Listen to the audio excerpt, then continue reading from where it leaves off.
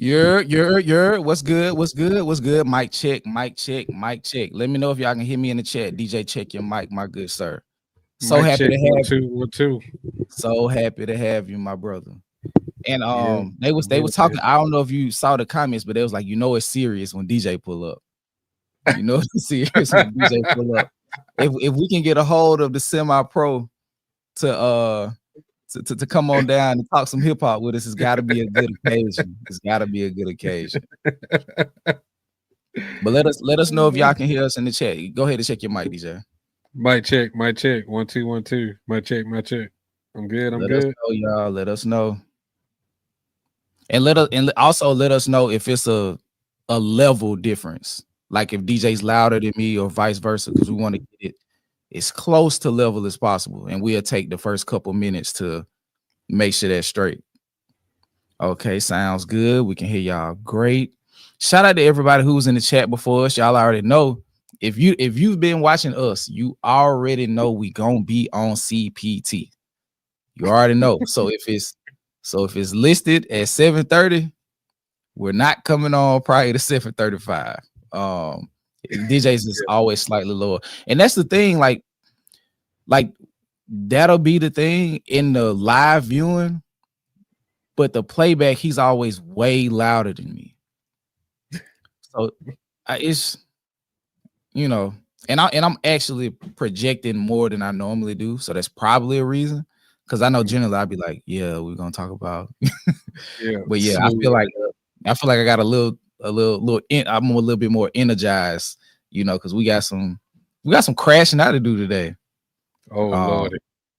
So turn your mic up. Like what level is your mic at in StreamYard? Yeah. It is 126. Up it to 135. Okay. We are here. Yo. Oh, that's kind of loud. Turn it down. Put it on 131. 131.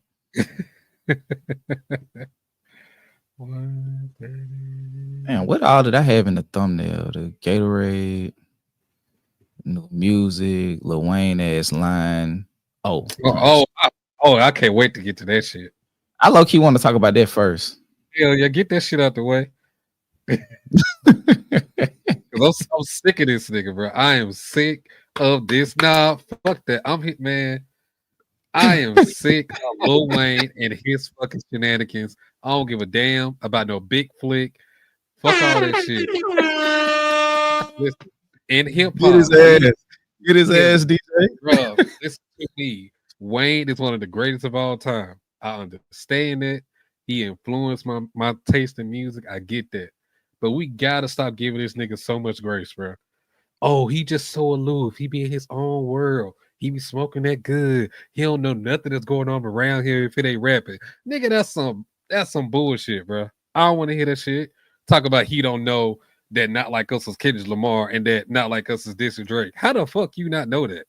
And then, I'm gonna say, even if in some random universe he don't know that this song is what it's about, at some point in time, you was actually an executive of Young Money, Cash Money, at that.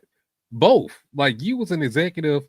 If you were the president, you was like right there. Well, I know you was the president of Young Money, but Cash Money, you was up there at some point in time, which means that you had to have your post on the culture to see and understand and know what's going on. Ain't no way you do that and not have a Nicki and a Drake and a Tiger and just all the people that you work with and you not understand what's going on in music. And with Drake, your biggest artist that came from your camp in the biggest war in hip hop history last year, and you don't know that Not Like Us is about him? Say Drake, it's it within 40 minutes of 40 seconds of the song. Facts. Baka, Chubbs. That's all within 30 seconds of the song. I know you all know all these niggas personally. I know you do. Don't forget that Party was at the party playing with his nose now. Don't forget that part. Come on, don't forget that part. I am sick of everybody making so many damn excuses for Wayne. Like, I'm tired of it. I'm tired of it, bro. Like, because we give this nigga so much grace when there's a lot of shit we need to be crashing out on. about as far as like how he think, his point of views, and things like that. We'll say that shit for another time. But as of right now, in terms of where he at in music, you cannot tell me you don't know what the fuck happened between Drake and Kendrick. I'm not buying that shit. Now, I will say this though. When you watch the video where it shows him dancing, like it was mixed into like what they were already doing on stage. But Mhm. still, not like us. It's too big of a song that you not know what dun, dun, dun, dun. You not know what that is when you hear that. Like, come on, bro. Or just look at it from this perspective. Like, this isn't just a song that he sneak dissed Drake in. This was the crescendo of quite possibly the biggest rap battle of all time. So it's not like, oh, this is a song that he just happened to sneak him in the third verse, but the song ain't generally about that. The whole time he's cooking this nigga and had been cooking him for a week. Like, they had been going back and forth since March. So this is May. Granted, if you just somehow just missed the whole battle, it ain't a lean strong enough. It ain't a heroin deep enough for you to be any way connected to hip hop. Whether it be like you got a son that's like of age. What's his name? Cam? Yeah, Cameron. Yeah. You know what I'm saying? You got all of these other people that's around you. Ain't no way that Not Like Us dropped and you didn't know he was talking about Kendrick. I mean, was talking about Drake, especially with him name dropping the nigga. And then like the bridge at the end of the third verse, OV ho.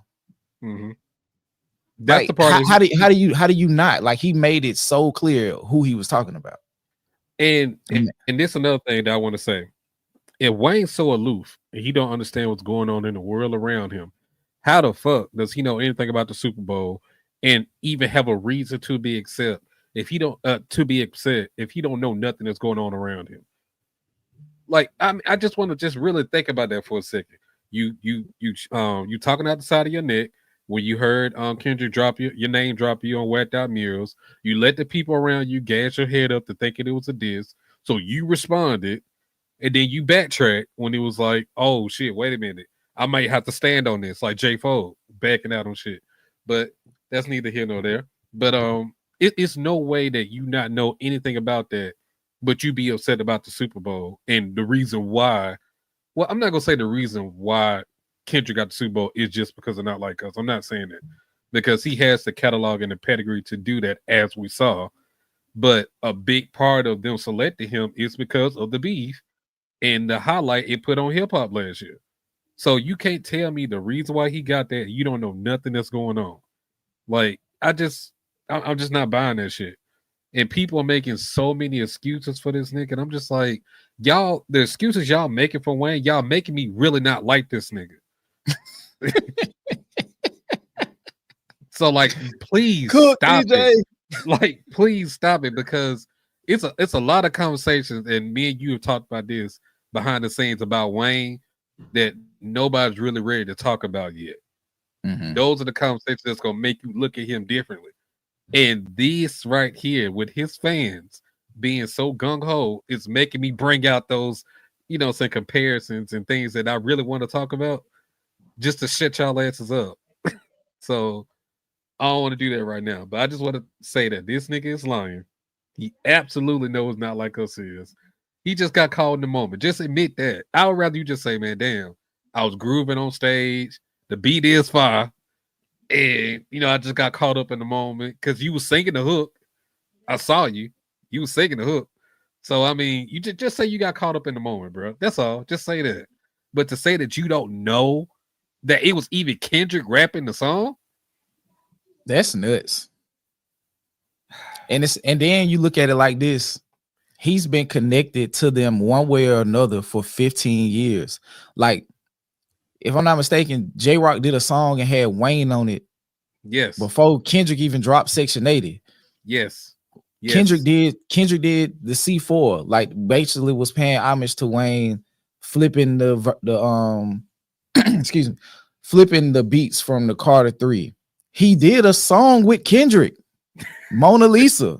Yes. So you telling me out of nowhere, you just really just don't know, you don't know his voice? You don't know what he sound like? Come on, gang. Like, tell a lie in a way a nigga will believe it. That's You know what what I I'm mean? saying, bro. Get Like, creative with the lie. Like, cause I remember when bruh said that he thought 21 Savage was a group. Like, that's a creative lie. yeah, That's a creative lie. You feel what I'm yeah, saying? But for you to yeah. say, like, hey, yeah, I ain't even know that was Kendrick. I ain't know he was dissing Drake shit. I ain't even really heard the song. Like, I don't know what's going, like, Wayne, like you were making a push to be noticeable. So you had to make yourself available to see what was going on. Right. Even if we just look at that part of 2024 in a vacuum, you had to know what was going on because you were actively campaigning for the Super Bowl by your own admission. So you had to know what was going on. You had to. There's no way around it. And then do the Carter 6 rollout when they were talking about, oh, you got tickets to the Super Bowl? Oh, nah, I'm working on something way more important than the Super Bowl. Carter 6. Nigga, shut bruh, dumb ass up. Hey, no, bro, come on. Like, let's be 100. Like, Wayne is a legend. But if you think for 1 second that the Carter 3, that nigga, even the Carter 3 is gonna be more impactful than as far as viewership, like, you're not gonna have 133 million people at one time streaming this album. It's not gonna happen, bro. Like, let alone the Carter 6. Like, Wayne, I get it. You know how somebody say you're all like, the person is always the last person to know. Yeah. Like, let's say like if somebody going bald or something, like, they might be the last person to know because they haven't accepted it yet, and they have a level of connection to it where they just because I probably wouldn't let it go. But by that time, you getting this part of your head lined up, like Stephen A. You feel what I'm saying? So it's just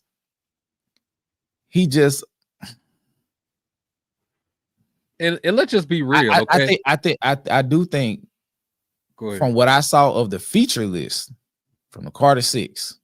Yeah, I saw that too. And I'll pull it up if y'all want me to in the chat. But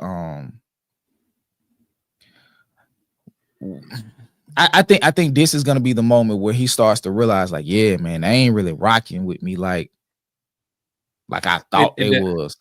And that's the point I was trying to make. It ain't like you giving us so many like your track record album wise, it's in the dumps right now.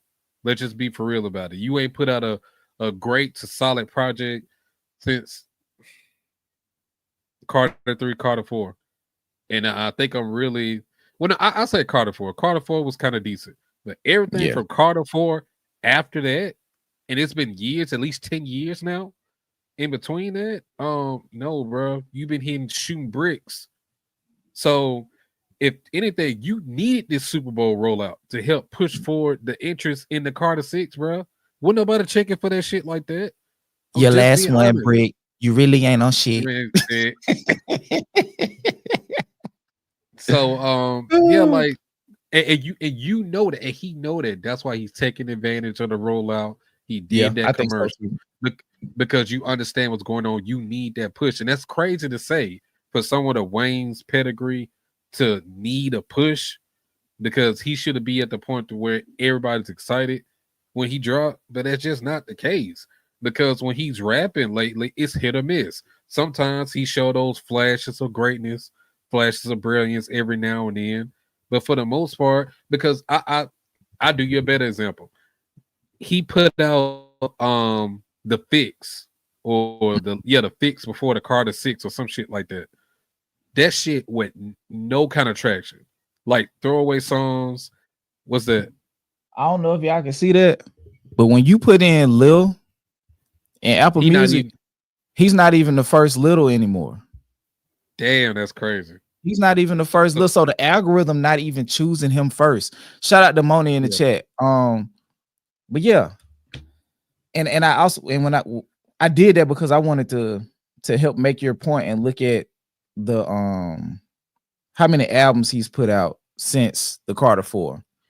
Yes. Let's see.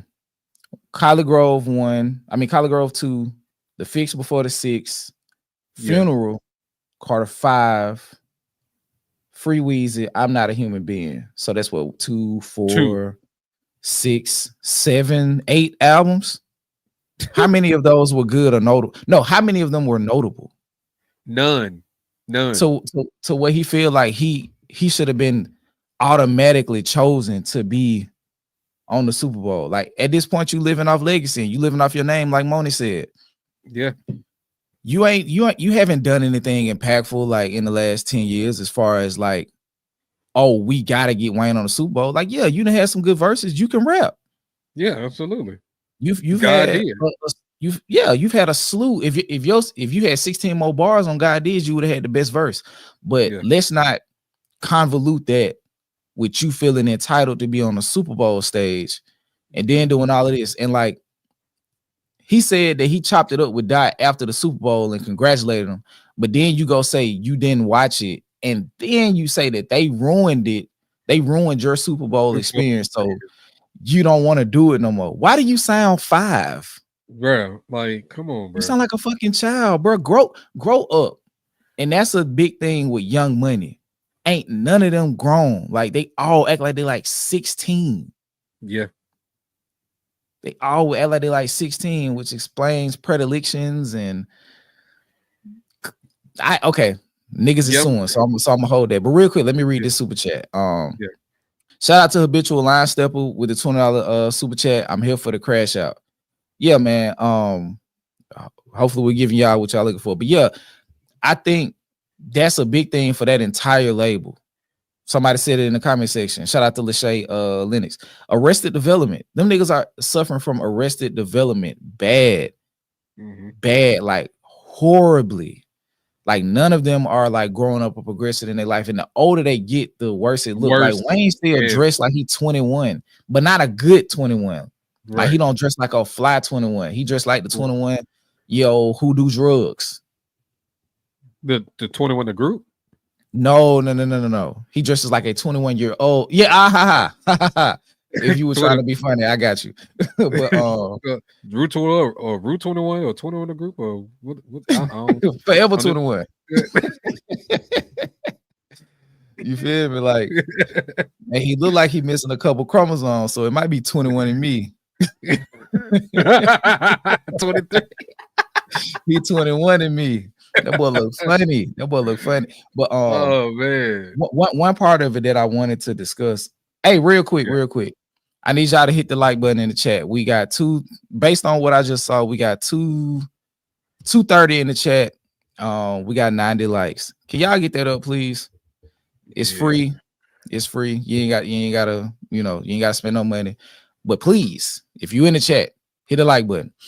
But the one part that I wanted to bring up in this article, let me present this real quick.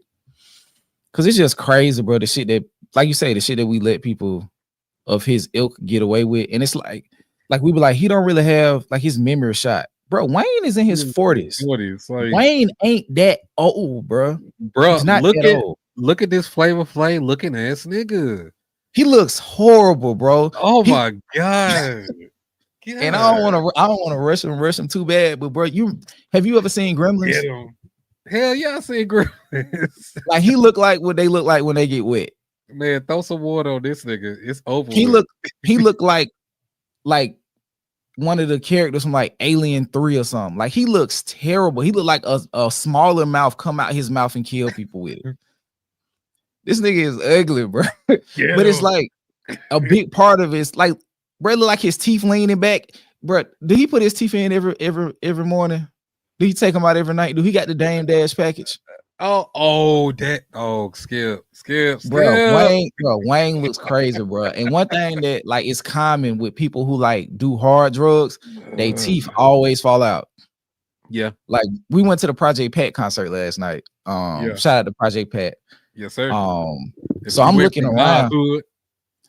So I'm looking around and and it was this one dude sitting down.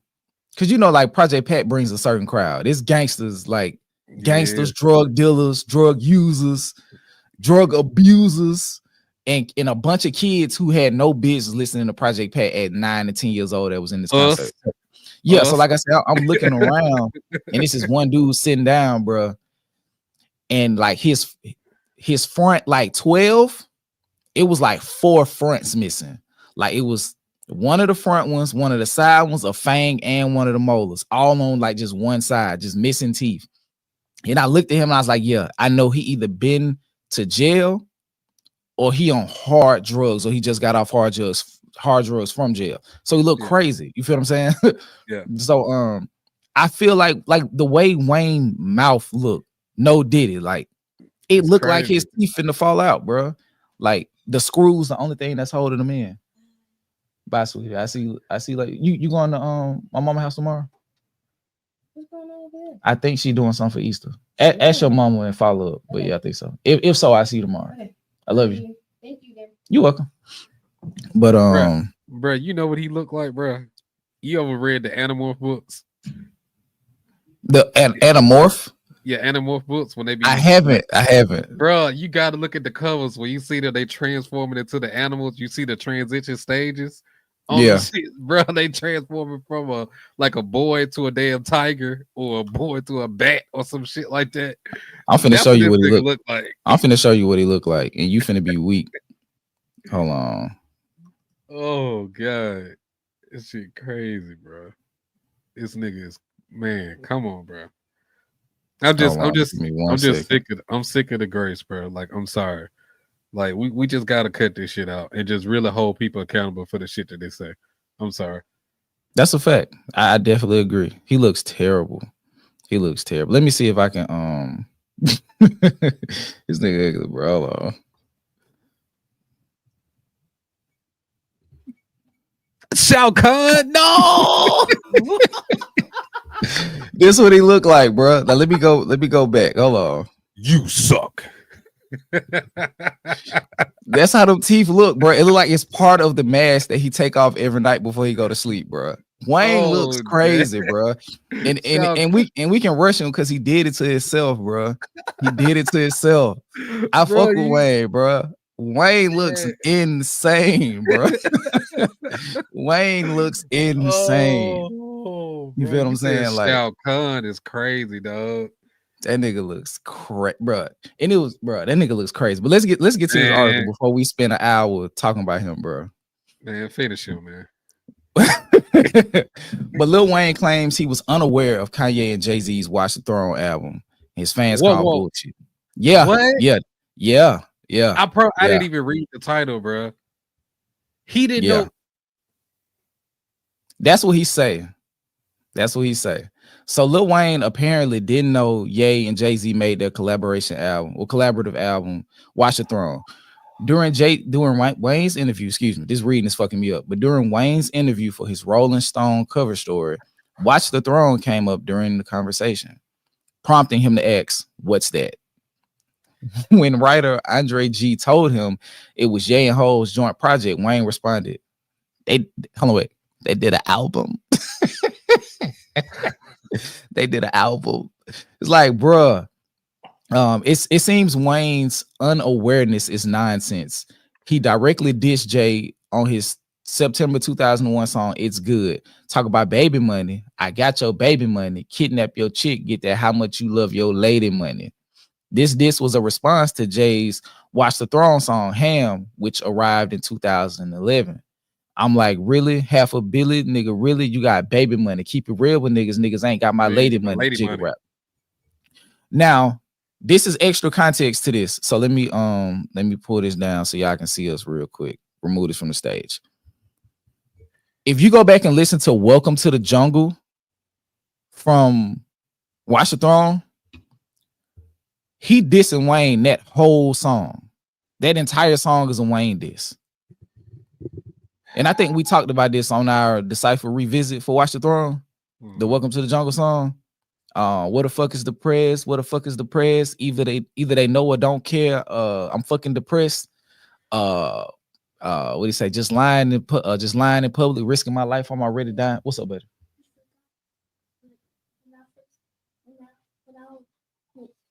Take your time. YouTube downloads, watch it. You need to put. You forgot to put YouTube King. So it's mouth. So I'm in trouble. That's crazy. But yeah, get mama to do YouTube Kids for you, buddy. He's like, look, I ain't going down just by myself. Nigga, it's your fault. Nah. Nah. He was supposed to be taking a nap earlier, right? Yeah. And so I go in his room and I open the door and he watching YouTube. Regular YouTube, it's like some type of mashup of Dog Man. But you know, like YouTube is a terrible place for kids to be. So he done found a way to watch it on his TV. Yeah. I don't know how he did it. So he come in here just then talking about it's my fault YouTube Kids ain't on his TV. Bro, your ass shouldn't have been watching YouTube in the first place. That ain't got nothing to do with me. But let me get to these super chats. Shout out to this is a test name 1234. Shout out to them with the $10 super chat. Shout out to Ashley Hicks, who's a member. Needed the laughs. Thank y'all for the content. Much appreciated. Thank you for the super chat. And shout out to Gen X. Welcome back, Gen X. Welcome back, Gen X. Who's a mod and member and decoder. She's doing a lot. She's very helpful for what we do on the channel. She makes sure y'all stay in check so I don't have to crash out and delete y'all myself. You know, and just putting energy, positive energy into the chat brings out that tenfold. So thank you for all your contributions, Gen X. But hit the like button. Please and thank you. This is pure comedy. Thank you again. Yeah, most definitely. Hey man, we want to bring y'all this hip hop content in the way that only we can. You feel what I'm saying? So we're gonna bring the funniest. We're gonna bring all of the shit. And since we got DJ, we gotta double up on the nonsense. Bro, this nigga really said he didn't know Watch the Throne was an album. That nigga was lying. He's lying. I don't know if you be watching Joe Budden podcast like that, but like Ish will say something, he'll be like Lenny lying. And that's why, like, that's how I feel about Wayne. He just lying for the sake of lying. Like, why? Yeah. Why? Like, nigga, why are you lying to this degree? Like you own wax responding to the album. Exactly.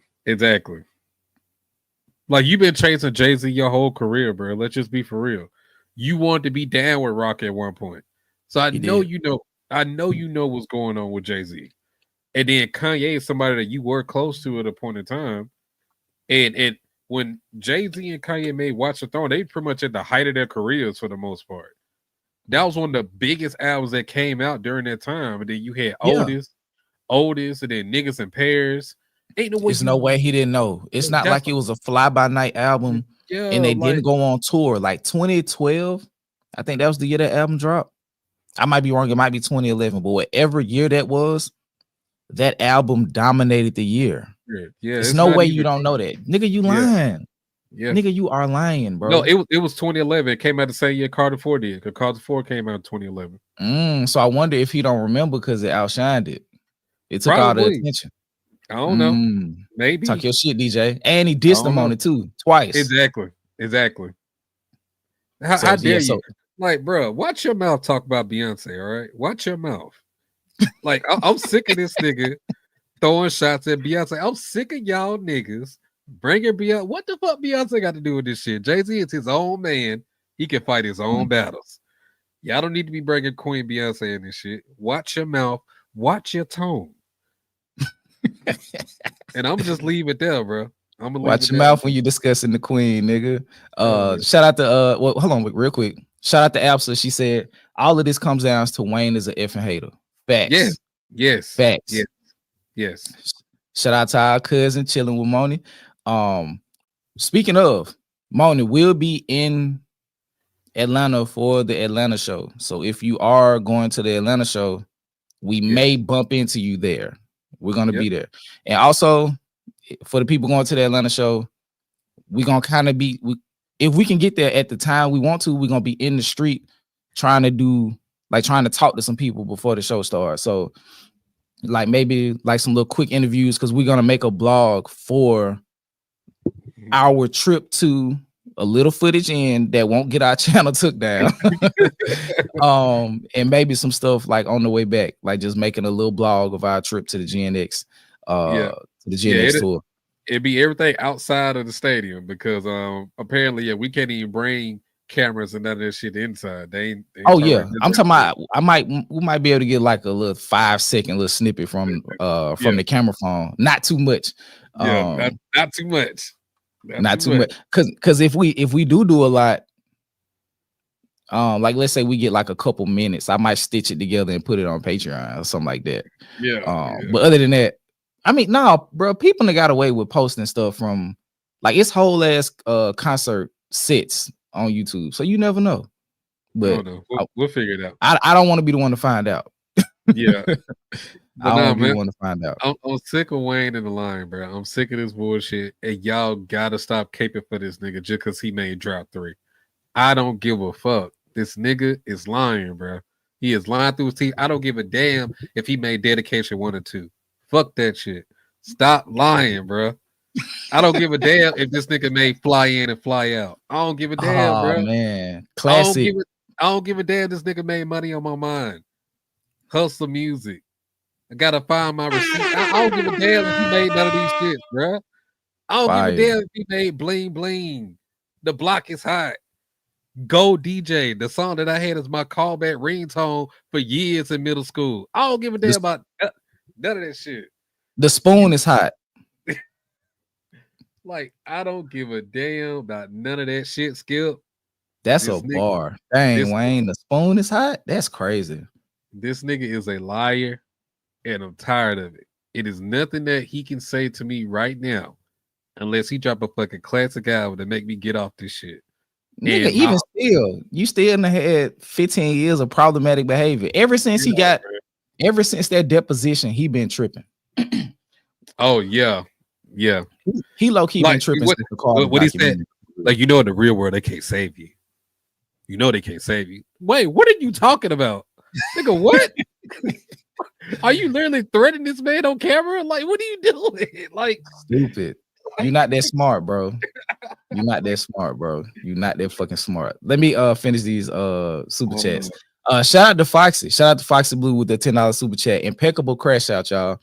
If y'all decide to do stand up on buying tickets, like I said before, they have no growth, and plus that Herculean. Ooh, that's a fucking bar. Herculean, hey, Herculean. I'm telling you, it'll have you in a chokehold, have you knocked out on the couch, and apparently have you sleepwalking for years. But shout out to Demetria Glenn with the super chat. She's a member, so shout out to the Dakotas. Wayne needs to go thaw out like a pack of wings in the sink. He does look frozen, like, you know, like when the plastic get froze and it wrap around the here it is. That was just gonna sound so pause, like when it wraps around like the chicken or the ground beef. Yeah. Like it make that weird, like stretchy, kind of like rubbery like appearance on the plastic. That's what his face looked like. Oh, that's crazy. That boy look crazy, bro. Shout out to Absol for the super chat, much appreciated. Wayne is just a damn liar, and Skip is right. Leave B and black women in general alone. I don't know if you've seen the DJ, but in one of I think it was maybe the live stream where she was addressing the Dairy and Curtis King situation, like Absol was just like, leave black women the fuck alone. Like, so when I'm reading it, I hear that part in her voice, like in her crash out voice.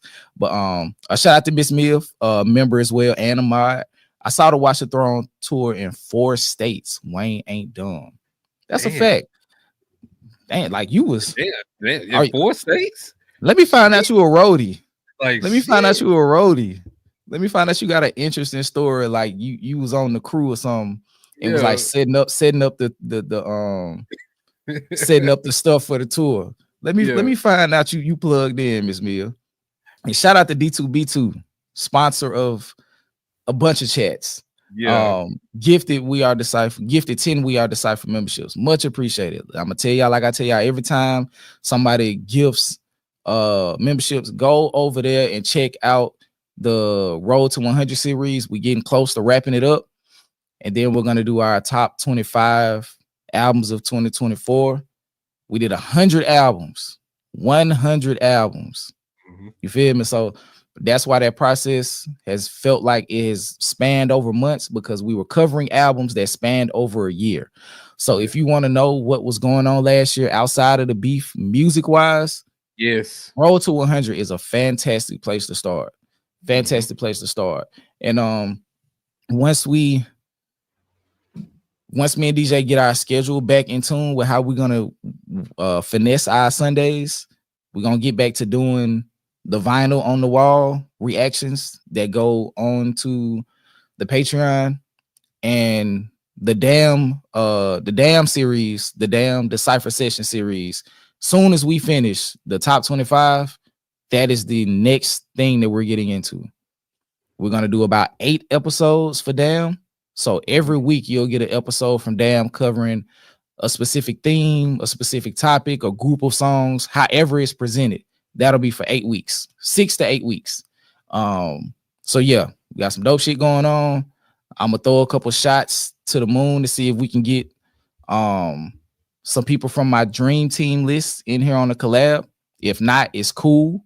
Because I am realizing at this specific point in time, the best thing we could do is find the best ways possible to interact with y'all.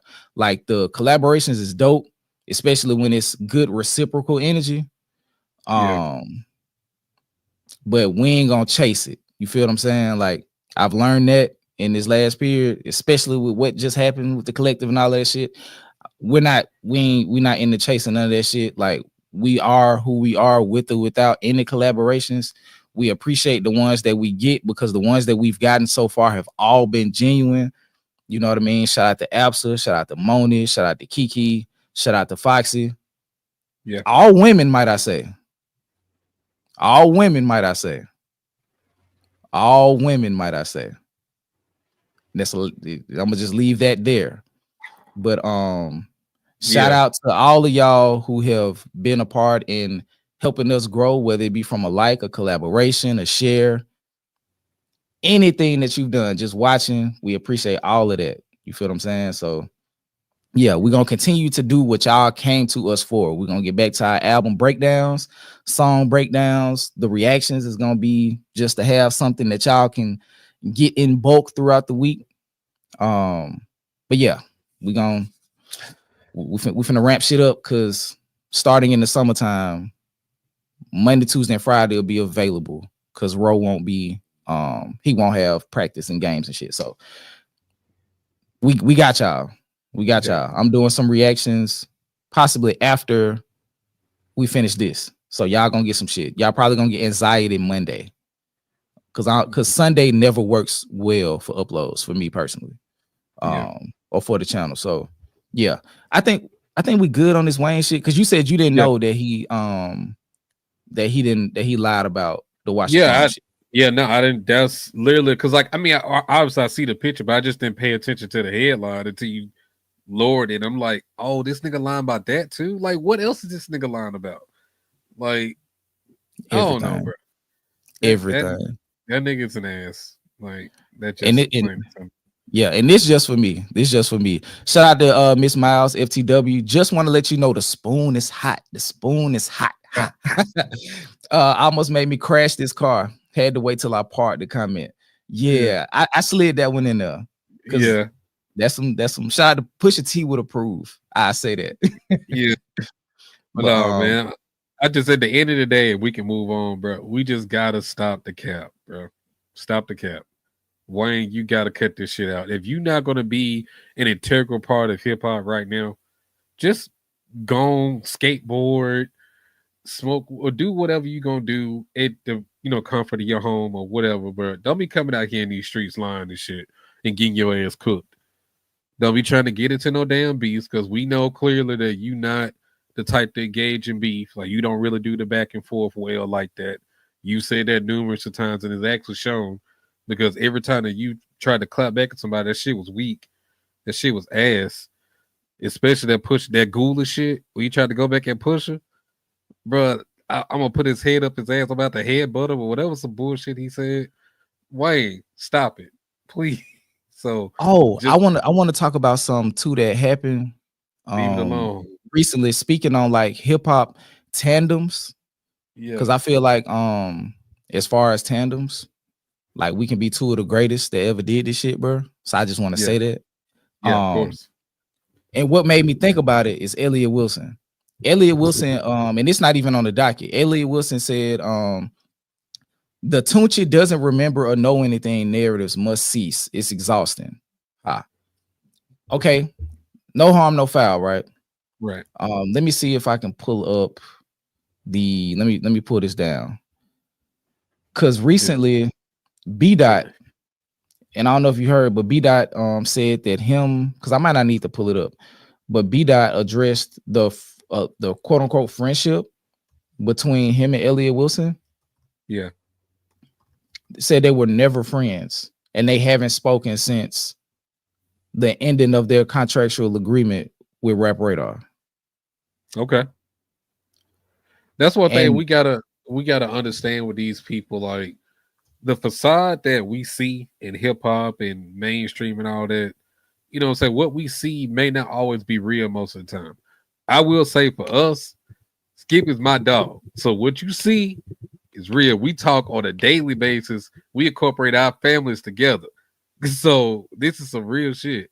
But I also saw something recently that on Redman, I don't know if you saw it as a Redman, he was saying that he don't even talk to Method Man. Like they don't talk, they haven't seen or do nothing. If it ain't like some rap shit or like some tour shit where they get money from like some old music, he don't talk to none of his rapper friends and all these other people. And it just helped me really put in perspective, like, yeah, like a lot of these people we think be cool or think they have relationships and this and that. Like a lot of times that shit might not even be what we think it is, bro. And for B Dot to say that, yeah, after they contract ended, we don't talk, we not friends. I can believe that shit. It's not something that's so far fetched. Like these people ain't who we think they really are. It's basically what I'm trying to say. yeah, I got the clip. You wanna wait? But the thing about Redman is I saw the backtrack. Um I didn't see what he initially said, but he posted this post that ended up on Instagram, and he was like, y'all fell for the clickbait. Like I No. said that I don't go out and hang with niggas because I don't personally go out. Like, bro, I'm 50 and all this Yeah. stuff, and we working on, I think he said they working on new music or some shit like that. So Yeah. it seemed like it was one of them things with like a gotcha moment with Redman. But I But do saw you the want to interview though. It wasn't a clip. Like it was a long ass like also he went on a diatribe? Like, was he dissing Method Man? no. He wasn't dissing them. He just saying like the person he was interviewing, he was just really shocked to hear him say that, yeah, we don't talk or we don't hang like that. And he just kind of went into details saying why he don't is basically what you're saying. But that still like my point don't change in that. Yeah. Like it's still like these people aren't as connected as we may think they are just because they have a public persona. That's basically what I'm saying. Regardless if he backtracked it completely, that shit don't change what I'm saying. So either way, he can do what he want to do. I just know what I saw. I know what I heard. That shit was not no 5-second clip that you chopped up. Nigga, I saw the interview. I saw your mannerisms. I saw you talk. I see you, nigga. Yeah. So I know what you said, but it's Yeah. cool. And also to Elliot's credit, to give him like a little bit of leeway, Yeah. it's almost a 15-year age gap between them. So they Facts. might not have Facts. excuse me, had much in common per se to like extend beyond their working relationship. And Yeah. I noticed this myself, like, especially like once we started doing off the record back in the day before we progressed into this, Yeah. you don't want to, if the primary connector to y'all relationship is work, you don't want to talk work outside of work. You feel what I'm Right. saying? Yeah. Like, unless we're building for something. But if the Yeah. only thing we have in common is what we do on screen, I would kind of rather save it, because you get to the point it's like, okay, hold that thought and we'll use it for, for content or whatever. I And I know think that, yeah. I used to say that shit all the time. You right. I do. Like I'd So be like, hold so on, wait. yeah. Let's get that. Yeah, you right. You are absolutely right. So to get to the point where you can compartmentalize those parts of you, if y'all realize y'all don't have much in common in the middle, in that gray area, y'all not gonna talk a lot. But I do have a clip from the Joe Budden podcast. I think I want to watch it and see like what it's talking about, because B Dot was a guest on their show. You cool? I didn't see the, I haven't seen this. Must be a Patreon clip. Oh man, hey, I ain't mad at Elliot for that. It's like, hey, if we not super tight or whatever the case is, and it's a bag to go and get, I gotta go get the bag. Yeah, I gotta go get the bag. I'm not finna stray away from my ability to further my career if the person that I spent a chunk of my career with didn't help me create what I didn't help. We didn't create ourselves together. Like I was Elliot before him, I'm gonna be Elliot after him. So if we not rocking and I gotta go get a bag, meaning I gotta leave New York and go to California to get a bag, that's what I gotta do. right. Elliot Wilson is problematic. He got enough problems. Yes. But I don't necessarily see, but I feel what he's saying to Joe. It's like, Joe, you could be empowering niggas for real. I don't know why it's doing that. So let's get through this real quick so it can stop fidgeting on the screen. Talking now. Now we talking. Now we talking. Put your money. Listed shit. You doing everything to answer the question. All right, now hold on. Let me pull this down so it's not skipping. Oh man, let me get back to it, bro. He telling you the answer you want to know right now. He's saying the shit.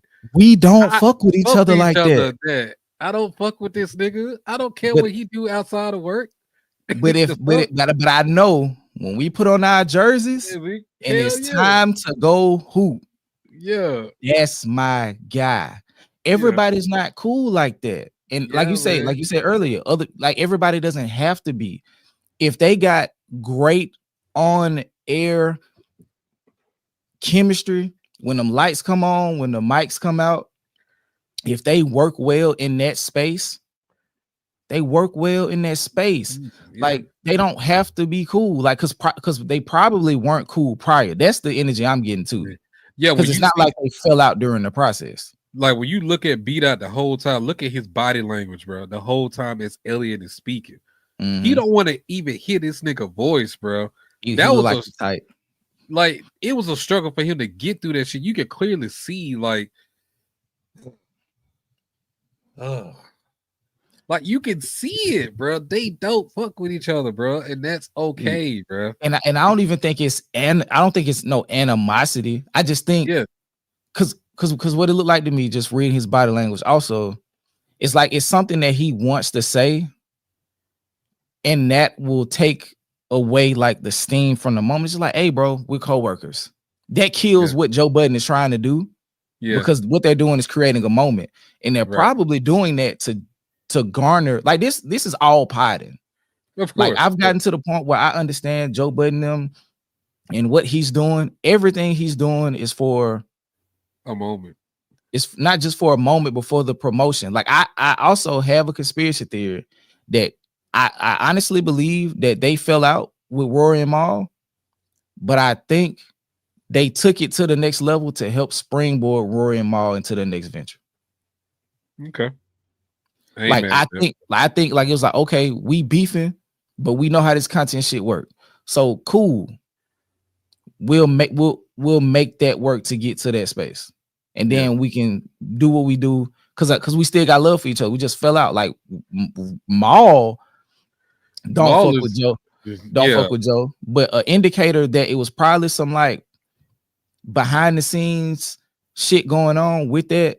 As far as like I'm gonna help y'all with a springboard or not getting y'all way. I'm gonna let you kick my back in because it's gonna help launch your pod. Is how Rory and Joe discuss each other now. They not at odds like they used to be. Right. They're not cool, but they have a general understanding. Like, that happened. I felt the way. I probably still feel the way. Or we settled it behind the scenes. Because that's what I think happened too. Whatever happened, I think they got settled behind the scenes a little bit. Because if not, why did they never sue? So either they was lying or I believe something got settled behind the scenes. So I say that to say you can tell by how they handle each other now that there's at least something amicable that either happened or that can happen. And because of their past relationship, I just don't think Elliot and B Dot have that type of past relationship that's gonna get in the way of them coming back together. Because I think Elliot just like, yeah, bro. I do think he's wrong for not reaching out at all. But I guess he also like, shit, if our only relationship is work, if we don't have work, I ain't got nothing to talk to you about. Right. But you can and clearly that's a sad reality. Like, I guess also he was doing it so he just wouldn't be blatantly disrespectful to B-Dot, because he had to know that he's there listening. You know what I'm saying? So I think he was, even though to me that's obvious, like the answer that I'm looking for, you're saying it without saying it. I can read between the lines. I get it. But I think he was also doing it to just try to be respectful to B-Dot in that moment. Because if it was really smoke, if it was really up, like, I don't think you would have an issue saying, "Nah, I don't fuck with that nigga like that." Like, I think you would just say that.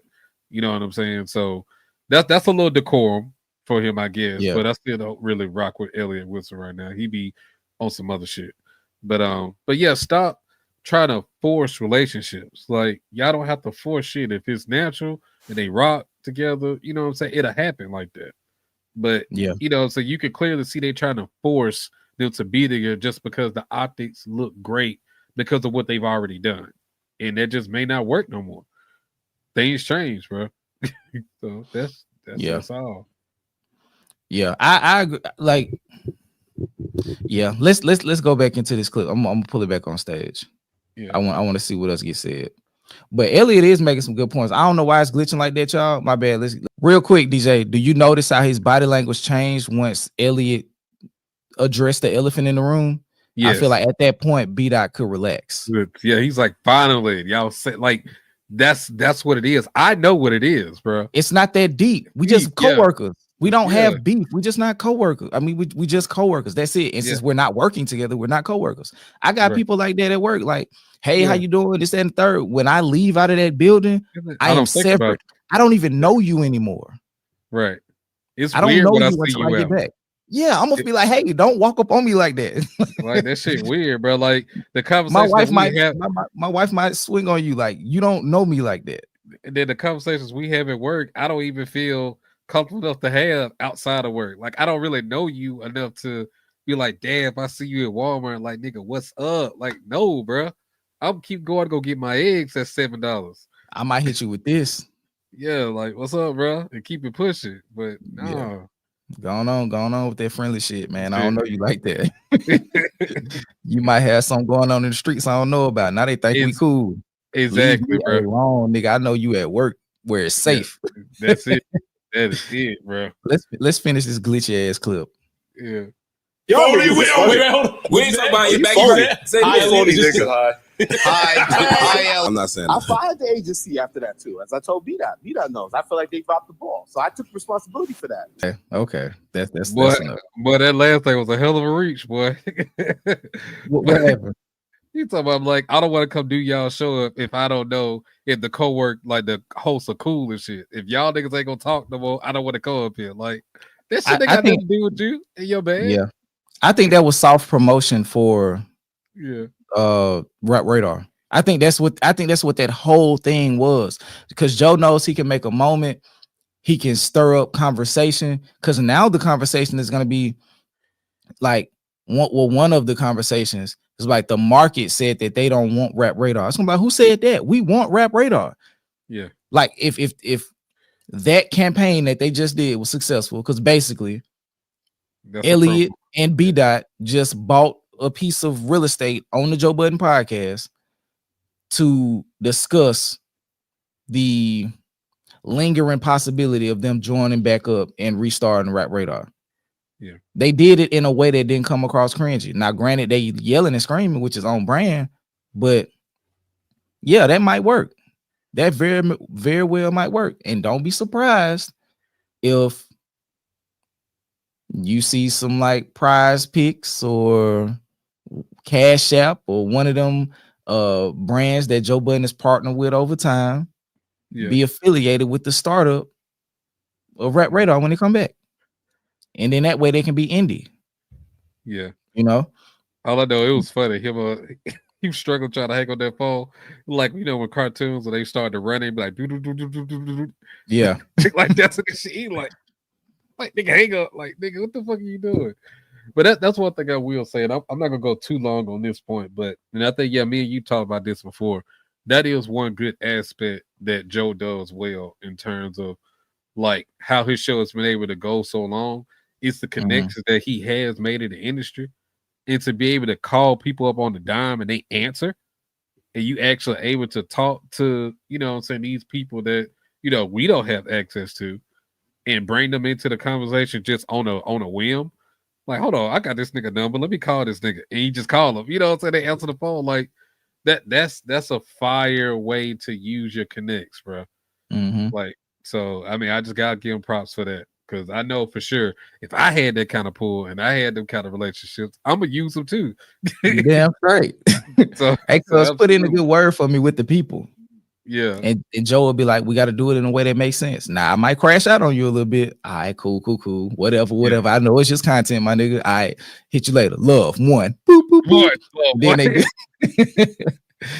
but let me read some of these super chats. Let me see. Shout out to D2B2. I just knocked it down. Shout out to D2B2 gifting 10 We Are Decipher memberships. I think I talked about that. I'm not sure. Welcome Aqua just became a YouTube member. Shout out to D2B2. He lied.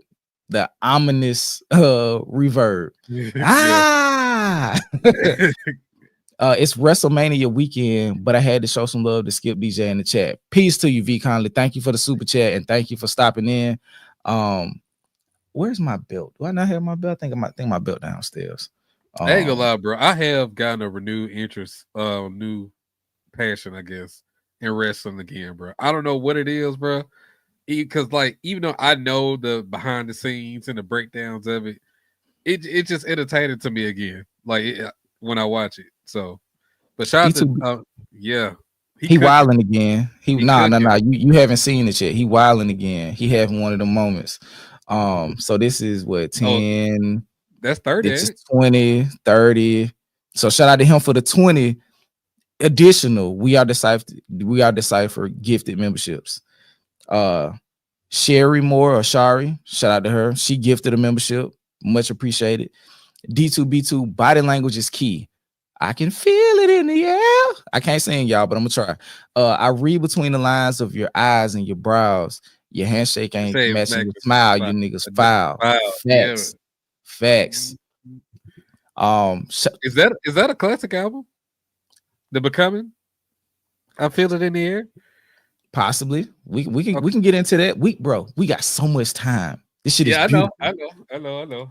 We finna dig up a whole bunch of skeletons and relics and shit in the next 5-10 years while we doing this shit, bro. But this is what I was talking about. Shout out to D2B2. Gifted 50 We Are Decipher memberships. They're going to go out sometime during the stream and later on tonight. Tap in with the content. Y'all. Much appreciated. Bro, he really Chef Curry in this shit, bro. Golly, yes, sir. Jen S. Gemini, she said, just a huge shout out to D2B2. You are a blessing. Most definitely. Huge blessing to the platform. I think some of the first super chats we ever got as a platform came from D2B2. So greatly appreciated. Highly appreciated. And like I said, when the merch come in, you're getting you a pack. I don't care what you say. All you gotta do is send me your address and your size and information, and it's coming. Yeah. No Diddy. Nigga, whatever merch we got, it don't even matter. Even after that first one, bro, you might just get free merch to wait. Yeah, cups, here get a sample. Oh, bro. All right, man. Shout out to you, bro. Like, he cooking, bro. He cooking. Appreciate Absol for this. Coming from a strategist, if that's the case, and I picked that up and you witnessed that, I kudos. I pat myself on the back for that. Market testing, yes, and that's what I was saying. That's why he did that. Shout out to the strategist herself. Let me see if I missed something. 70 total gifted memberships is insane. But shout out to him. Where are we? Oh, back to this. We did all the super chats. Yeah. it's another story that I want to get to. I think because a lot of people came in for the Drake, and we ain't got to the Drake yet. But here it is. We're gonna discuss the Drake shit. If you wanted it super early, Absa be on it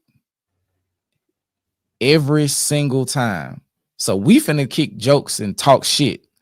If you want the actual docket reads and interpretation from a strategist who understands some of that legal shit, you are at the wrong place. You go to Absa for that. We here to talk shit. Like So Elsa be having the time, bro. That's the thing. Like, even if like her schedule don't like, make it plot, like she make the shit happen, bro.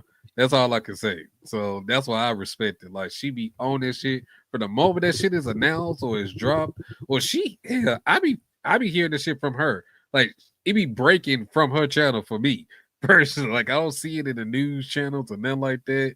Docket reads, you go to Absa 100%. Yes, sir. And she be, oh my God, like because I think the first one, the UMG response happened the day we went our first day back in the office. So she been getting off for like a month with this Drake shit, tearing him a new one, making it so where normal people can understand what's going on. In a way, so it's like we feel included because this is a legit lawsuit that has a lot of implications. A lot. And it's really it's truly gonna change the way the landscape of hip hop going forward. Absolutely. Yeah. Absolutely. Won't have that air horn. But let's get to this though. Drake amends defamation lawsuit against UMG to include Super Bowl 59 performance. I think it's 59. I can't read that. I don't know Roman numerals. I went to Birmingham City School.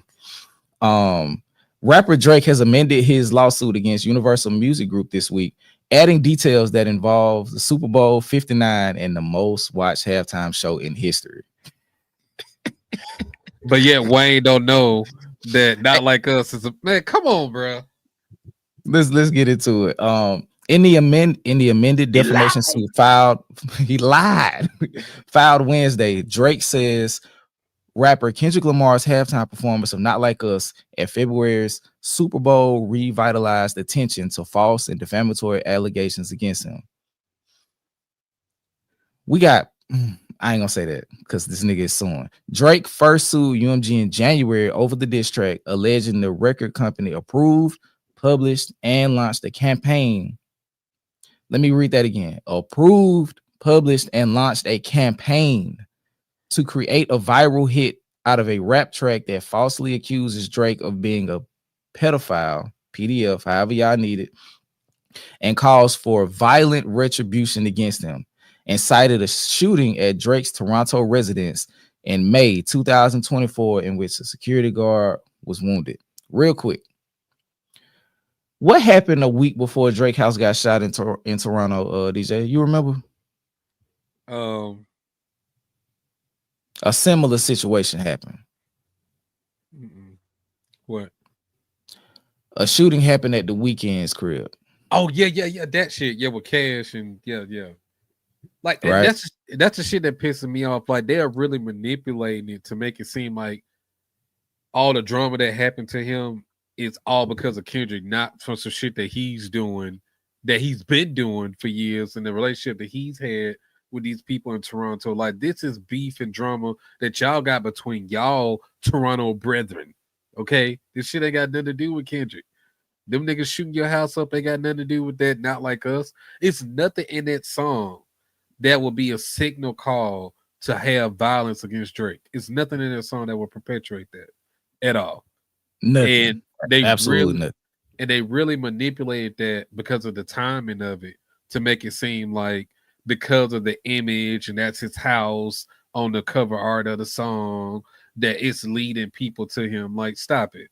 Like, stop it. We all know. Now, of course, you know what I'm saying? The people know we can't really, go in court and say these type of things because it's not really going to matter unless the lawyers bring it up and manipulate it and say things like that. But we know that shit had to do with the Weeknd and they beef. It ain't got shit to do with Kendrick.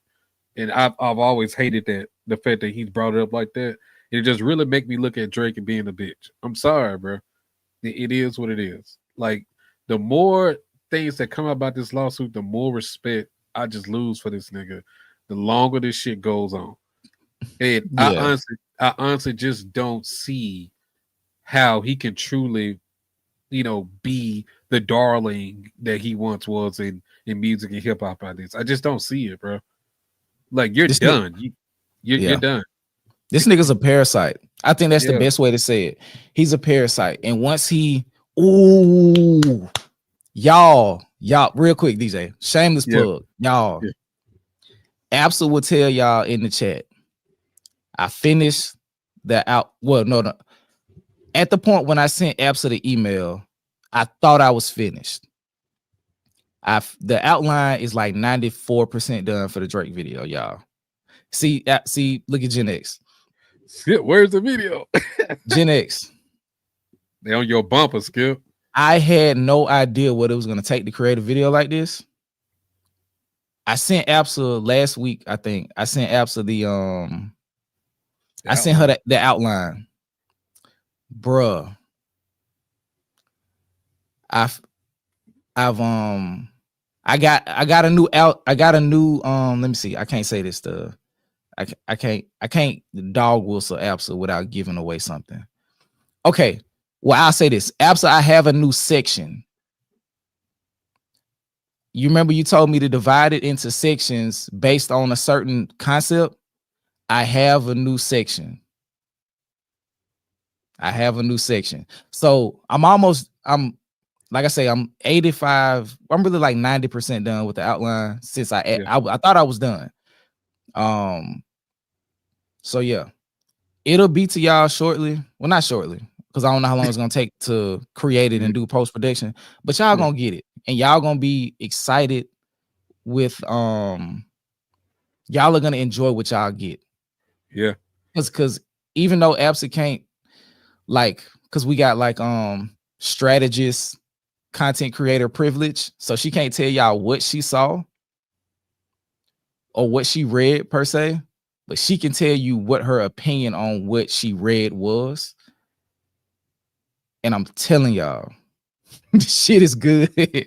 I'm very proud of it. But I don't even know where I was going with that. The parasite angle. Oh yeah, and so that's a part that I want to that's something that I want to discuss. Like, he showed numerous times in his career, and this isn't giving anything truly away from the video, but that he has a parasitic relationship with anybody that he's involved with. It's always, what can I get? Yeah, and once I get what I feel like I can get, I discard you. So I'm going from host to host. Mm-hmm. And this right here, the biggest host was hip hop. So now he's gotten to a point where he feels like he's gotten as much as he can out of hip hop. So what he wants on the way out is that last piece of blood, that last piece of whatever nourishes him so he can go on about his business. He's trying to get that now. He's trying to detach. And that's where, if I say that, I'm gonna give away the altar. But that's where the last altar is coming from. We are Venom. Shit. But yeah, let's read this before I get too hyped up and spill some shit that I ain't supposed to be saying. See, y'all asking for a crash out. D Willis, Drake is a parasite. So what is J. Cole? I'll get back to that for the record. Because I don't want to derail what we're doing. Okay. Where did I start? The amended lawsuit says threats against Drake and his family re-intensified after the Super Bowl performance, and lists multiple examples of social media discourse that followed. Ooh. Nigga. they are talking so bad about me in the comments on social media. Oh I my thought these God. I thought the comments were bots. So how are you using the bots as proof? How are you using the bots as calcification of fact when those very same comments previously were bots?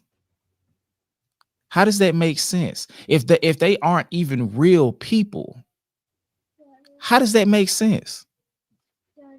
It only makes sense when the fish in there. What up, Kobe? But yeah, it only makes sense when they fit your narrative, just like a lot of the stuff from this. Like even with him pulling Joe Budden and using him as quote unquote evidence in the amended lawsuit, saying that, well, when Joe said that he know that Kendrick used bots, but you didn't include the part where he said, I know that Drake used bots too. Yeah. You removed that part of the clip. You didn't want to put that part in. But let's keep going.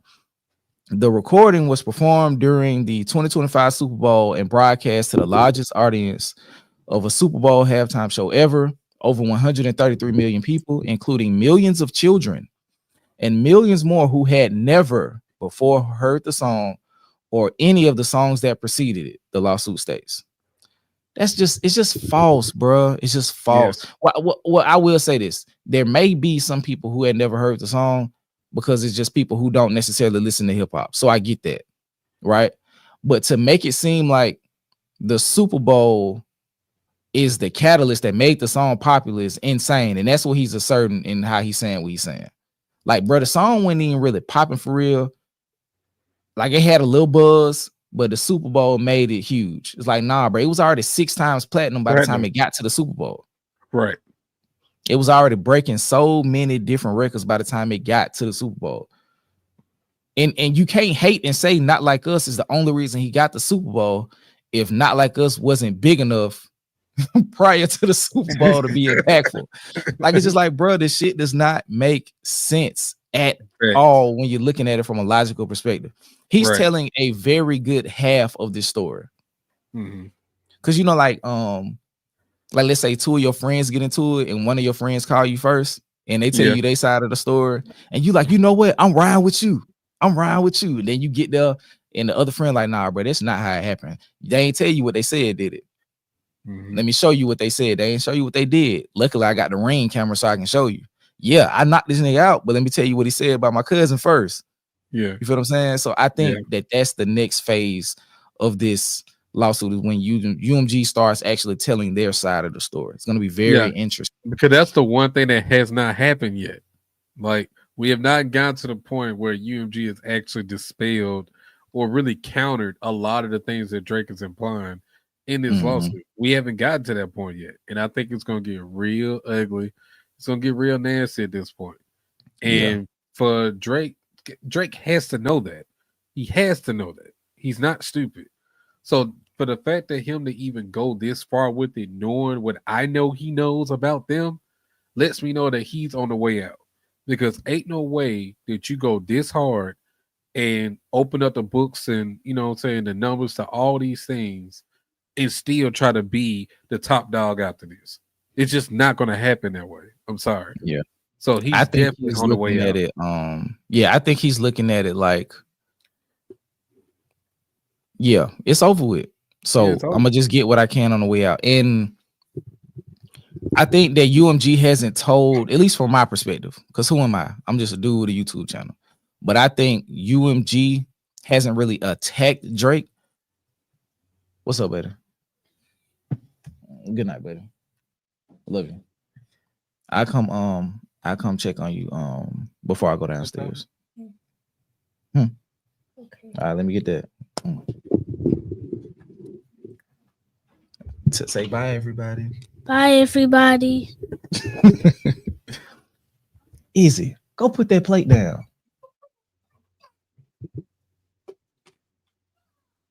Bro, will you take the plate? Night, baby. I love you. Bye. Hold on, wait.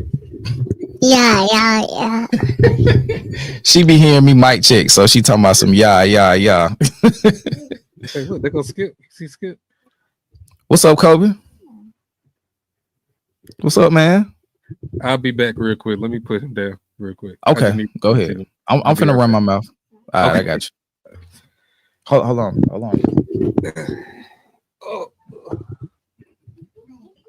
Can you close the door? Thank you. All right, y'all. Hold on. I'll pull DJ back in a second.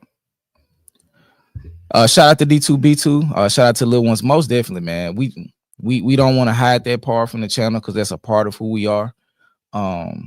So you know they're gonna come in and show they love. So we gotta love on them, man.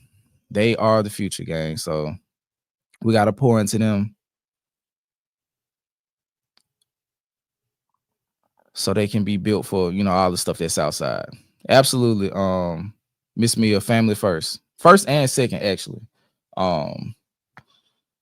So well, God first, family second, and third. So let me correct myself. But let me keep reading this. And by the time DJ come back, maybe we'll be able to go into something else. Let me see. It was the first and will hopefully be the last Super Bowl halftime show orchestrated to assassinate the character of another artist, the lawsuit adds. UMG did not respond to a request for comment in time for publication. In March, representatives for UMG called the original version of the lawsuit misguided and sought to dismiss the suit. And that's what I was about to say before my beautiful kids came in. I think UMG was not attacking Drake first because they wanted to see if they could get the case dismissed. So I think they're holding their punches until they get the case dismissed, because once they realize that they actually got a fight and any attempt to get it dismissed is moved out of the way, I think they're going to go on a full blown aggressive, like what they call it, I don't know, but they're just gonna go super aggressive towards exposing Drake. They're gonna subpoena whoever they can. They're going to depose several people. They're gonna pull bank records. They're gonna pull streaming data. They're gonna do all of these things to make it so you are going to you're going to rue the day that you decided to bring us in the court over something as petty as a loss in a rap battle. You are attempting to go at the mob over a bumped shoulder on a busy street. It happens all the time. But you're going to walk in the mob boss's restaurant and start making accusations. Not only are we going to delete you, we're going to do our best to delete your entire existence. And that's why shout out to Absa. Once again, great channel. I commented, she said, what exactly did she say? She said, like, put your questions that you would want UMG to ask Drake or something to that extent in the comment section. And this is where I said what I said in the comment section. They would ask Drake in a deposition. They would try to put it in a way where he would have to argue that having a ghostwriter can protect you from defamation, right?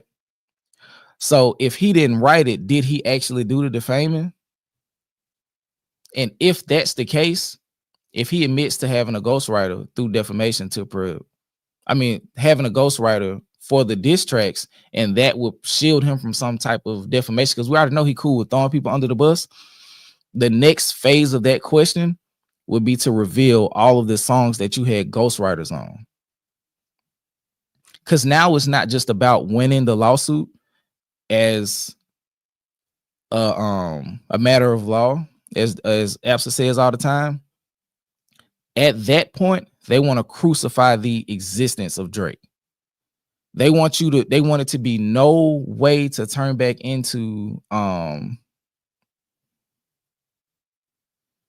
no way for people to be able to look at him in the same way. Because if that's the case, and we know, okay, 4 a.m. in wherever the fuck was Ghost Rick. Lord Knows had a ghostwriter. Back to Back had a ghostwriter. Charged Up had a ghostwriter. All of these songs that we hold in such high prestige for Drake had actual ghostwriters. They are destroying his career but making him do it to himself. And at that point, it's not hearsay. They put Drake in a position where to save himself, he has to set his own career and legacy on fire even more. Can you hear me, DJ? Yeah, I'm good. I'm here. Okay, so let me read this from Absence. She said, and if they can't get it all dismissed, they're probably going to countersue him for annoying them. I agree. And she said, well, if UMG didn't know he was using ghostwriters, that's probably a breach of contract too. So they have vested great point, Absa. So they have a vested interest. So it's not just petty to get him to admit to having ghostwriters. They have a vested contractual interest. And if they can countersue him for breach of contract, this is a completely different situation. This is a completely different situation. And DJ, what I was saying, I don't know how much you heard. Yeah, but I asked, okay. So Absa posed the question. Well, she was like, ask a question that you would want UMG to ask Drake during deposition, right? Okay. And I want to hear your opinion on this. Yeah. If I'm UMG, yeah, I'm going to bring up that Drake is suing UMG for defamation, right? Mm-hmm. And the person who's like, well, if Kendrick said these things that are defamatory, so one way or another, Kendrick is held liable for the defamation, but you're not gonna sue him because you're a bitch. So you're gonna sue UMG instead. Right. What if they ask him, why shouldn't you be countersued for defamation? Yeah. And with that, they'd be like, well, Drake, the only way that you wouldn't be liable for defamation from Family Matters and the Hard Part 6 is if you didn't write them. So what I need you to answer is, did you not write these diss songs? Because if you didn't write them, you won't be held liable for defamation. So at that point, Drake has a decision to make. You stand on 10 toes, which you haven't showed the propensity to do to save your career, but you lose the lawsuit, or you throw all of your ghostwriters under the bus. So then if you say, yes, I had a ghostwriter, so I'm not liable. What if they, I don't know the legal jargon, but what if they like subpoena the records for every song that he had a ghostwriter on? And that becomes a part of public record because it's a part of the case proceeding. Right. And if it does, absolutely read it out and let us know what happens. He has to provide an actual list to be placed on the docket of all of the songs that he had ghostwriters on. And the reason why, per APSA, that may be pertinent outside of being petty is because that may be breach of contract if UMG doesn't know he had writers. Right. And then not only that, all the credibility you trying so hard to hold on to in hip hop is gone at that point. It's completely because you already losing credibility the moment that the Meek shit dropped and the Quinn Miller, and you just been gradually losing steam and respect ever since. But if that shit come out like that, the way you just put it, you gotta list every song that you had help on, my nigga. And if any of them timestamps is on that shit, the last thing that these stands is holding on for dear life to, like, we still got the timestamps. He write those. That's really rap. Nigga, we see any timestamp, any AM, PM, anything on that list, it's over for you, nigga. It's nothing you can come back and rap and say that will hold any type of ground or hold any type of merit. Like, you Billy Vanilli at this point. Go away. Yeah. Go, whatever the fuck that, go away. You the fuck out of here, bro. You are done. Like, you truly are a character, bro. You are not a real person. Yeah. And absolutely say he's still liable if he used a ghostwriter. But he could also be sued for fraud. Yeah. Wow. Okay, so that's crazy. I'd never even thought of that. So under that premise, they may not be able to corner him that way because he'll be liable either way. But people collaborate on music though, right? We all have collaborators, right? Get your Well, goofy you ass have to outta credit those guys, and if not, per APSA, that's fraud. He could be sued for that potentially. here. So it's like, my nigga, do you just want to lose this case, or do you Yeah. want to get countersued for Bruh. for fraud and breach of contract? So now we ain't got to pay you shit, and your contract is broken, and we can just throw you in the street. And Bruh, now, listen, after we win this, we can probably more easily suppress you in the market. Bruh, at this point, they gotta cut APSA a check. If that shit come out like that, it is exactly what we talk about right now. Find this live, cut her a check right now. Cause she helped y'all with y'all legal proceedings, bro. Shit, me too. On God, because that particular like the question, the way that it would be posed, of course, like the stuff that APSA said is like, okay, so here we are fine tuning it, because I don't know enough about law to make it work. But she knows enough to be like, okay, well, that part of it doesn't necessarily work. But if they posture it this way, ooh, checkmate. Yeah. And he's screwed. So if that's the case, he got the opportunity to get like embarrassed on like they could do him 10 times worse than Not Like Us and Meet the Grams. Yes. Because at this point, we can push you off the face of the music earth collectively. Like, nigga, we own pretty like a third of all music catalogs in music right now. So we control the market at this point. It goes through us. So yeah, even like we can silence and suppress you for as long as we need to, bro. It's nothing that you can do at this point. If you lose this case, it's over for you, bro. It's a wrap. And that's why he got the Kick. That's why he signed a deal with Kick. Nigga that came up, but man, he a streamer now. Yep. Wow. He signed a year deal, if I'm not mistaken, and he's doing a stream every week for a calendar year, and it's supposed to like equal out to like a $180. So I think he took the deal so he could have income coming to help him fight the case, because the case is supposed to go into, I think, July of next year. But ain't so you became one of the same people that you named in your lawsuit? Like, so now you're one of the same people that you were trying to discredit at this point. But we already know, but those are black content creators. Skip. What? Skip. Stop. What? What? You know what I'm saying? So it's like he's not gonna do what they're doing. Like, he gonna be on the like gambling and being weird, talking about the tweeters and the leaders. Like, he gonna go back to his default Canadian accent. Watch. Yeah. Once he starts streaming, he gonna go into that default weird ass accent. He gonna show you the hairpiece he got. You know, he gonna pull out the fake. He gonna be on there being weird, bro. Drinking spritzers. Just weird shit. Yeah. Shout out to Hoodoo and Head Rap. She said, Skip, that means he wasn't defamed. Defamation is lost earnings. The earnings that he be arguing that he lost will be from the ability to renegotiate with UMG, not necessarily the Kick. Yeah. But he did say that Not Like Us and the campaign from UMG like hurt his ability to earn income.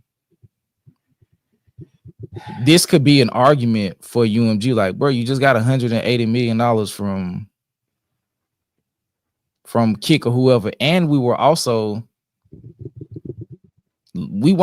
saying we weren't going to renegotiate. You just weren't finna get what you wanted. Yeah, that's all. Because you ain't hitting like you used to, gang, and that's cool. It ain't nothing wrong with that. You just ain't going like that. I think that's pretty much the end of this. It's just doubling down on the saying and then also I think it's just a real ego trip for him because he feels like he's so much higher and greater than Kendrick. The fact that this came on the heels of him losing to Kendrick, and he just can't accept the fact that, you know, there's someone that they're highlighting right now or pushing other than him, and it's this nigga, this little nigga. That's the one y'all like. Come on, bro. I'm me. It's me. And that's what y'all rocking with it. Like, all right, bro. You let like, that nigga fuck Terry Bone? I know I look better than him. That boy is sick, dog. Like, oh god. because go back what he said in the 100. I would have all of your fans Says, if I didn't go pop and I stayed on my stayed on conscious some shit. conscious shit. Yeah. Like, bro, come on. Like, he really believes these things. Yeah. Like, he really did. believes that he left a void in that space, and Kendrick occupied the void that he left. Nice. Like, he really thinks like, okay, I think he just been sitting there his whole career, like the label pushing him. That's why he winning Grammys. That's why he got a Pulitzer Prize. This, that, and the third. Like, this is all because of something outside of him. Yeah. And then when you ran into him, when you actually had to have that fade, and he beat the shit out you in front of everybody, now you just like, oh well, UMG did that too. It's like, nah, bro. Like, at some point you gotta accept it. But also, if you accept it, he gotta accept what was said to him. And I'm like, even what was said to him. Even if Kendrick isn't in your weight class per se, you still stepped in the ring to fight somebody that's below your weight. So you got to take what comes with that shit. He punching up, you punching down, however you think you looking at it. If he punching up and you punching down and you lose, punching down, you just got to take that L, bro, and run with the shit. But we know, the fans, they don't even play him fair. If not, he's higher than him. Like Kendrick is. That's what I'm saying. So that's not the uneven match you trying to make it seem like this nigga can't even talk to me. Nigga, what?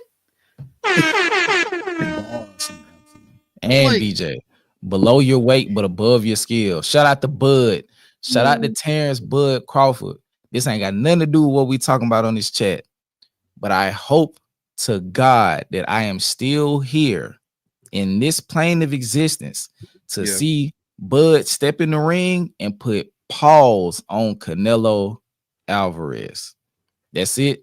That's all. Continue what you were saying, DJ. Oh, look at this super chat from Miss Mia. That Gatorade commercial got Aubrey in a permanent fight with the air. Bruh, did you see that yet? We're about to watch it right now. Okay, let's go to it right now, bro. We are about to watch it right now. That shit, bro. He already did the Super Bowl, and now he finna run the NBA playoffs, bro. Man, this shit is up.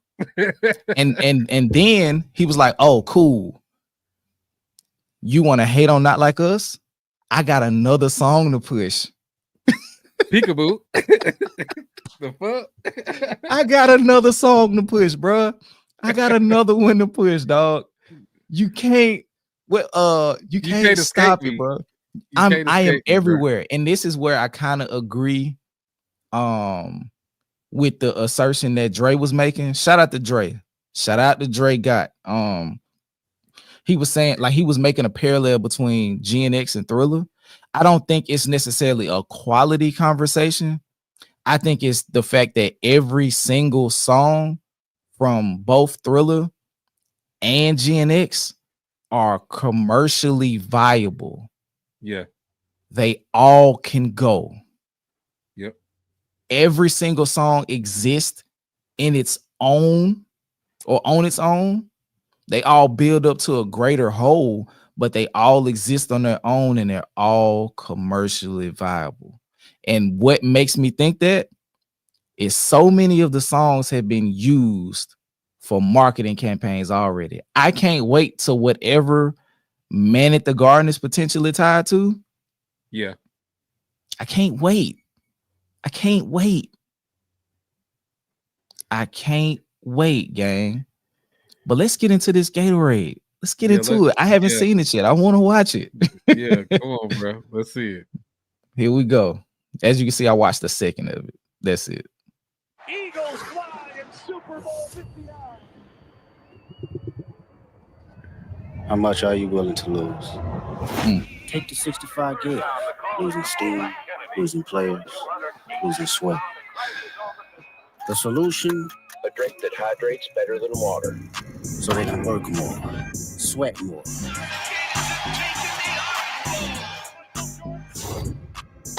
Because when you do that, you can surpass the hype. You can inspire generation after generation.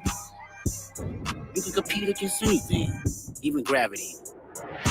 Bing, pop, boom, boom, boom, pop, bam. Expectations, you wouldn't understand. Or even yourself. You wouldn't understand. So how much sweat are you willing to lose? Hey. How much you willing to win? Peekaboo. Hey, bro. That's tough, bro. Legacy. Drizzy Drake, Frosted Flakes, Gamble with Steak. Kendrick at 5. Kendrick at 5. Hold on, let me see. Hold on. What's another gram? I need another gram. Hold on, real quick. Hold on. I ain't gonna do it. But Aubrey Graham, Teddy Graham, some Graham. Kendrick at 5. It happened like that. Wasn't it Kendrick at 5? What we got like that? You got Euphoria, 616, Meet the Grams. Not like a Kendrick at 5. Kendrick at 5. Kendrick at 5. Oh damn. Push-ups, sit-ups, pull-ups. Kendrick at 5. Oh no. Push-ups, sit-ups, pull-ups, pop-ups. Kendrick at 5.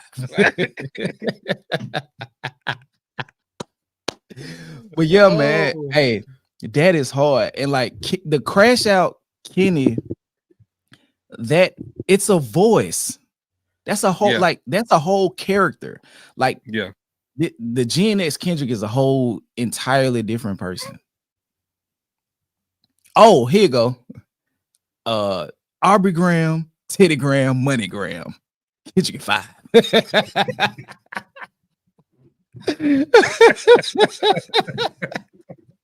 Oh, hold on. Drake Graham, Teddy Graham, Money Graham, Instagram. Legacy 5. Shout out to y'all in the chat. I completely forgot about Instagram. That would have been a fire one. Let me see what these super chats talk about. We having a time, dog. I ain't gonna hold you. Shout out to D2B2. He said J. Cole is I'm assuming bitch. And Audrey is dog shit as a human. I agree. Okay. Shout out to the super chat from Hoodoo and Head Wraps. If you had something you wanted to say attached to that, put it in the comments and I'll try my best to find it. You didn't see this one, but D2B2 said shout out to the little ones. Most definitely salute. Yeah. Shout out to Dre. Drake fell out with his label and his writers. It's OV. Where you from? OV? That's us. That's us, bro. Yeah, I was listening to Deontay Cal on the Curtis King, and aside from everything, I was watching for Deontay Cal, and he said a word that I've only heard in small circles. Where we from? He said I was getting thraxed. I was like, nah, bro. This nigga from where we from, bro. Thraxed? He gotta be. Yeah, he gotta like, be, bro. Nah, cuz that's crazy. But D2B2, shout out to him again. He said, all right, I'm gonna say it here. Best case for Aubrey is that he wins and gets some money, then loses his entire fortune because he's a degenerate gambler. I don't wish ill on nobody, but that'll be poetic justice, no pun intended. If he win this bread and fuck it off gambling, that's crazy. Crazy indeed. Shout out to Miss Mia. She said the Gatorade commercial got Aubrey in a permanent fight with the L. Yeah. Because now everybody sees that Kendrick is of value. Mm-hmm. So it's just not like, oh, the table's finna turn. No. He's partnering with some of the biggest brands in the world. You know what we missing that way? He's already did a partnership with Apple. That's already in the bag. Yep. He's doing something with Gatorade. He's tapped into all of the sports, MLB, NFL, NBA, the world version of soccer. Like, I think is it all connected? I don't know about soccer, but anyway, He's connected with everything. Yeah. He is synonymous with culture right now, and not just hip hop culture. When they sit down in them meetings at the marketing firms, they're like, what's hot right now? What can we attach ourselves to help us sell our brand right now? Mm-hmm. And it shows peekaboo. It's Kendrick Lamar. Yeah. The 5'5" Shakespearean assassin. It's him. And Drake can't. What Drake said, that shit go over Kenny's head. I don't care what he say. Hey, that nigga standing on his money, he can drop kick you whenever you feel like it. The status is through the roof right now. And think about it like this. The tour just started today. Yep. And we gonna be there. Yeah. Yeah. Shout out to the Dakotas, man. Y'all have empowered us to be able to do things like this because we didn't get no cheap tickets. We didn't get no rinky-dink ass tickets. Let me finish with the super chats. Speaking of, shout out to the Dakotas.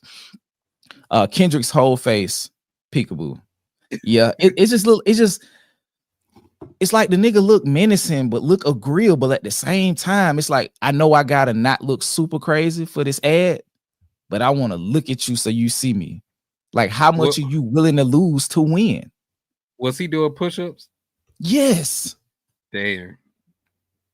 Push-ups, sit-ups, pull-ups, pop-ups. Kendrick at 5. Shout out to D2B2. Shout out to Terrence Bud Crawford. I can see him out boxing Canelo. Canelo is great, but his feet are very slow. So I think if he can't load up on Bud, Bud got a great opportunity to make that a fight.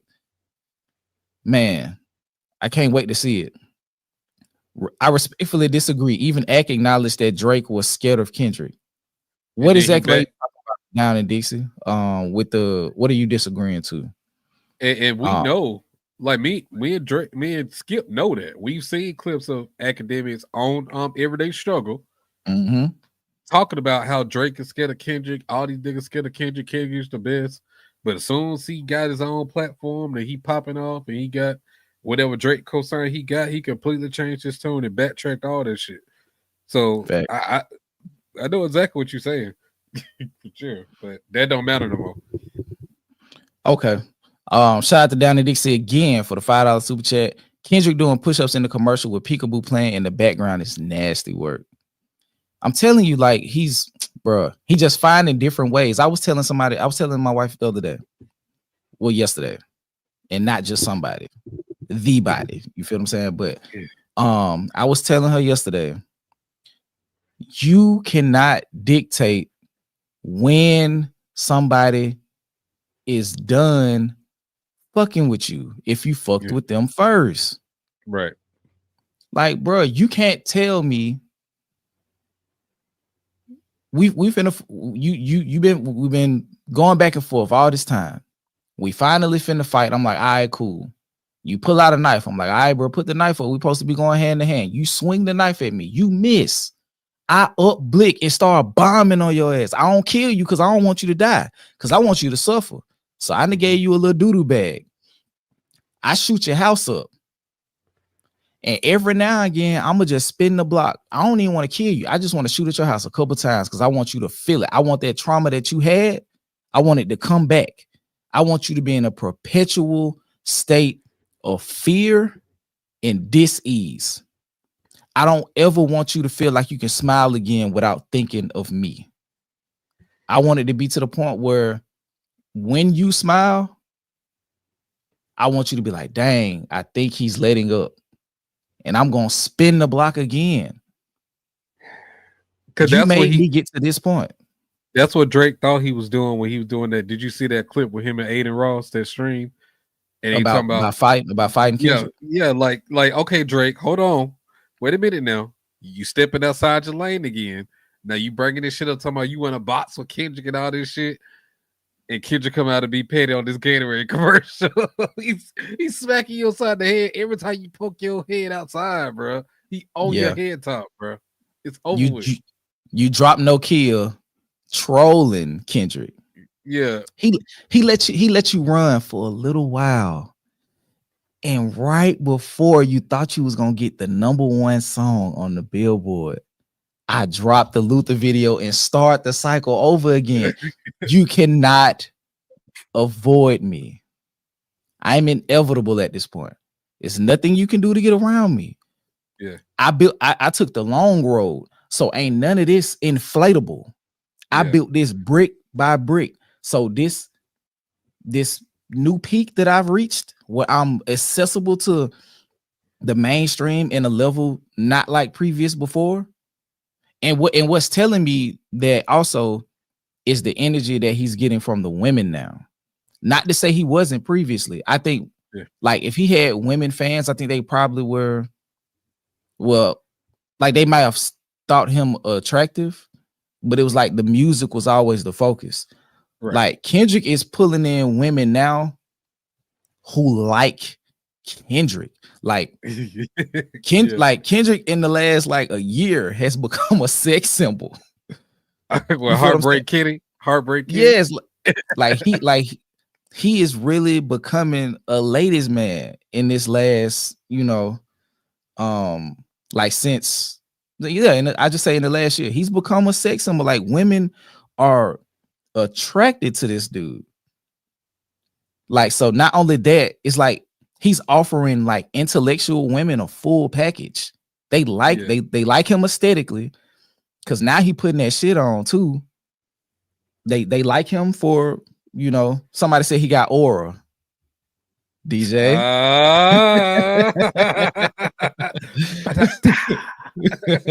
But you tell me. Yeah. You tell me. Yeah. Is he aura farming? That's crazy. Y'all go watch that. Y'all go watch that. Y'all tell me who aura farming and who not. Yeah. He came up to me after the game. Yeah, growing that man acting like that. But yeah, so like the music is there. They look at him for the artistic expression. They like that. They like that he stands on morals. They like that he's a family man. They like that he's principled and into God and all of these things. So I think he's just like the quote unquote the boy next door just came back from wherever he came back from, and he's a man now. You feel what I'm saying? So it's like that on top of everybody, like the new people in the periphery getting introduced to his music, like because everybody rock with GNX. That's not a Drake stan. People love GNX. It's accessible, and a proof of that is he just sold out a stadium tour, and I think it's averaging 49,000 people a venue. So that's tough. He worked his way all the way up to this, and now I got to like me killing you is a plus. And I'm selling out shows in your city, your country. Two times, twice, 2 times. They coming to see me in your city. I thought you said you ran me in my shit. Ain't that what Drake said in 100? In the shit, yeah. Like, come on, bro. Yeah. My, have the tables turned or turntables or whatever you want to call it. Yeah, get him, pack his ass the fuck up. Put him on the bus, coach. You out of here. Put him on the bus, man. Ship him out. Pack him up and shit. He already got packed up. Ship him out. Get him out of here, cuz on hood, nigga. Oh my god. Get him out of here, cuz. But don't let Kendrick drop GNX Part 2 this year. And it got slaps on there. Please don't let him do that. Cause we already know he's sitting on bodies. No pun intended. He's sitting on bodies. And you already know he got something he can drop. And you already know he about to run the Grammys because GNX came in after the cutout time. So you know he about to run the Grammys. Then if he drop GNX Part 2 and run the Grammys for 2 years straight, 3 years straight. Come on, bro. Crazy. That's gonna be insane. what Mustard got up there did. It's a sweep. It's a sweep. Oh, but yeah. God. Hey, Apps, I appreciate that, cuz on the homies. But speaking of West Coast, and this ain't got nothing to do with what we talking about, but this got everything to do with what we talking about. Shout out to Ryan Coogler, bro. This is not on the docket. This is just an aside. Shout out to Ryan Coogler. I think I know what you about to say, but go ahead, bruh. Oh, in that case, it is a part of the docket because it's talking about culture, it's talking about Ryan, and it's talking about how Kendrick fits in the middle. If that's what you're talking about, we're gonna talk about it. But it's just another expression of a black man diving into his intelligence. Have you heard him like discuss like the IMAX of it all? Yes. I wanted to go see the movie off of that. I haven't seen it yet. Have you seen it? Yeah, I'm gonna see it next week. I'll probably go see it on my birthday Friday. Hey, if DJ don't come on stream next Saturday, because you know he got the semi-pro stuff going, go ahead right now. Tell DJ happy birthday in the chat. If you don't do nothing else tonight, tell DJ happy birthday in the chat. Yeah, I'm deaf because you know I ain't going to work. I'm gonna tell you now, I ain't gonna be there next Friday. So I ain't mad at you. So but yeah, I'm probably gonna go see it at the movies while Kobe at school or something on my birthday. But I'm definitely going to see it. Like I've been wanting to see the movie centers for ever since it was really first announced. But the cult has gotten up to it, and just all the good reviews I've seen about it, it just made me want to see it even more. And just to see the press run that Ryan is going on in terms of promoting the movie and how he's just authentically himself all the time, bro. His accent is deep, but he's still talking from a place where you can understand him clearly, and he's still being true to himself. Like, I really rock with that, and I respect that, bro. You can see that people are really, you know what I'm saying, connected to him. Like, nigga, he'd have done 2 Marvel movies, bro. Yeah. Like, he got the connection. He got the viability, bro. He got the attention, so it ain't like he can't do this shit on his own, clearly. So it's just like, look at this love you getting in the chat, gang. Yeah, I see it. I appreciate it. Look at this outpouring of love for my dog, man. Yeah, man. I appreciate it. I see it. Life too short, dog. So when you can make it to another birthday, this shit beautiful, bro. Yes, sir. This shit beautiful. Every day alive is important and to be appreciated. But when you make it to another solar return, you feel me? Yeah. Shit beautiful. So I want to make sure I hit all of these for you, bro. I appreciate it. I appreciate it, y'all. For sure, bro. You can say whatever you gotta say, or just take the moment in. Whatever, yeah, I mean, you know. it just like the older I get, the more perspective I see on a lot of different things, and it truly is a treat with wisdom as you get older. I feel like, I mean, that's just something that's just not really talked about much, that I'm just starting to appreciate, and just getting older and talking to my parents more about things, as far as like from a perspective as an adult, as a parent, and just seeing like the parallels or even the differences between where they came from versus what I got to do now, where I am, understanding certain sacrifices that I may have known they made or may not have known that they made on my behalf. You know what I'm saying? It just really just come to a point where you just appreciate a lot of those little things. And like, I like to hear the stories about how y'all made my 7th birthday happen. Well, we had a goddamn block party carnival for the whole damn neighborhood. We got trampolines, had my first basketball goal, pool, cotton candy machines, popcorn machines.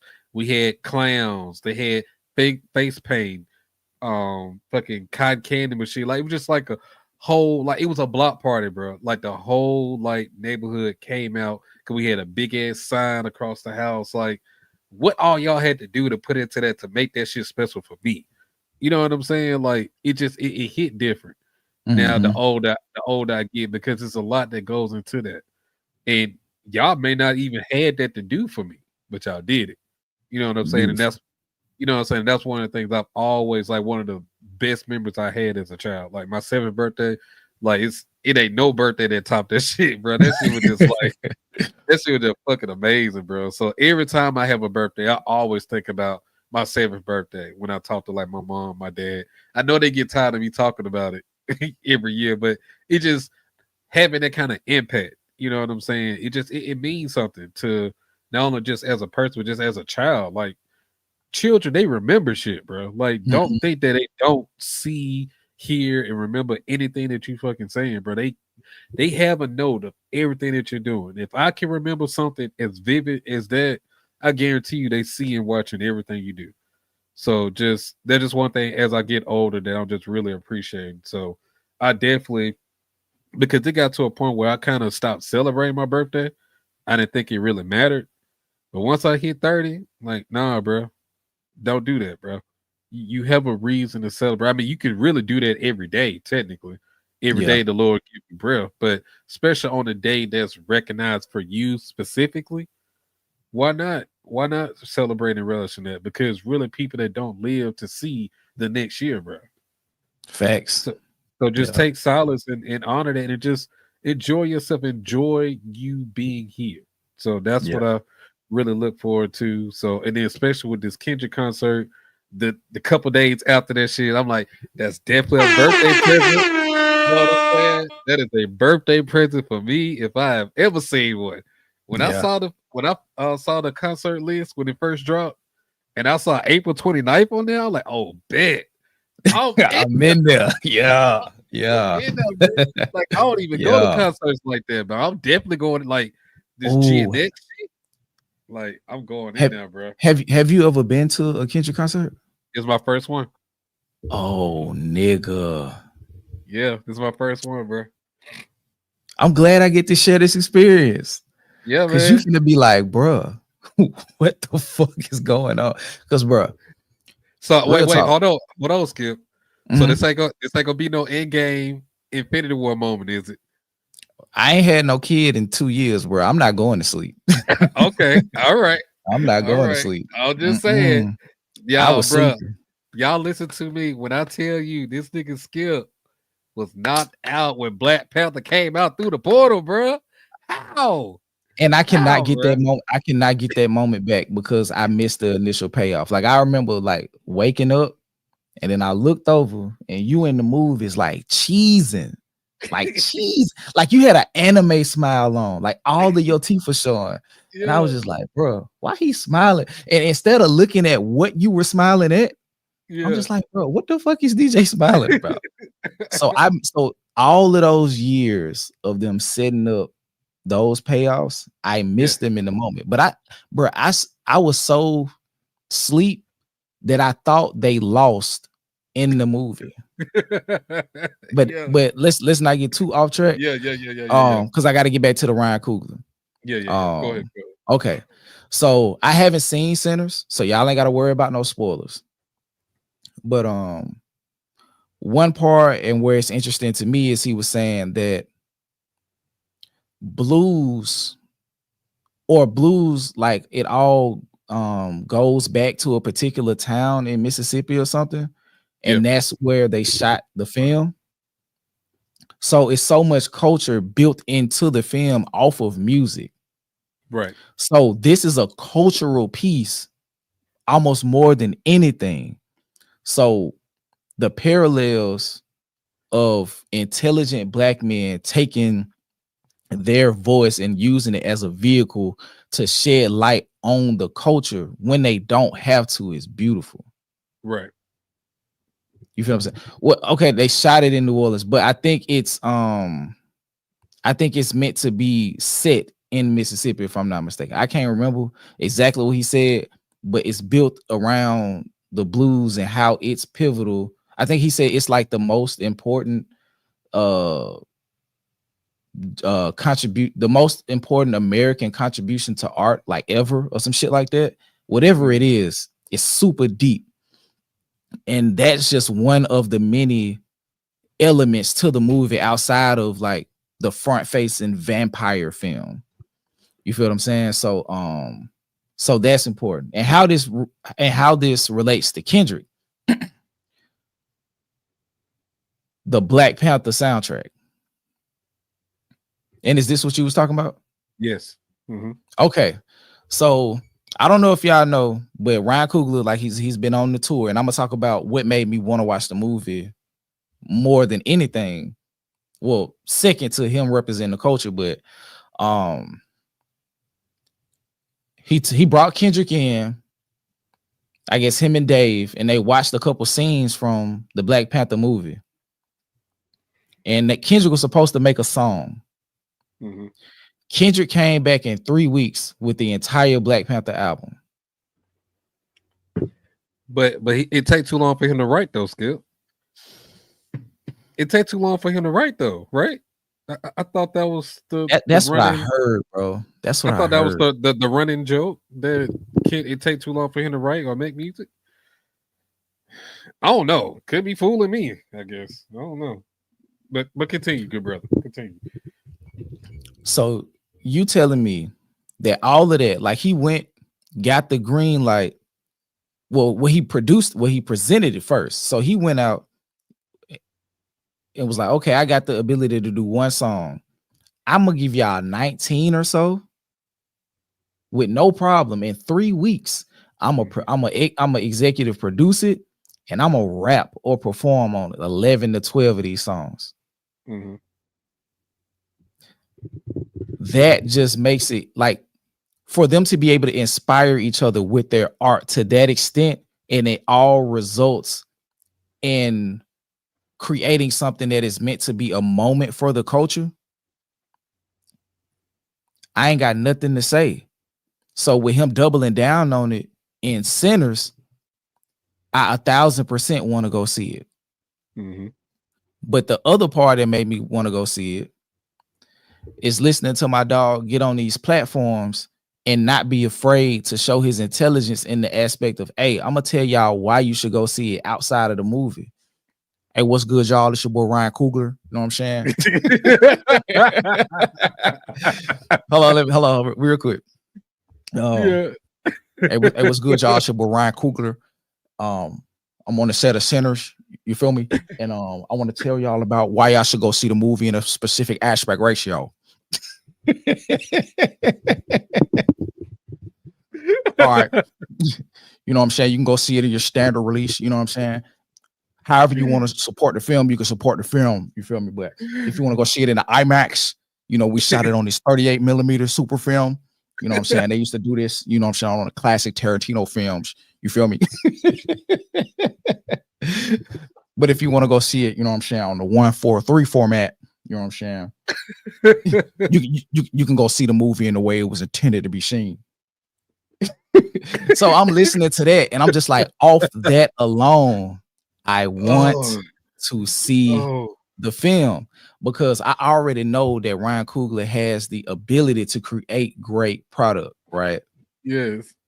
So when you do that, you give story behind it. You give the viewing, you're letting me know that the viewing experience is going to be top tier. You're telling me all of these stories that make it culturally significant to me. And I've been watching Michael B. I don't care what nobody say. Michael B. Jordan is a good actor. And for them to say that this is his best contribution on film after I've seen, what's the name of that movie? Is it Just Mercy? Oh, time when he was the lawyer? Yeah. Yeah, Just Mercy. So knowing that it's better than that, I gotta see it. Yeah. I gotta see it, bro. Everything about this movie tells me go see it. And I really just appreciate how, like, their relationship has only gotten stronger and better with time, bro. Yeah. Like, it's almost like they don't move without, like, if I got a project I'm making, you in it. You are my star. I'm working with you on this. Or if I'm trying to executive produce something like he did with the Creed stuff, like Ryan Coogler was still involved in that. I think like as a producer or executive, but he wasn't like the director. Michael B. Jordan was the producer, executive director, along with, well, at first it was Sylvester Stallone that he kind of got pushed out. But for the most part, that was whack. But yeah. But for the most part, like the base, what I'm trying to say is their relationship is to where if I'm elevating, you elevate too, bro. And let's get to this money. And I love that, bro. I love it so much. For sure. I'm just going through these comments. Yeah, man. Bro, you sound just like him, bro. That shit. I think a part of my spirit is like in LA, bro. Like I ain't been like I went to California in 2016. I ain't really been the same since, bro. I don't know if I could live there because it's so expensive, but just the culture of it is so like immersive to me that it's like hard not to feel like a connection, especially with a lot of the great migration. It's us, like people from the South migrated, went to California. So even a lot of our like the way we talk, like it's not exactly the same, but you can hear the migration, like certain dialects. Yeah, and I think that's why I'm able to pick up on that accent, because it's really just it's a slightly slower, in certain instances, version of how we talk. It's just more enunciated. You feel what I'm saying? Well, a lot more enunciated. A lot, and I like that, like the regalness of it. Yeah, like I really fuck with California. Like I love, like, because even they gang shit, granted, like people die, all of that, like the culture of it, like how it's presented gives like night. You feel what I'm saying? Like what you mean? Like a knight, like in armor, like I'm presenting myself for the kingdom I am from. Like, like, hey, cuz let's have a duel, homie. Like, like if it was 600 years ago. Yeah. Hey, cuz I'm from oh shit. Hey, cuz I'm from the West. I'm from the Westchester Kingdom, homie. Let's squabble up. Okay, hey, hop on your horse, cuz. I'm gonna hop on mine, homie. And we gonna get up there and joust, cuz. You feel me? Hey, let's run them, cuz. Fade. Let's run a fade, cuz. Let's get that going, cuz. On hood. And it's just like all of it sounds like all of it sounds like jousting. Like it sounds like that.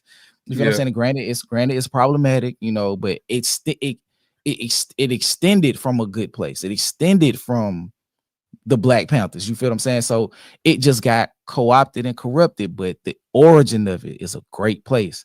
You know what I'm saying? So I just feel like when I see them, I see me in a way. Yeah. And we have people from the South that I see myself in, but like a lot of times, like I see myself in people who are represented in a certain way from the West. So, yeah, I just want to go see the movie, bro. There's a lot of reasons why I tried to give y'all a, you know, a backseat into how I'm thinking. But yeah, bro, I can't wait to go see that movie, bro. Yeah, I mean, I was going to see it regardless whether or not the reviews and stuff was good or not. Yeah. But just seeing how well received it is from not only our people, but just like the masses, mainstream people love this shit. Okay, like it make Squire up.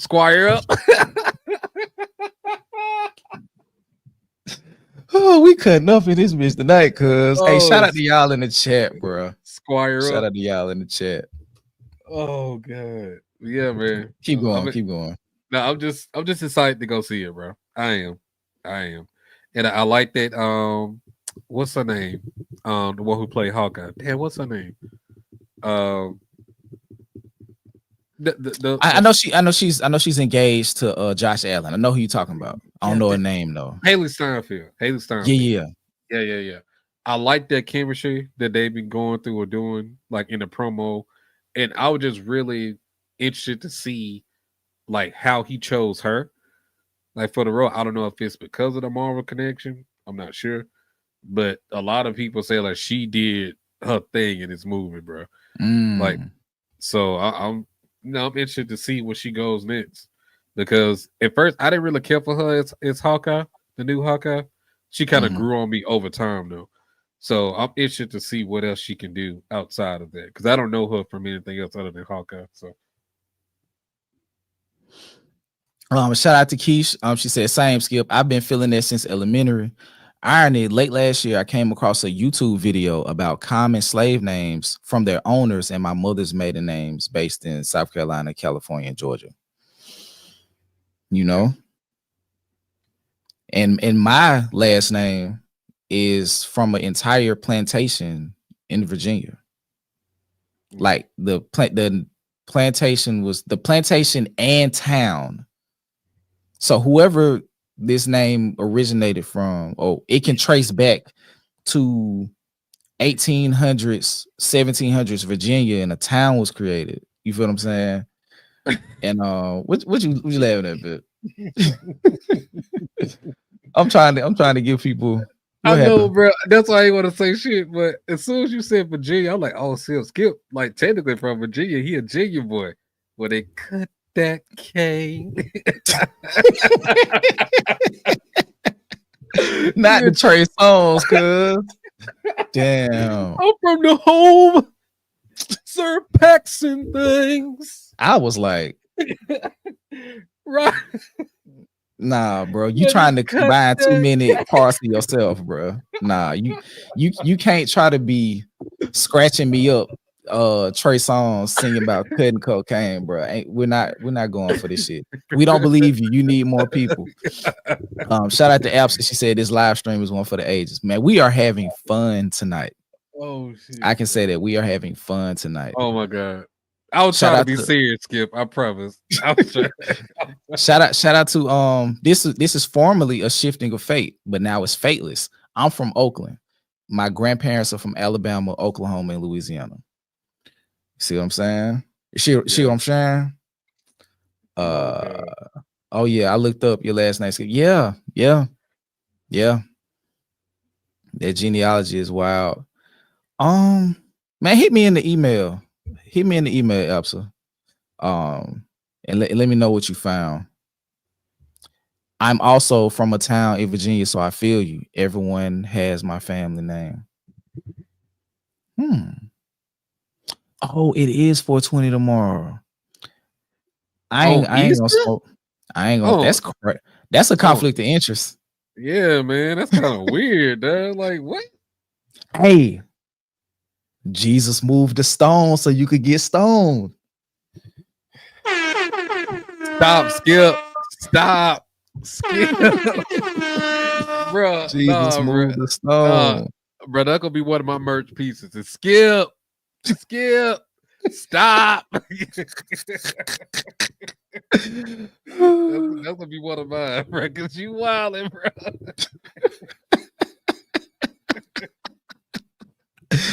Oh my bad. Man. No. He moved the stone so you can get stoned. It's crazy, bro. The high for the most high that come from Elsa. Oh damn, that's crazy, bro. Oh crazy. Shit. Oh man, he is risen. Bro. We blow up of Jesus is crazy, Elsa. Stop it.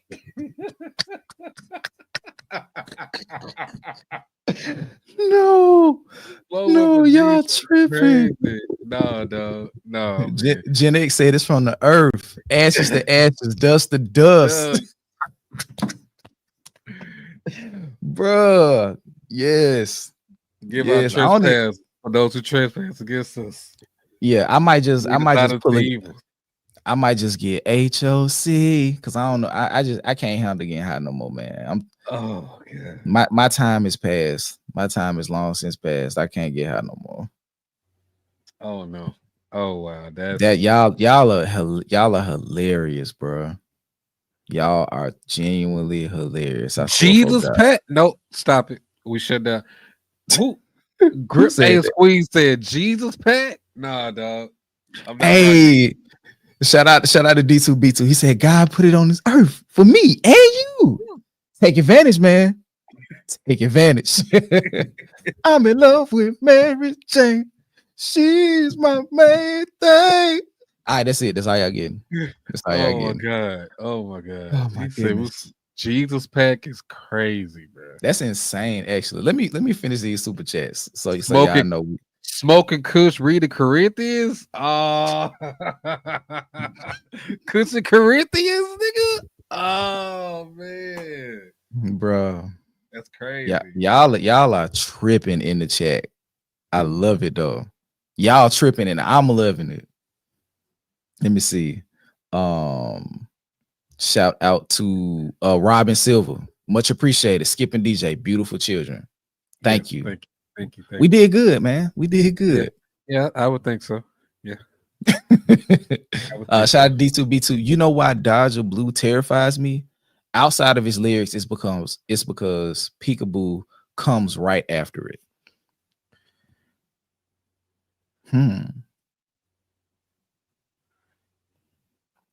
He in the car on Dodger Blue going to slide. When you really listen to that song, it's like kind of on some aggressive energy a little bit. Like it's low key a check-in song. But it's so smooth though, bro. Yep. It's so smooth, bro. 50 on me, don't die trying and shit. West Side niggas with me. Yeah, that's for sure. Man, ain't no sleeping in on Sunday. If it's about the money, then my niggas on go. Like, bro, that song is on some gangster shit. I love it. That's my favorite song on the album, bro. Like, it's just like, as far as like not the best. That's my favorite song on that album. Okay. I ain't mad at it. Let me see. Shout out to T-Mac for the super chat. Come through, Kendrick. Did you peekaboo them shoulders? Drizzy don't want no part of that. Not even behind closed doors. Man, Kendrick gonna beat the shit. Kendrick gonna beat the shit out of Drake, bro. Drake don't look like he ever got into a fight. It's like you have to have. It's a part of your brain. Like anybody that got to fight before, you have to be able to go somewhere in a fight. I don't think Drake has that. It don't matter how much you can box. Like, what are you gonna do when somebody is like swinging with the intent to cause you severe bodily harm? You got to be able to stand up to that. Mm-hmm. You know what I'm saying? Or you got to be able to aggress to that extent. But shout out to Gen X. She said, I would pay Gen X tour prices to see Kendrick and Audrey box. Them shoulders are lethal. Yeah, and we seen video of Kendrick boxing. Like, he's straight. Like, he can box. Yeah. Like, of course, he's not no Olympian or nothing like that, but Kendrick got some squabble on him, kids. This was a response to the the part that Drake didn't respect Kendrick. Oh, okay, I got you. So it was fear, but yeah, okay, I got you. The transporter. Kendrick has friendships in high places. If you know, you know. That's a fact. That's a fact. What you thought that? What would you think if OVO was working for me? Higher places than that. I know, but I'm just saying. Places. Yeah, it's funny. Let me see. On Father's Day, Obs don't know nothing about that. Oh yeah, cause he in Toronto on Father's Day. Oh yeah. Mm-hmm. This nigga, bro, I'm telling you, you don't get a petty nigga started. Because he's not gonna stop. No. Kendrick's just gonna be like, and another thing. And shout out to D2B2. I know for a fact that DJ been cracking heads. I have. I ain't gonna hold you. Man, I wish I brought my helmet. It's in the trunk. Damn. I can show you. I can show you all the paint. No, you out there peeling shit. Yeah. Yes, sir. But yeah, it's in the trunk, so I ain't got it on. Shout out to Hoodoo and Head Wrap. She said thanks to whoever posted the Patreon link. I think I saw you also mention a Discord. We don't have a Discord, but when you join the Patreon, free or otherwise, there are 5 separate chats that you can join. They're available to everybody who becomes a Patreon member. We accept free members, and they get access to the chat along with everybody else. And then the tiers that you join, there are certain things set aside for you. But shout out to Dre, Skip Loke. Hey, cuz I'm Skip Loke from Spider Block, homie. Big squabbles off the bat, nigga. Off the bat. Shout out to Dre. Skip might be sea walking after a week in Cali. Sea skipping. Nah, sea walking ain't like, you ain't gotta. No, I'm a crip walk. I'm gonna get my shit off, and then and after I make sure it's okay, of course. Yeah, I want to make it back to where I'm from. Okay, so and this is the last one from D2B2. Take advantage. Gotcha.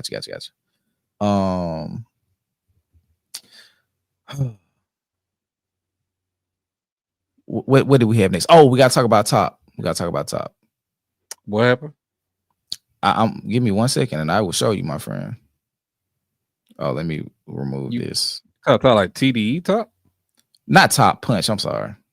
Oh, Punch. Cause Punch went on the Curtis King podcast and he said some things. Okay. Yeah, I didn't see that. And let me show it. Let me show it with the chat. I meant Punch. I'm sorry. I meant Punch. I'm sorry. Charge it to my head, not my heart. Players fuck up. Like, you got to think about it. This coming from the same mind who was able to give you Ryan Coogler and every hood nigga from California. Or every hood nigga from LA. I forget shit sometimes. My shit be scrambled. So it's just, I have moments. Let me see. Shout out to Keisha, said, man, I wanted to learn to do the Hoover stomp, especially when movie from Bullets come on with Q. Man, that's my shit. Put me in the movie. I was a badass kid like Boosie. I think that's my favorite song from that album. Well, from that album. I got hoes, I got licks, I got guns, I got bricks, I got get back on a bit. But if it's one thing, don't forget. Yeah, that's my shit, bro. That's my shit. It's called Get Your Walk On. In Southern Cali, if you're a civilian, it's called Get Your Walk On. Okay. I'm gonna be trying to do the most problematic expression possible. I don't want to get in trouble. I ain't got time to be getting pressed. And y'all been like, damn, man, Skip ain't last 2 weeks in California. We already got to get a visual because we can't get no more content. That nigga dead as hell. But let's see. Kendrick Lamar removed damaging Drake. Can you see this, EJ? Yeah, I see it. Y'all can see it, chat. Y'all can see the article. I'm gonna assume so, and I'm gonna just start reading. Hey, I appreciate you 72 pounds. I appreciate you. Let me see. Kendrick Lamar removed certain lines aimed at Drake. And this article is from Hip Hop DX, aimed at Drake from his diss track Euphoria, according to TDE president Terrence Punch Henderson. In a rare and in-depth interview with Curtis King, the record executive confirmed that Kendrick's response to Drizzy's push-ups was supposed to be longer and initially contained additional and seemingly more damaging shot at his arch rival that Punch persuaded him to omit.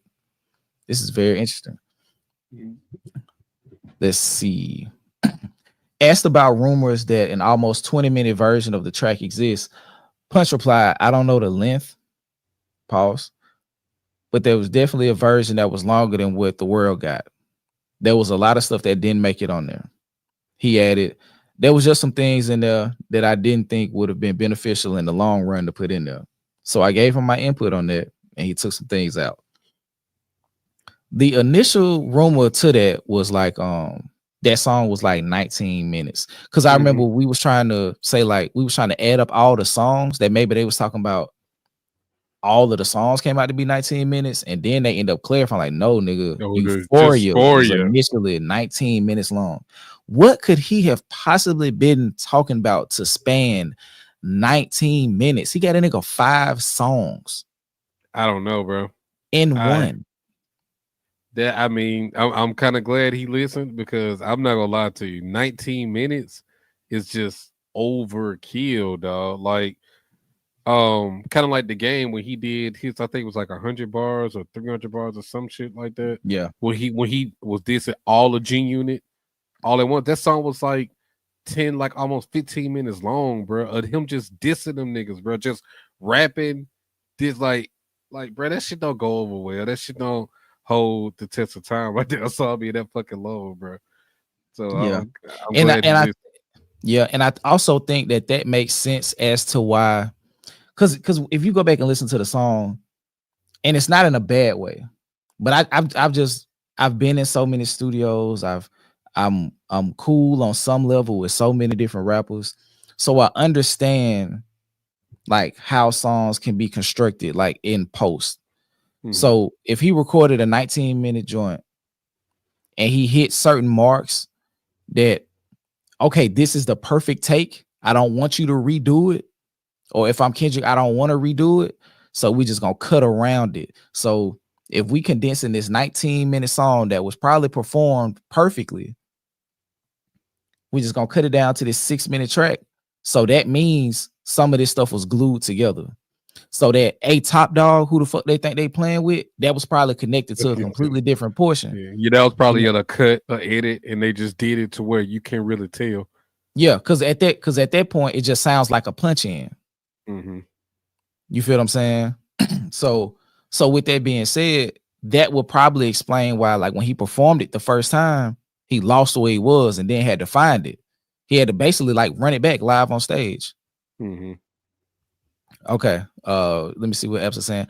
All right, chat. Shout out to Epps. All right, chat. I gotta go finish up my work. Y'all behave. Skipping DJ. Love and respect to you. DJ, happy birthday again. We're blessed to have you. See y'all soon, cuz for sure. Hey, yes, ma'am. Apps on the way out.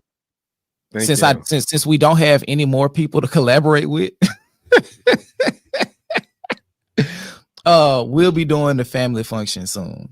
I don't know how soon, but we'll be doing the family function soon. I think I want to get Moni on individually first, and then we'll come together and do a family function because we rock with y'all. But peace, Absa. Get to your work. Great stuff is coming. I can't wait to see what you produce next on the channel. And I don't know if you heard, DJ, but congratulations to Absa. She has a book coming. She wrote a book on the I think it's chronicling the beef, I think. And she put a link out to get on the waiting list for the book. I know for sure when it becomes available, I'm getting a hard copy. To have it and support what she's done. And then I'm gonna read it, of course, because I already know that she put that shit together in a way that's just going. She finna be on the bestsellers list. That's what we doing. Shit crazy. Wow. Like, and then she did like the trailer for it when she was talking and we popped up. I was like, oh shit. All right. Whoa. What's that? No. What you mean? She did like a kind of like an intro, like our deciphered intro that we used to put on our videos. She did something like that where she was like discussing what made her do the book, and we was just in like the B-roll. Is that on the channel? Yeah. Oh hell yeah. Okay. But it's a part of a live. It's a part of a live stream. But yeah. Okay. I'll go find it. I was like, oh, that's dope. Like, cause I was like, damn, Absa really putting out a book. And not to say that she can't. Fire. It's just, it's okay. Real quick, let me properly pub it. It's called Bloodlines and Battle Rhymes. Oh, that's hard, bro. Yeah, that's hard. Shout out to Absa. Bro, you know what that sound like? No, that sound like a battle rap card. The title. Hell yeah, from Chrome 23. The 3 Bloodlines and Battle Rhymes. Brought to you by Chrome 23. Yeah, that shit fire. That shit hard. Hey, Alsa, that's fire. I can't wait to hear that. I can't wait to read it. Yeah. Yeah, and the headline gonna be Daylight versus Geechee. Battle of the West Coast Crips. Oh man, did you see that video I sent you? I haven't watched it yet. But let's get back to this real quick. During the 3-hour plus conversation, Punch divulged on a number of other subjects relating to Kendrick's beef with Drake, including where he thinks the 6th guy made mistakes and dots numerous Easter eggs throughout the battle. Check out the highlights below. I'm not gonna watch that. So let's see. On Kendrick's Like That verse, the energy had been bubbling for a while. We had been pretty close-mouthed about it. He played the record for Top Dog. I talked to Top, and he told me a little bit about the record. So I hit that like, it's going down? He said, yeah, we'll see what's up. He was laughing. That shit crazy. Kendrick is a psycho. People think that this is so serious, but it's funny. This nigga from Compton, California, bro. Where we grew up, it's serious over here. You getting shot at, you getting home invasions, you getting gang wars. We talking about music, bro. It's so funny. So I hit a record and I'm like, yeah, it's up. It's go time now, baby. On Drake's push-ups, my first response was, it's not enough. It was cool. It was cute. Mm-hmm. I see where you're going, but all those angles are not going to be enough. It's as simple as that. That's what we all said. That's what we all said. That's a fact. Thank you, Gen X, for posting the link to Absol's post. Thank you very much. Thank you very much. On why tailor-made freestyle was Drake's first mistake. I read it as his first mistake. To me, it felt like a mockery of the West Coast. So when you do that, you're gonna unite it. If there was any type of division at that time, once you do that, you're gonna get all the people together. And that's why Not Like Us was so impactful. On why Drake's Family Matters was also a mistake. I had the same thought with Family Matters that I did with Push-Ups, and it's not enough. I think another mistake that he made was giving the idea that he was finna push this red button. When you do that, you build the anticipation a bit too high, so now people have expectations. Like, I'm finna hear some stuff now. It's over now. The thing drops. It was like, okay, you got dirty, you went far. All right, let's go further. Yeah, he told you it was something you don't want to do. Yeah, man. On Kendrick's Easter eggs in the battle, it was super calculated. I'm not gonna sit here and cap and say it was everything, but the majority of things are calculated, are taken into consideration. And it's like, okay, so is that it? I thought he was finna say some shit. Yeah, that's pretty much everything that we already said, or that we already know at least. Like 9 months ago.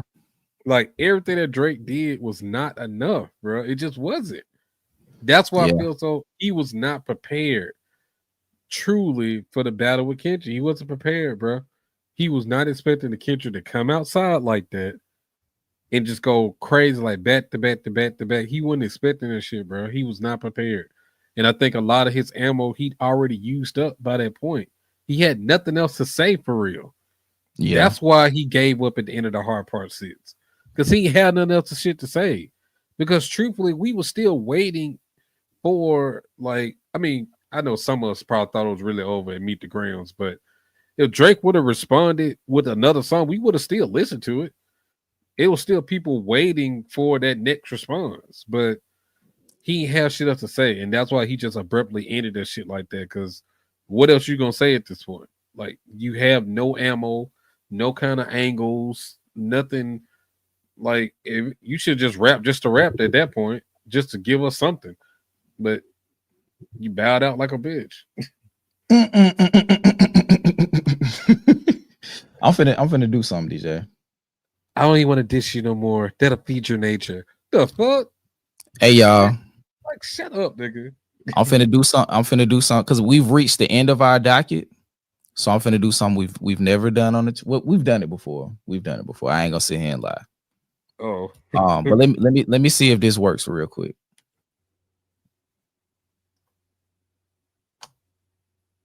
Oh, I don't need that. I don't need that. I don't think I do. Yeah, I do. Hold on. Real quick. Ah, shit. Hold on. Let me filter you through the hold on, DJ. Peekaboo. All right, check your mic, DJ. Mic, check.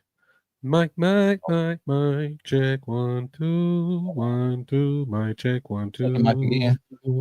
Hello. Mic, okay. Check. 1, 2. How does DJ sound, y'all? And how do I sound? Because I want to try something.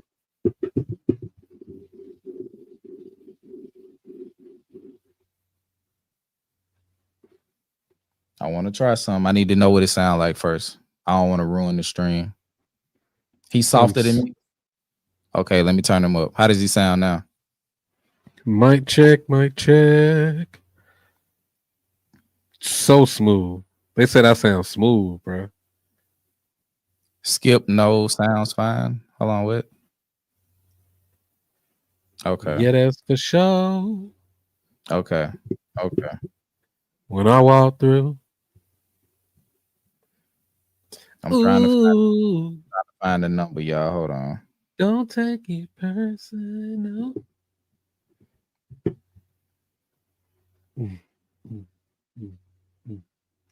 Shout out to D2B2, bro. Yeah, I sing better than Drake. Absolutely. Nigga ass. All right, y'all. What I'm trying to do is we're gonna let about 5 people call in one at a time, and we're gonna give you guys about 3 minutes to get your shit off. And I'm trying to find the number that I made. Hold on. I just don't know where it's at. Because I made a Google Voice number, I just can't find it. Testing the speakers with string on. Is that playing? No. No? No, I'm just saying that's just what it be doing when you do the test audio thing. Testing the speakers with string on. We can let y'all call in, bro. Because I made a call before. Give me 1 second. Talk to the people, DJ. I'm finna try to get this to work. Well, I mean, they want me to get in the booth and make an album. Apparently. Nah, man, but all jokes aside, man. Like a lot of the things that that Punch was saying is stuff that we already knew, already made those assessments. So I mean, it's just further confirmation to know, like, you know, we ain't crazy, bro. Like Kendrick and everybody in TDE, they saw or they see the same things, bro. And if it really is a version of Euphoria that's 19 minutes long, bro, that, man, I would love to hear it, but I think they did the right thing by not doing that during the beef. Because do you know how long we'd have been breaking down Euphoria, bro? How long that shit, like, how long all the videos, like, going on Euphoria, the breakdowns, bro, that shit would have been nutty for a 19-minute song. Bro, that content would have been crazy. I'm gonna send you a number. I want you to call it. Hold on. You heard me, DJ? Yeah. Oh, real quick, I want to answer Mia C. Mia C asks, "What am I looking forward to with the GNX tour?" I mean, since this is my first Kendrick concert, I mean, I'm just looking for, of course, the songs from GNX, but I also want to see how he incorporates the, you know, say his back end or his back catalog into where he is currently, because I do feel so the GNX energy around this and where he is now is totally different than where he was previously. So I'm just kind of interested to see, like, the stage design, the stage setup, and just how he incorporates that into the energy that he's giving off now. But I definitely want to hear Dodger Blue. I want to hear Whacked Out Murals. I want to hear, well, I don't think, well, you think he'll do the Hard Part 6? That's generally not. Yeah, I don't think he'll do Hard Part 6. I doubt it. Because being that it's a stadium, I think he finna rock out. He finna show niggas like how he might get back to his like damn era where he was like performing hit, slight break, hit. Like you finna see like he really one of them. Like for the longest time, I had like I've seen Jay, I've seen Kanye, I've seen Dot, I've seen Cole, I've seen Shine, I've seen Wale, Crit, Wayne, Travis. I've seen a lot of people. Kendrick, from my vantage point of the people I've seen, undisputed top 3 performer of the last 25 years in hip hop. Okay. Like with everything brings. Go ahead. I got the text you sent me. I see this number. What you want me to do? I want you to call it, but give me a second. Okay. I gotta take off the block. Cause you know I be blocking unknown, like silence callers and shit. I be silencing unknown callers. I want you to do me a favor and call it. And if it picks up, we're gonna run it. So go ahead. Call the number.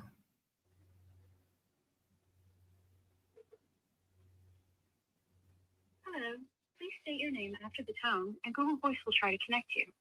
Yeah. Okay, DJ. I guess. I don't know.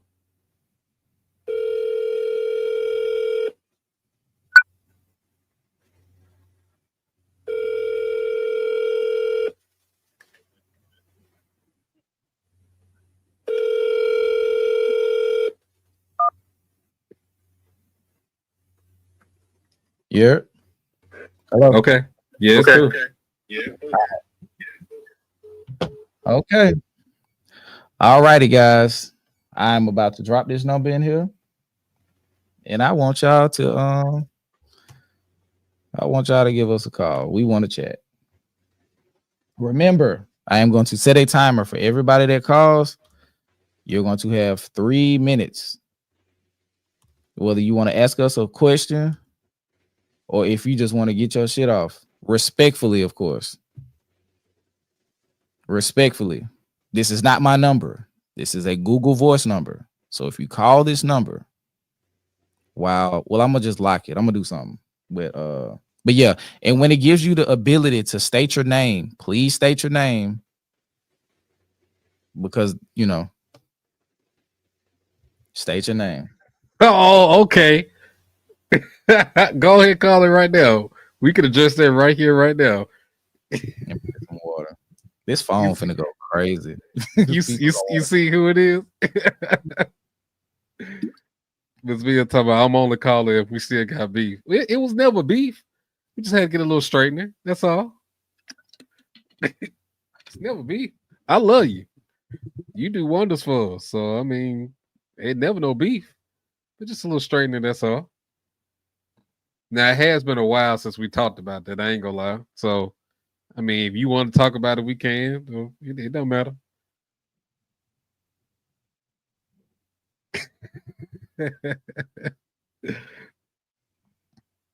What's good, Miss Rick to you? What's good?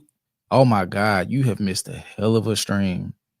Per the people who've been watching, you have missed a hell of a stream. D2B2 said he too drunk to call. Hold on. Whoever that was from Bloomfield, give me 1 second and I want you to call back.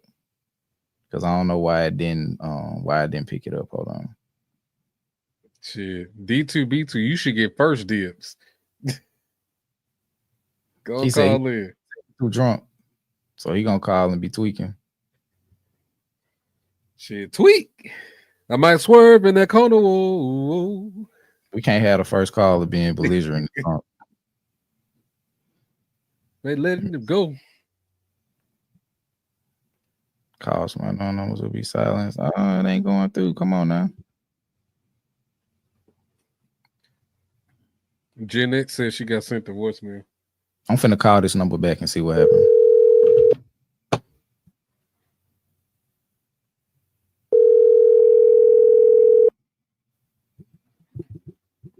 You've reached Sherelle Pope. I'm not available at this time. Please leave a message and I'll get back to you at my earliest convenience. Oh no. I'm trying to call people back.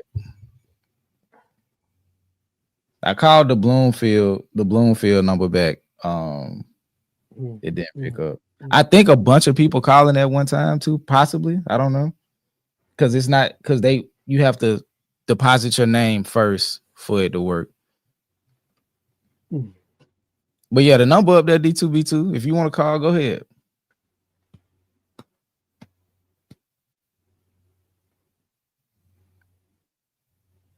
Okay, here we go. We got the first caller. Hold on. Yo, you are on the phone with We Are Decipher. Oh, my bad. I forgot. You gotta do that.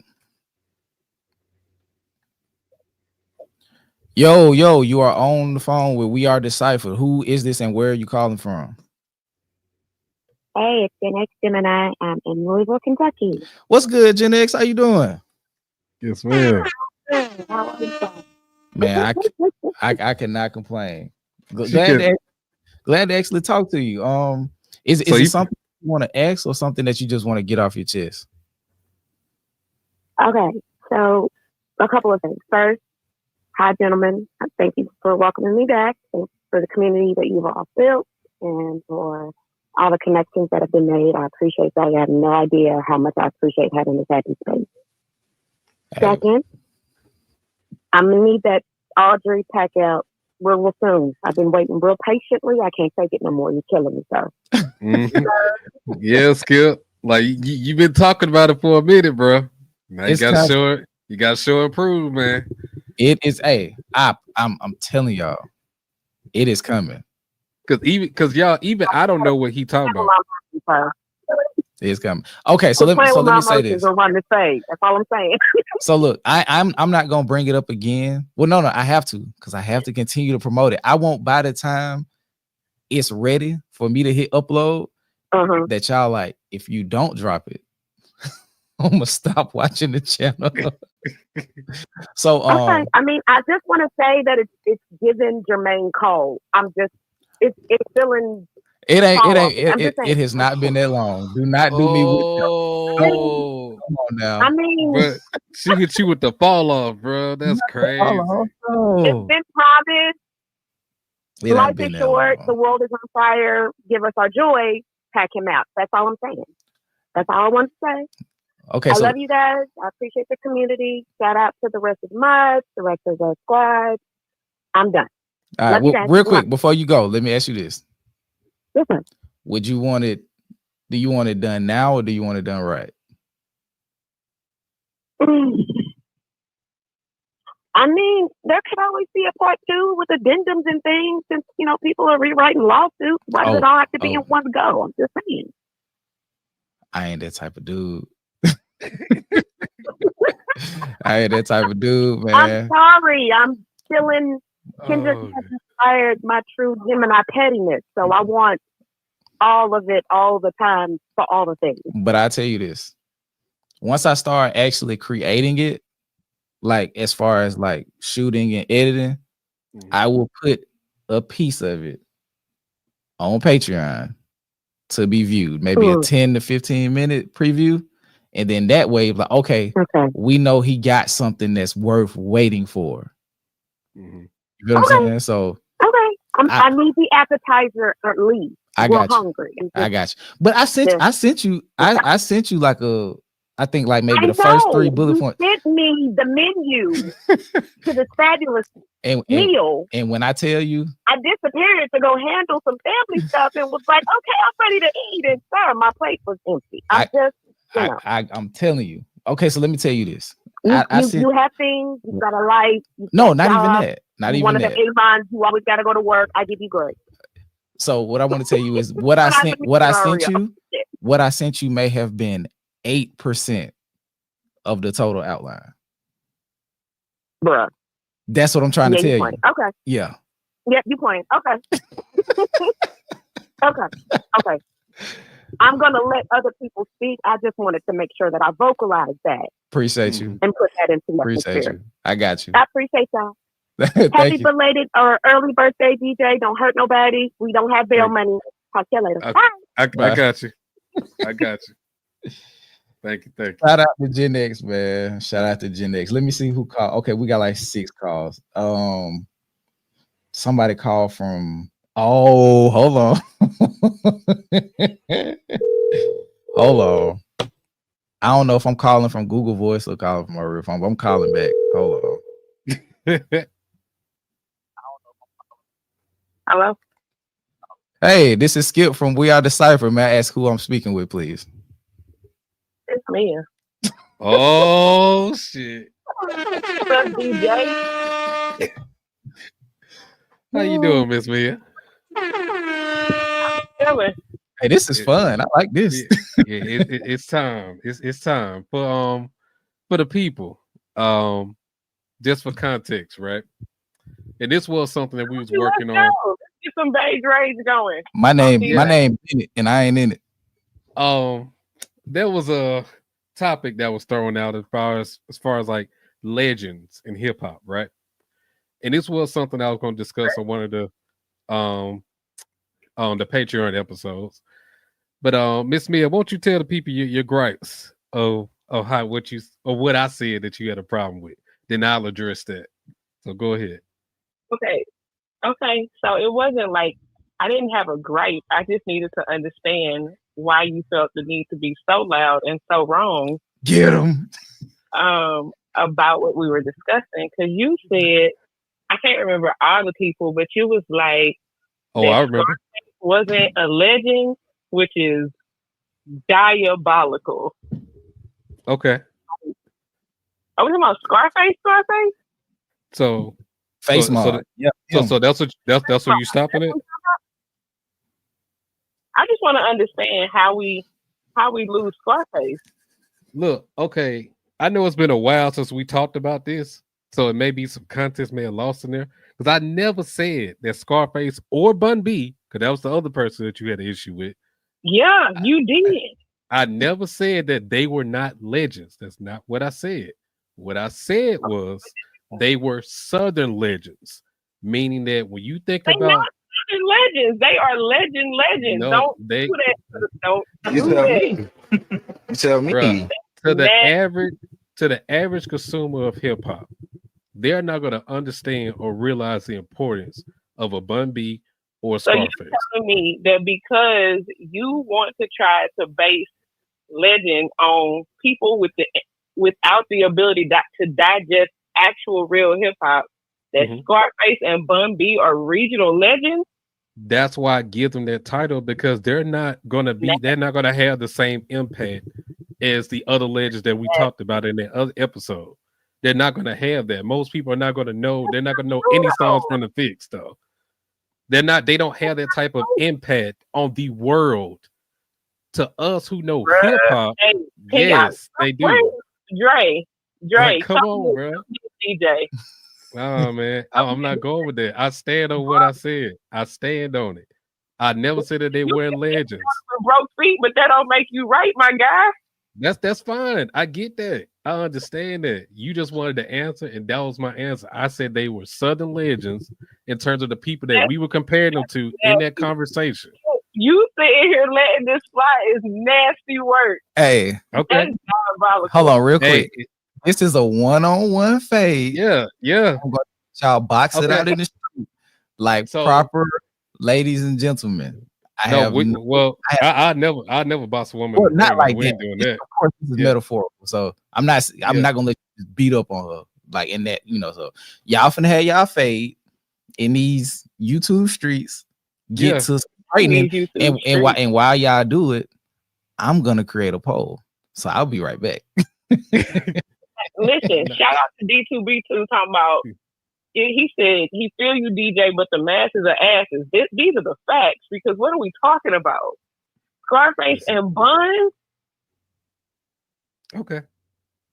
I stand on that. I still say that they are Southern legends. They are still legends. Hold on, real quick. But when you compare them to the other people in that conversation, they don't have the same impact as others, bro. That's all. It's like it's levels. When you go into tiers, right? Even in the legends and the highest of tiers, like it's still levels to the conversation. Is what I'm saying. They still in that God tier legend status, but they're not as high as some of the other people in that same tier.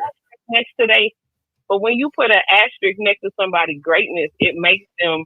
That's like, okay, like not even to bring Buddy into the thing, right? But like people will try to say that like Audrey is a good rapper, whatever, but that's not. But with an asterisk, because he don't write his own stuff. He's not really a rapper. He's more like a pop star. Like it's all these asterisks next to his whatever, so it make it less of a real flex. You can't say that they legends, asterisk, Southern legends. Like that's not a flex. Black Panther ain't a black superhero. He's a superhero, period. He just happens to be the blackest. But can he not be both? Is he not a hero and a black superhero at the same time?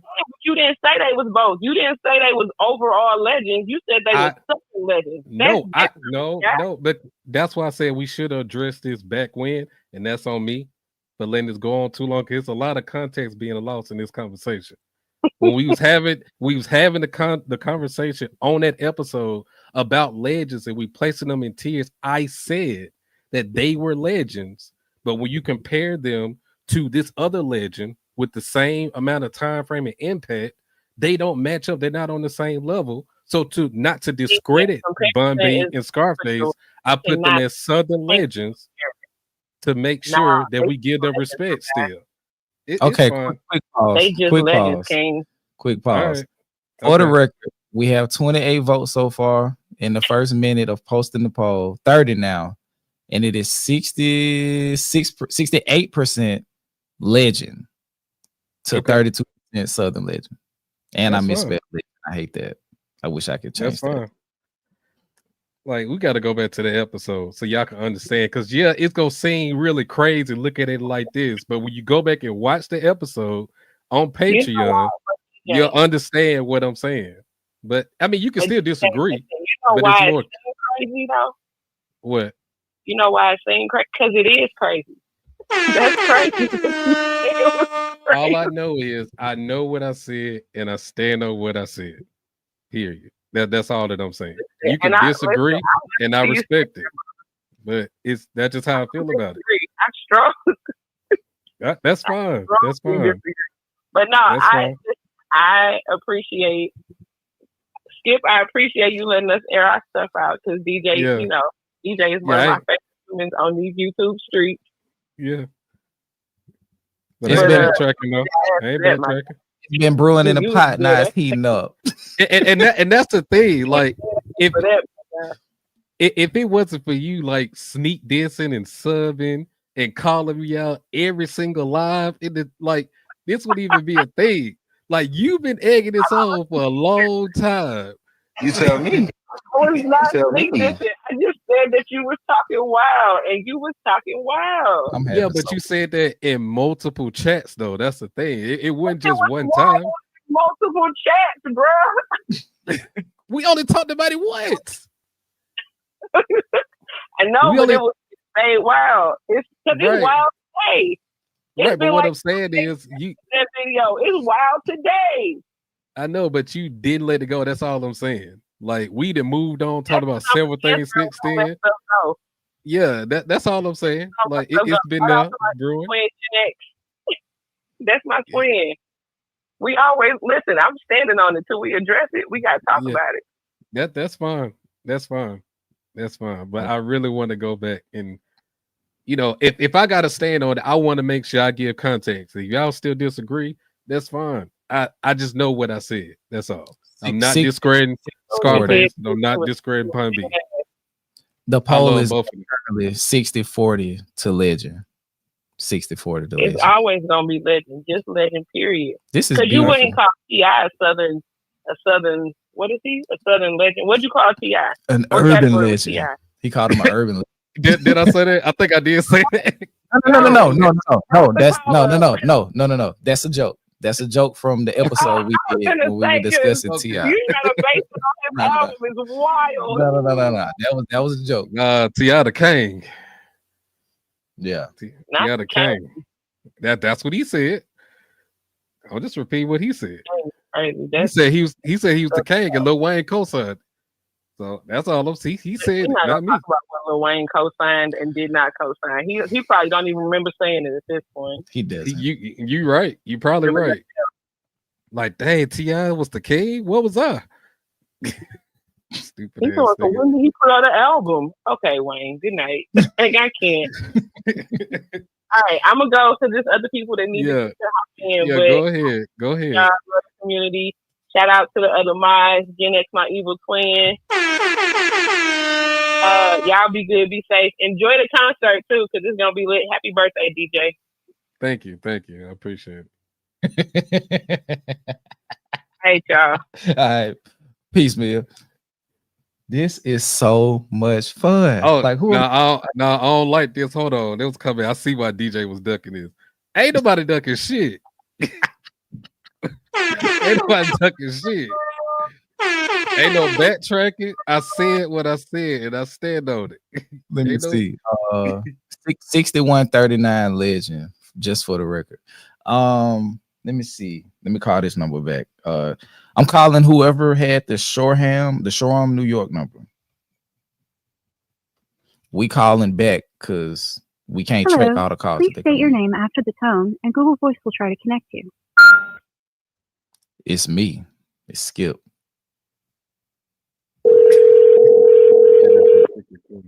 It's crazy. I got to do the Google Voice to call somebody back. But that's cool. 631. I'm calling. Pick up the phone. Oh. Hey, y'all. What's good? You are on the phone. We are Decipher. Who's your name? What's your name and where you calling from? D2B2 from New York. Oh. One more time for D2B2. Hold on. Yeah, man. Yeah, get them All in the- here. Yeah. Reel them in here. What? Yeah. Hey, Shout out to all first of and you. foremost, man. Thank you. Yeah, man. Thank you.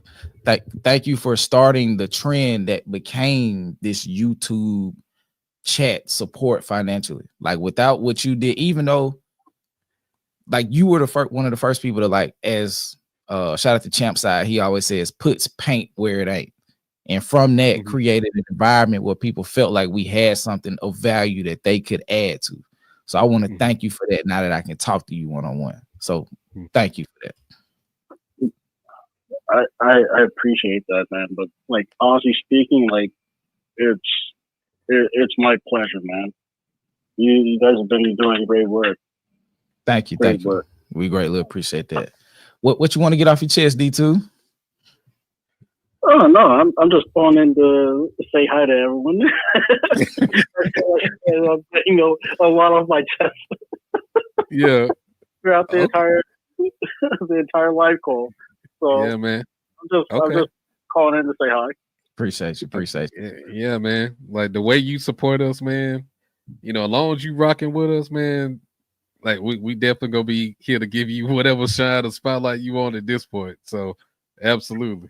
So real quick, let me ask you this. You know, per the last conversation, do you have Scarface as a legend or as a Southern legend? We might as well ask you since we got you on the phone.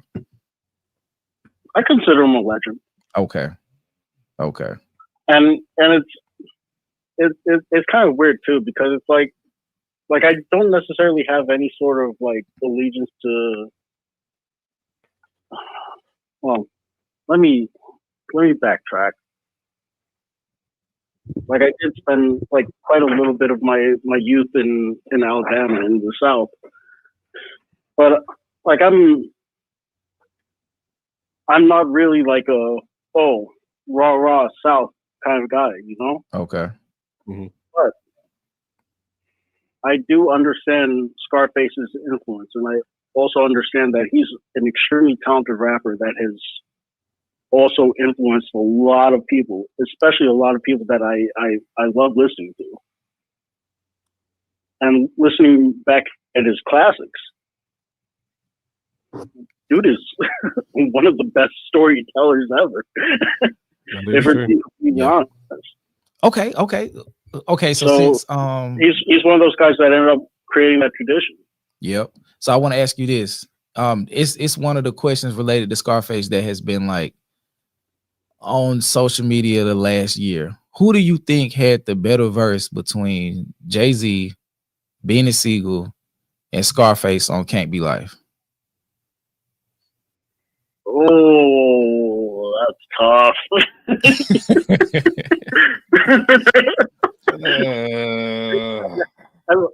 I ain't ready for that one. Hold on. Because I think they all had the best verse for different reasons. I might have to take a raid check on that one. Okay, that's cool. I want to put you on the spot. I might start another poll for that one, but that's a great question, man. Because like Scarface, I feel like his cut through the most, even though it may not have been the best technically, because I think the best technically might have been Beanie Siegel.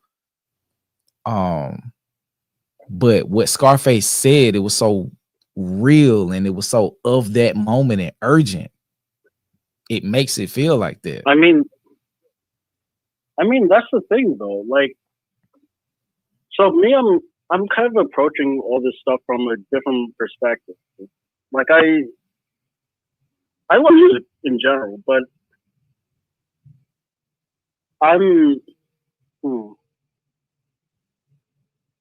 so what I do, I create like instrumental music, right? Okay. So music without lyrics. So think about it like that. Well, I feel like a lot of people sometimes they end up getting trapped in like, oh, who's better?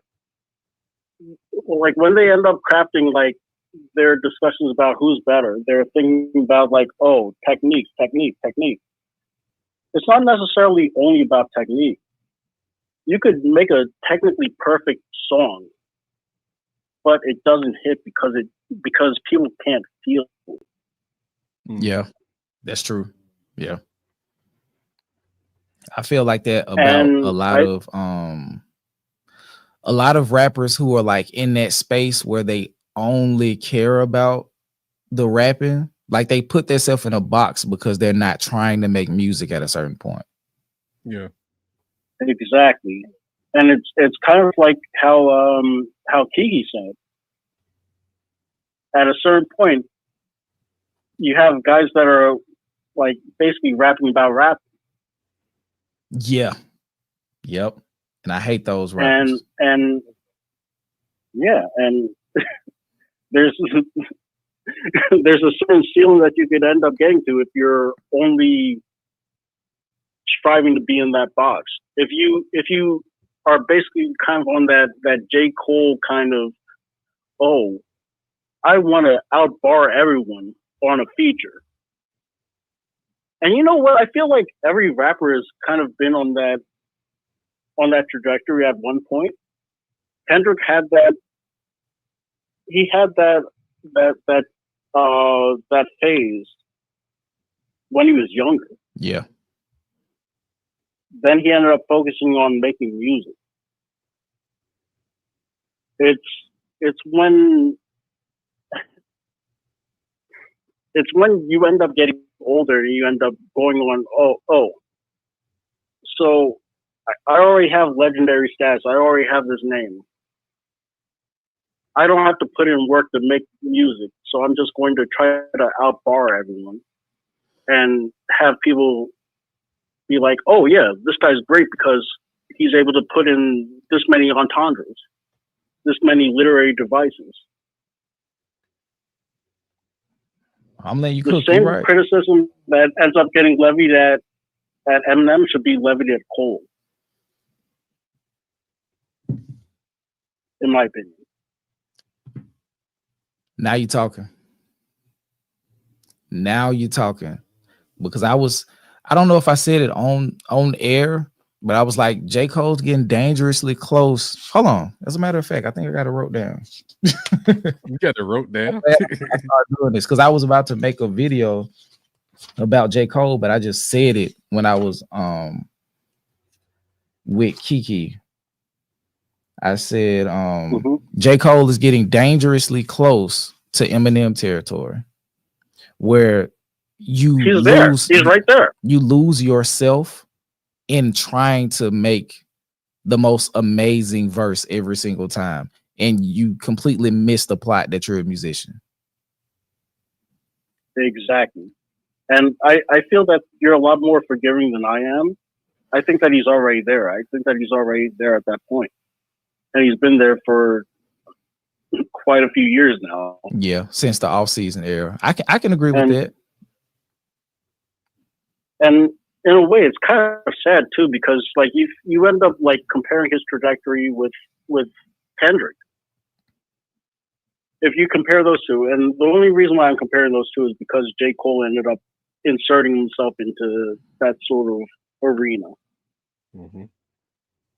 But if you compare those two and basically how they ended up progressing in their music career, Kendrick put the music first at a certain point. It was, in fact, he put the music first at the beginning, early on in his career. I think it was. I think the turning point was the turning point was when he dropped the name K-Dot and became Kendrick Lamar. Everything after that is music first. Exactly. Yeah. Exactly. And I mean, people could be upset and jealous all they want, but if you're not willing to do the work to get to where you want to be, then fuck you. Show your work. Show your work. What we saying, Skip? Show your work. Got to. You got to show us how you carried the one. You got to show us how you do long divisions. You got to show it, bro, in order for us to believe it. Because that's where the compelling content is. Exactly. That's where the compelling content is. Like, imagine if we just completely skipped the road to 100 and we just said, hey, we did 100 albums and here's the top 10. Like, the payoff won't be as great, I feel like, if we don't go through it. You know what I mean? We didn't. The due diligence comes through in the presentation. Exactly. So exactly.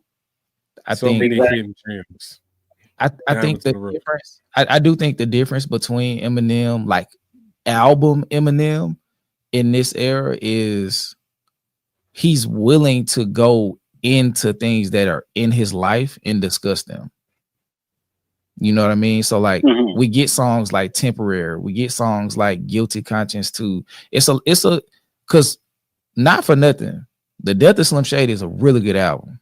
It is. It really is. Just when he gets into I need to break a Guinness World Record for syllable count, you know, and that's what kind of throws it off. But J. Cole is so guarded for whatever reason with parts of his life that he doesn't care to show. It puts him in a space where he can only rap about rapping.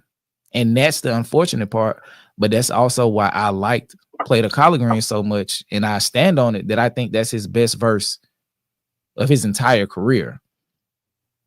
Because he gave the technical aspect of it. Okay, I'm going to rhyme Plate of Collard Greens. I'm going to give you a 5-syllable rhyme scheme, the entire verse.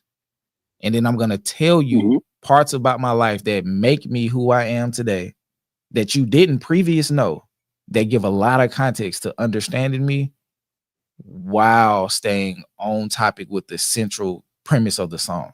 So that's that, and his second verse on Dead Presidents from the warm-up, those are his two best lyrical or just written performances to me.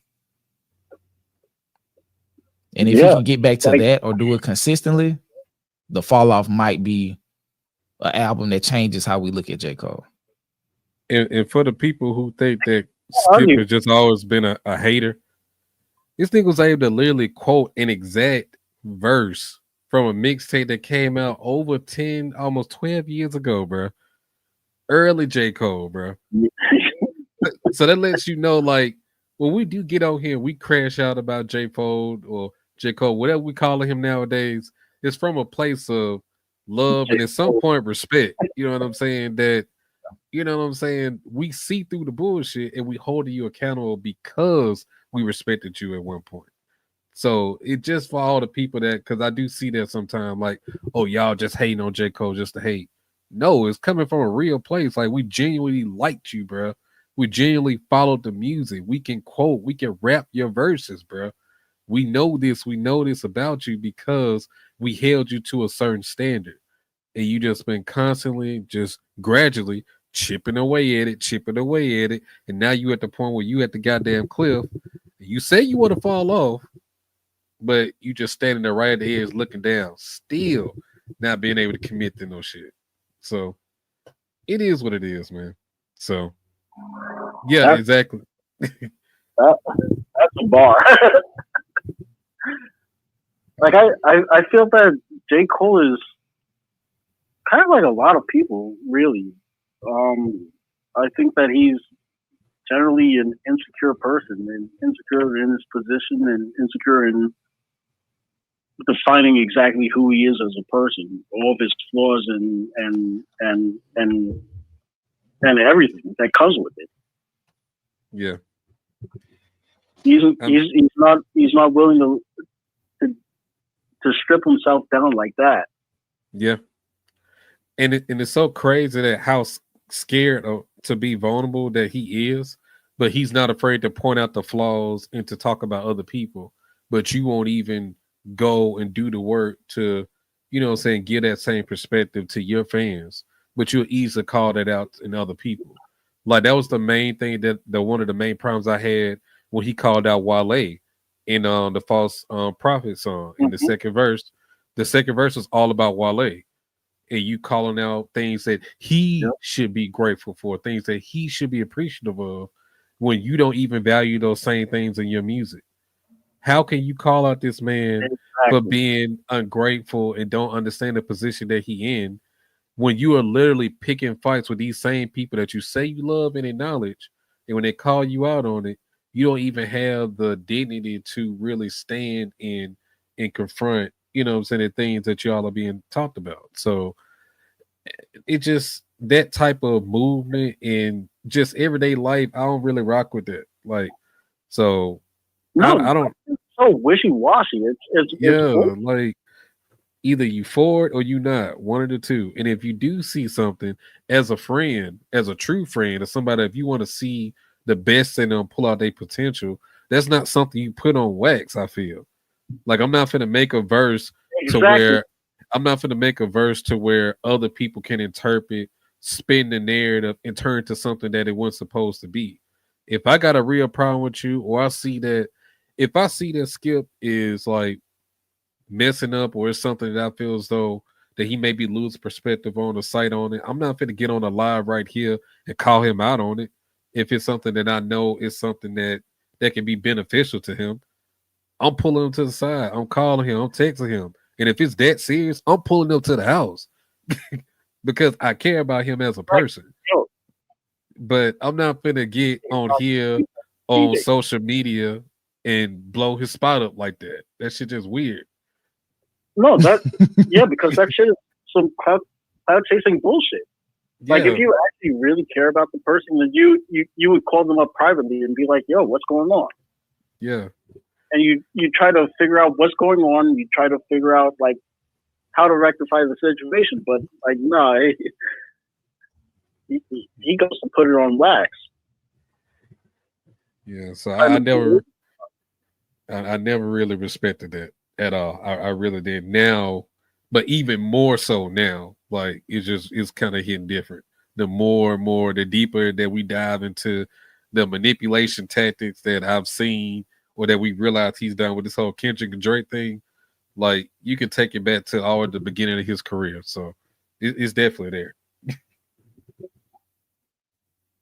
I mean, it's very hard for any person to actually change who they are as a person. Mm-hmm. Like a lot of the patterns, a lot of the things that they end up doing growing up, I guess, even as like survival tactics, that stuff sticks with them. Mm-hmm. And they continue to do that even at their detriment. Right. That's what they know. And I feel like especially with Cole,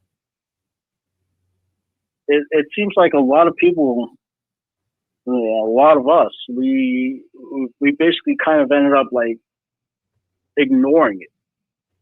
Yeah, we gave him a pass. We gave him a pass because he can rap. We gave him a pass. Yeah, exactly, because he could rap. But he has many maladaptive traits. if you really want to be honest, if you really want to keep it a buck, he has many maladaptive traits, and he tries to act like, oh no, I'm above all this stuff, but no, you're not. Not at all. Actually, you're literally making the grass. He just too afraid to stand in it because he's worried about how he'll be perceived. Exactly. And it's so sad too because he's a 40-year-old man at this point. Dang, yeah. Somebody commented and said he was 30, and I almost responded and said he's 40, and that makes it 10 times worse. That's a bar. 10 times worse. 10 times worse.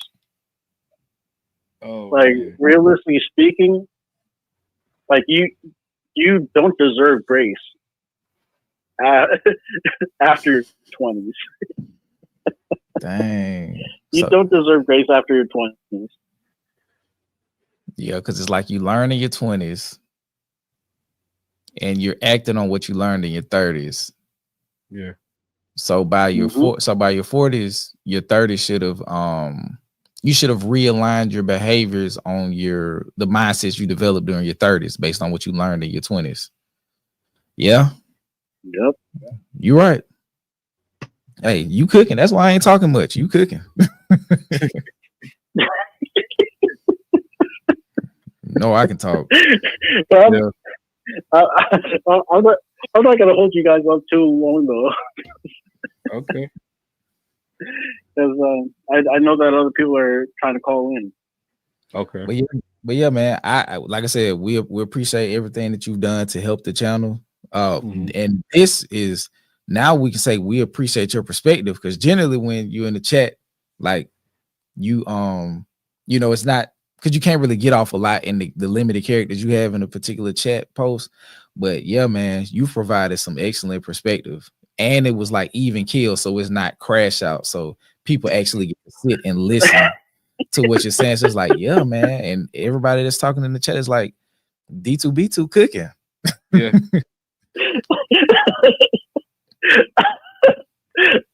sorry. Yeah, like I'm usually crashing out of text. when I'm chatting, I'm normally like pretty chill, but like if I end up getting to that point, and like honestly speaking, like it takes a bit to get me to that point. And honestly speaking, no one should ever want to see me that angry that I'm actually crashing out in real time. Yeah. But yeah, like usually I'm pretty chill and even kill. I'm fairly a chill dude. Like at least I try to be. Everybody has all the sides, so it's just learning how to accept yourself and your wholeness, and hope people do the same. And if not, give them grace for they not know what they do. But yeah, man, thank you again for calling in, D2B2. We're gonna take a couple more callers and we're gonna call it a stream. But thank you so much for calling in and provide your insight, man. We appreciate you. It was a pleasure. Take care, y'all. Yes, sir. What was it? Hold on, what they talk about in the chat, man? Hold on, what's going on here? Shout out to D2B2, man. Shout out to D. I forgot this don't stop. I forgot it don't stop. Yeah, you gotta. Yeah, it's still going, ain't it? Do you hear it? No, not no more. Oh, okay. Okay. So shout out to Shari Share Moore. She said, "Happy birthday, DJ." Thank you. But yeah, we're going to take two more callers, and we're gonna get out of here because we don't have we went through the whole docket today. We were able to get through the docket because I remember one of them, we had like 3 things left on the docket and we just started yapping and we was going for like 4 hours. So let me see. We waiting. And if that's it, we'll just take some stuff in the chat, maybe a chat topic or something. But if you do want to call in, the number is available, 205-801-3102. Make the call and tap in with the cipher. But if not, it's cool. It's midnight where a lot of you guys are Eastern Standard Time. Yeah. So it's cool. We ain't stressing it. But this is something that we'll start adding to maybe not every live stream, but probably 2 or so a month. Let y'all call in and get y'all shit off, because that was great. Like, it's dope to actually hear the voices. Yeah, because it brings another layer of life to the avatar. You know what I mean? Because I ain't think Gen X was gonna sound like that. Miss Mia kind of sound like how I thought she would sound. Yeah. I didn't know what to expect from D2B2. So it's just interesting to like put more dimensions with these individuals that we share, space with. So this young dope. Dropping out bombs. I'm gonna have to run it back and listen to the members. Man, I'm telling you, for everybody who no, Miss Mia, don't you start. That's not what I meant. She still amped from me. That's all it is. That's not what I meant. What I meant was like you can like kind of look at somebody's face and kind of approximate what they sound like. I'm not talking about energy at all. I'm just talking about the sound of the voice. I'm not talking. And I didn't call you a crash out. Don't do me like that. Don't what Freddie Gill say? Don't demasculinize me. Let me see. I would love to do a panel call with you. When we get the ability to like have multiple people on, we'll do that, because I think if we did like a Zoom, we could do that. Mm-hmm. And it's not bad, Gen X. That's not what I'm saying. I'm looking at this picture and it just don't sound like the picture. Like, for example, like let me give you an example. I heard Janae on Wax for maybe 2 years before I saw her. She fit what she sounded like. I was listening to Anderson .Paak for a long time before I saw her. Yeah. He don't sound like what he looked like to me. Nah, yes, he do. He sound like he would look like Thundercat to me, or like even further out, Cornel West. He sound like he would look like Cornel West. Oh no, I think he fit. Just to be honest. And I thought Jeanette sounded like pretty much what I thought she was gonna sound like. Now, what I did know is I didn't know she was from Kentucky, so that was interesting to know. Oh yeah. I thought that was cool. You know, another Southern Belle in the chat. I appreciate that. And yeah, Miss Mia sounded like somebody I knew from high school growing up. Hell yeah, like as you said, my boy. Like she finna be on your ass, rest of your ass. Like that's all I felt through the phone is this shit. I'm on your ass, I'm on your ass, I'm on your ass. But that's all I heard. Oh no. I don't know. It's just like a thing. Like, for example, like if I could create merch, it'll already exist. Like I can't express the thing. I can just say like how I receive it. It's not like a good or bad thing. It's like, oh, this is Gen X. But Mia, like, she sounded exactly like I thought she would. I don't know how to make sense of it. It's not a joke or an insult. It's just I just didn't expect it. You feel what I'm saying? Like Miss B, where you from? Where you from, Miss B? Perfect example. If 72 Paths come in, just from what I've seen on his picture, I expect his voice to be deep as fuck. Because you've seen 72 Paths advertise. Good evening, gentlemen. How y'all feeling? Like that's how I expect him to sound. So if he come on the bit, what up, guys? How you feeling? I'm gonna be thrown off. I just don't expect it. But I expect him to come on the bit sounding like a mix between Blair Underwood and Barry White. Like I just expect him to be in that area somewhere. But then, with Miss Mia, like in most part, but she from St. Louis. Oh, okay. I mean, that's still so. That's still so. I'm just saying, like, for the most part, when you comfortable with somebody, you text how you talk for the most part. Yeah. And I can tell just how she type, and she gonna sound exactly like that. So I wasn't surprised at all. I wasn't surprised at all. But she like, nah, nigga, I'm ready for the smoke. I'm finna get your ass. Like, for example, and if she watched this on replay, she probably gonna spill her drink out or be tripping at work. Like Stella, like before she told me how old she was, her energy just gives off more youthful. Like she's not old, she's like 2 years younger than us. I just thought she was gonna be like 25.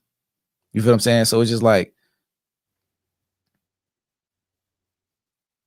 I have no idea what I think Stella will sound like. Because I think she said English isn't her first language. So she got a lot of she's multilingual. So she ain't no telling like what accent she gonna speak in, just all of these things that compile a voice. It's hard to say. Let me see somebody else who's in the chat. It was somebody in the chat earlier. I feel like Dre voice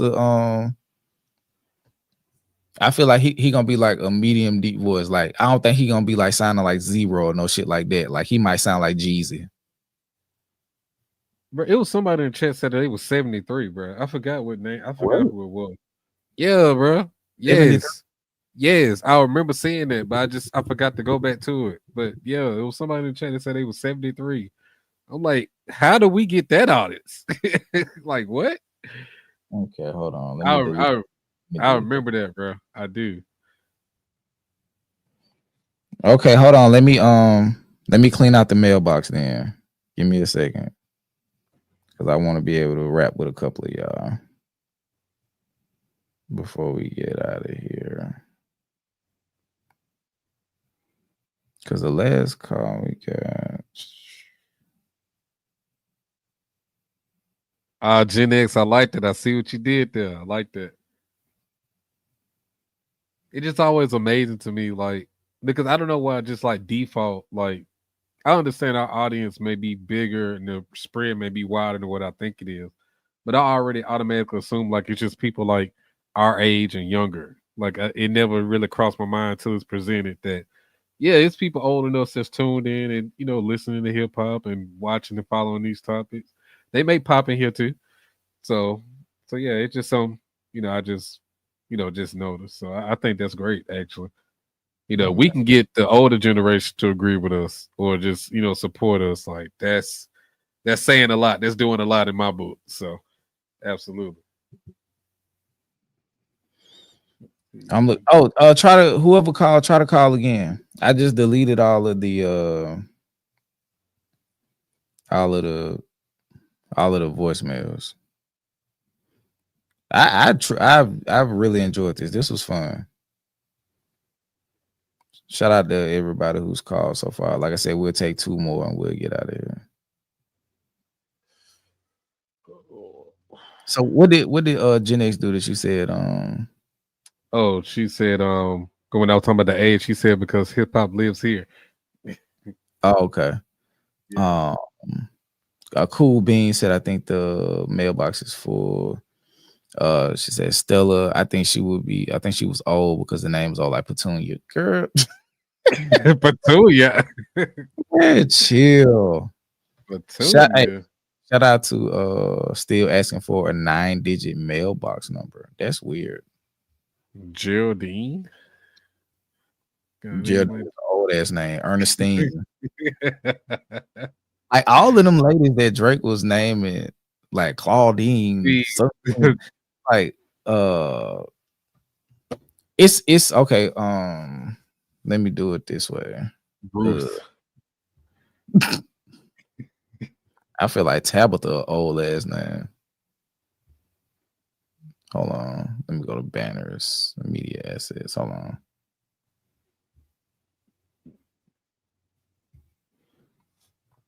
The phone number is 05-801-3102. I don't think I can get it to stop. Hold on. Yeah, Nadine, Mildred, Esther, Edna. Yeah, all the Myrtle. Oh, Myrtle, yes. That's the one. Myrtle. That's a crazy name, Myrtle. Shout out to Moaning Myrtle. For all my Harry Potter heads. Yeah. You doing something for Easter? Church. Yeah, I mean we're going to church. Okay. But after church, I don't know what we're doing. I think my mama doing something. I'm not sure. I gotta take Ro to the baseball field and take some pictures of him in uniform tomorrow. So I'm gonna put these cameras to use. Yeah, Kobe just had his pictures last week.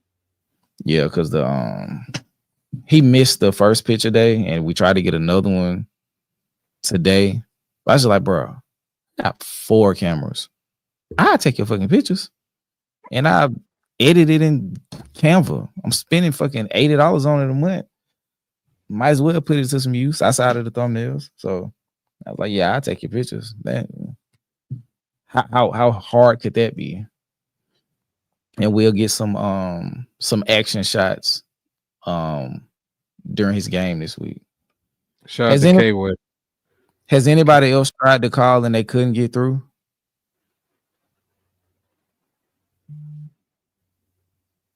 Jennifer is also considered old, so don't feel too bad. K-Way said the opening night of the GNS tour was crazy. He went. That's what they asking now. K-Way, did you go or did you just like see or hear about it? Yeah, let me know some. Don't spoil it in the chat though. Yeah, I mean, don't. Yeah, just please don't. That's like the worst thing in the world for me. Do not spoil it. Because we are literally going. Well, not next week, but week after that. Yeah, week after that. Yeah, that shit gonna be fun, man. We just gonna have to keep each other up on the way back. We should be fine, bro. I mean, that ride back, I can tell you as a polished, like out of town concert goer, the ride back be hell. So we're gonna have to kick it on. Wow, people are streaming it online. I mean, shit, it's large. Like when you get to that level, like big fights get bootleg. Like he's at that level now. What? Not really. He's been there. Like a full version of the To Pimp a Butterfly tour is up in like 1080. Like somebody actually had to record it and didn't move. I don't know if they snuck a tripod into the concert or what. Gen X said, I need to get this OnlyFans for feet popping real quick. I want to go to 2 concerts. Yeah, because I ain't gonna tell you. Well, I ain't gonna tell you. I ain't gonna hold you. The 2 tickets I got for me and my wife, expenses. That's why I didn't. That's why I didn't want y'all to feel like y'all were paying for my ticket. Like y'all do enough supporting us to where y'all shouldn't have to pay for other shit. Yeah. No. I definitely paid for that out of my own shit for my ticket. That's true. I ain't gonna lie. And I bought 2 of them. Like go ahead. I was just saying I was dragging my feet for the longest getting that ticket, and it wasn't until Skip had called me the night he got here. Was like, hey, bro, like you going? Like, we got out. I was like, oh shit, all right, let me stop dragging my feet, and I was able to get a seat right next to Skip and T. So that does not happen. Yeah, like that showed you that it was supposed to happen. What's up, guys in chat? Kendrick, Not Like Us in a stadium is so correct. I gotta hear, bro. I gotta catch it, bro. I gotta hear TV off in the stadium too. TV off. Humble. Money Trees. I did like Skip. What y'all got? Set list. I think Skip got 20, 21, and I got 22. Yeah. So we sitting together. Bruh. DNA. What else from that album that I want to hear? From Damn? Element. Yeah, Element. Hell yeah. I ain't gonna lie. A song that he never performs. I would like to hear God in a stadium. That's what God feel like. Because I feel like that's what it's made for. Like you throw a little reverb on that. Yeah. Laughing to the bank like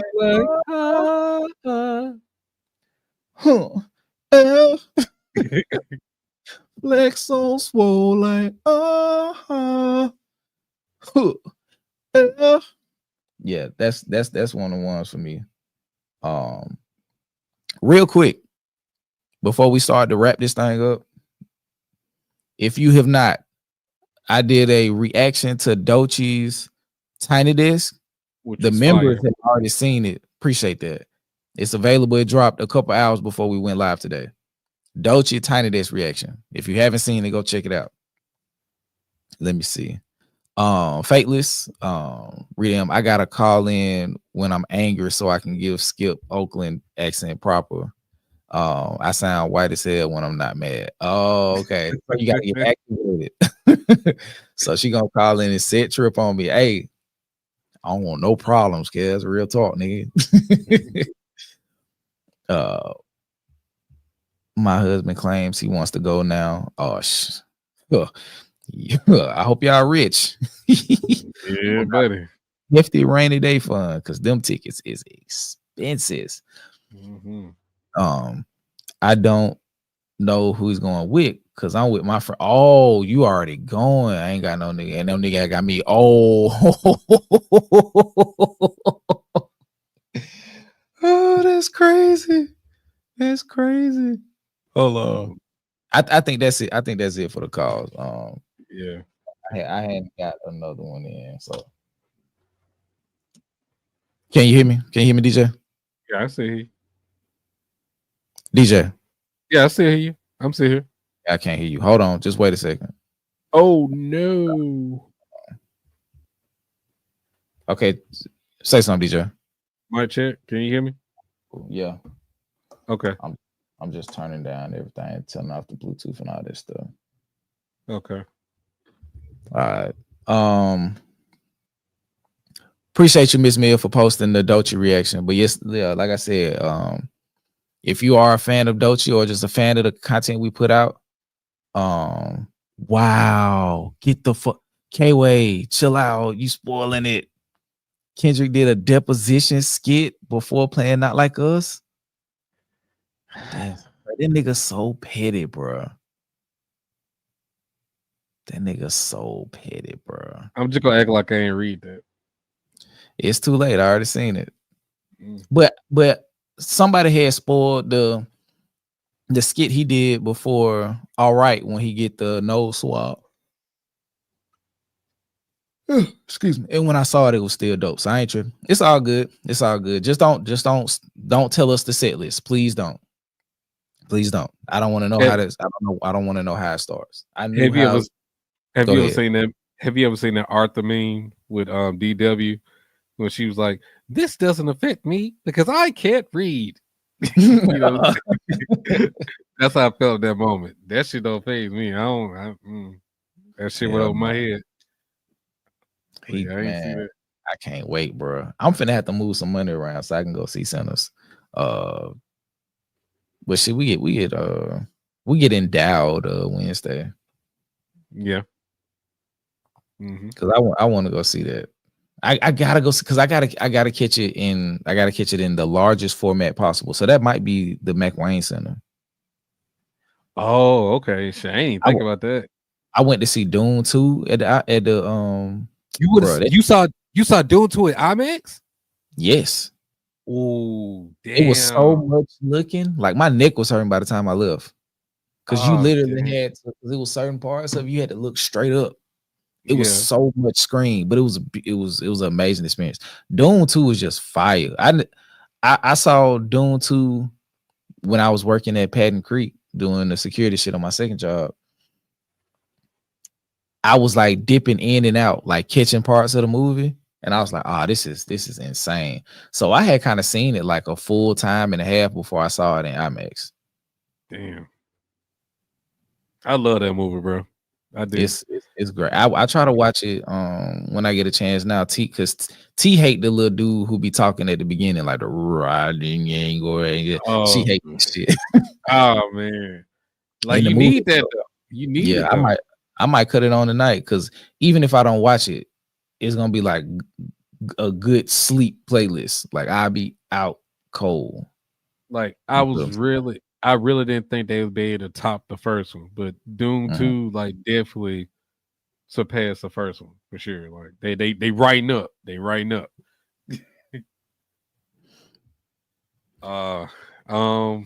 Miss Mia, we no. Thank you for everything you've already done. You capped out with me when you sent the belt. You've already done your great justice. We're gonna go see it. The goal is to try to go next Saturday because Ro got a game Monday, Tuesday, and Friday. I don't want to miss no stream, y'all. I don't know how. We'll have to try to go in daytime and catch the IMAX in the daytime. We'll go on a Sunday. That's probably what we'll do. We'll probably have to go on a Sunday, see if we can get somebody to watch the kids. That's the biggest thing. Cause we're going like if one thing I will tell y'all, and this is like behind the curtain, like since we at that part of the show, and we know each other a little bit, so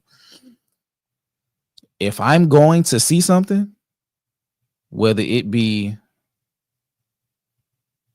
a concert, a movie, a basketball game, any type of event, my seat has to be great.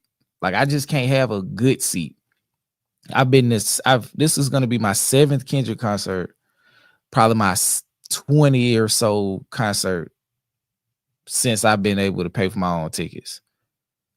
I've been in the 200 section one time.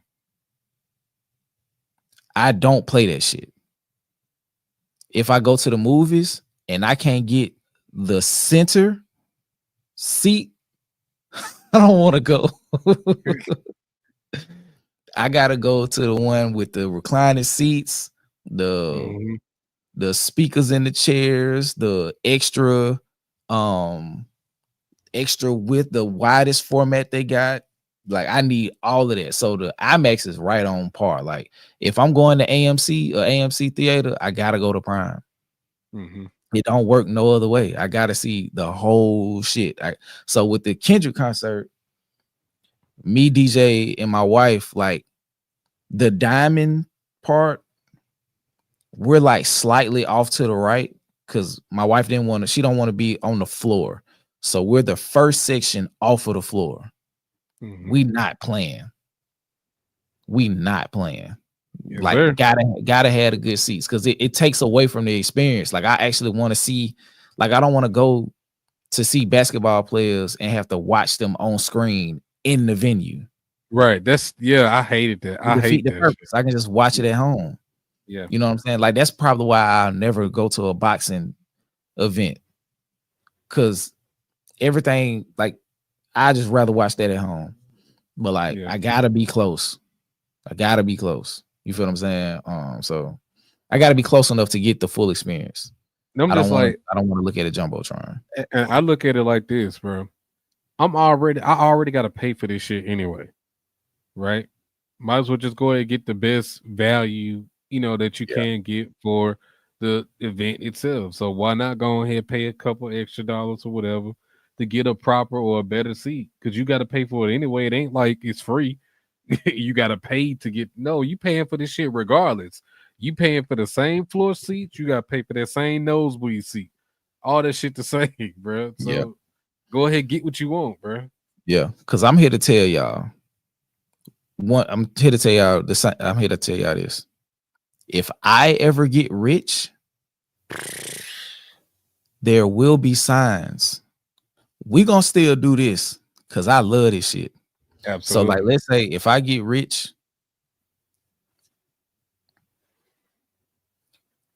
I won't take home any bread from it. Everything we get from here go to DJ. So money won't be a focus. I'm not gonna come on here with no Rolex, no big ass chain, no fancy glasses, no $1,000 t-shirt, none of that. You gonna see me courtside at a random ass Dallas Mavericks game or something like that. You gonna be like, damn, nigga, is that Skip? Is that Skip on the sitting next to Kevin Hart in? Yeah, I'm gonna be right there. Looking out of place as hell. It's like, hold on, that's Mark Cuban and Skip. Yeah. With a Decipher t-shirt on. Sitting next to Jason Kidd and shit. Yeah, I'm gonna be like doing shit like that. Like, I ain't gonna have no fucking Phantom or nothing like that. I'm gonna be the person who you gonna be like, damn, so who does Skip know in the industry? Cause the type of concert tickets I'm buying, I'm gonna be backstage. Yeah. Nigga, I'm like, on stage, nigga. I'm hype man. Hype man. Yeah, that's me. Hey, yo, Dot, check your mic, son. You a little low. nigga, I'm the DJ, nigga. I'm curating the set.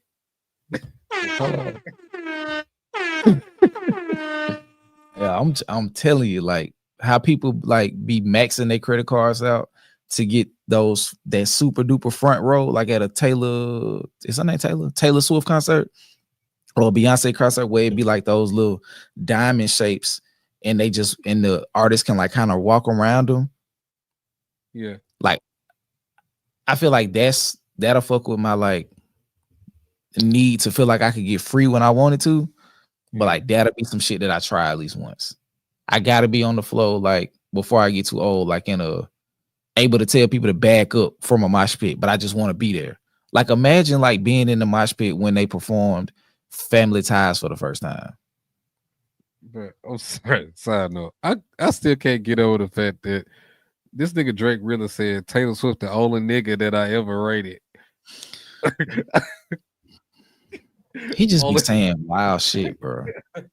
How you call Taylor Swift like the prototypical white girl a nigga, bro? Only one that made me push the album back a little later. Like, what the fuck? Shut up. Shut the fuck up, Aubrey. Oh god. Hold on. I'm checking to see. Okay. But you got anything you want to say before we start wrapping this thing up? Nah, man. I'm good, man. We gonna reach legend status one day. I'm ready for it. See, here you go. Here you go. It is what it is, man. So I had a good time. But for real though, real shit though, I may or may not be on the live next week. I mean, of course, I'll let you know that for sure. Yeah. I'm just telling people in the chat. Yeah, I may or may not be on the live next week, depending on what other birthday plans I got, and depending on what time the game ends. I think we may, because it's supposed to be a home game, but I think we got to travel next week. Okay. So I may or may not be on the live next week, but okay. But we getting closer to the end of the season, so either way, it won't be too much longer. So for sure, just let me know. Yeah. A shout out to BDHU 2001 for the $5 super chat. Ryan does premieres. He premieres his movies in the Bay Area, and my daughter takes family and friends because she knows his dad. That's fire. That's fire. Shout out to D2B2. D2. DJ has a better singing voice than Aubrey Graham, Teddy Graham, MoneyGram, Instagram, Legacy 5. And shout out to B Monique with the $2 super sticker, and I see you're a member, so shout out to you extra for that. And K-Way, just reiterating this one, Kendrick did a deposition skit before playing Not Like Us. So the thing I want to leave y'all with, or the question I want to ask as we leave, what is one thing that you would do if you were rich? Like what would your sign be? Like what would your tell-all sign be to the people around you that you're rich? And finally, 60 minutes in, 90 people voted, and it was 62% legend, 38% Southern legend. And I'm closing. I just ended that poll.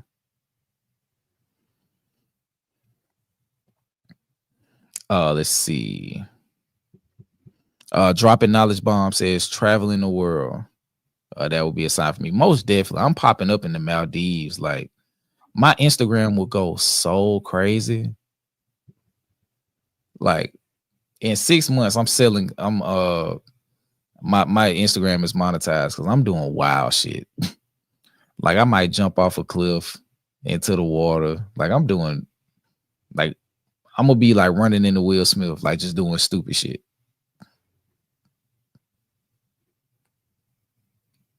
Oh, now y'all wild. They said I'm literally the 38% on the just me by myself. Yeah, D2B2. What would your tell-all sign be to show that you were rich? Like what's like outside of like whatever your answer is, like just what would the thing be? Well, people be like, oh shit, D2 is loaded now. You know what I'm saying? What would that be? K-Way said, I disappear on all these niggas. I feel that. Yeah, I think that'll be my sign. I mean, granted, I'm already kind of like, yeah, I'm not really out there flashy like that, but y'all definitely, it'll be the people that's close to me that'll know and realize like it's some shit that didn't happen, some shit that didn't change. But to the average, everybody else, like it's gonna be the same. Me, y'all ain't gonna know shit for real. Like, cause I don't really flash and post a lot of crazy shit anyway. So, but to my people, y'all gonna know. I say this, like as far as like material shit, like you know how when you pull up and you see the garage closed all the time, so you don't know what's in the garage. Yeah. It'll be a monster in that motherfucking garage. It'll be a V12 monster in that garage. That's like, I don't know what it would be, but it'll definitely be something low to the ground where every time we get in there, like I'm never getting in that car to do anything other than stunt. Skip. Okay, this will be my for you, Skip.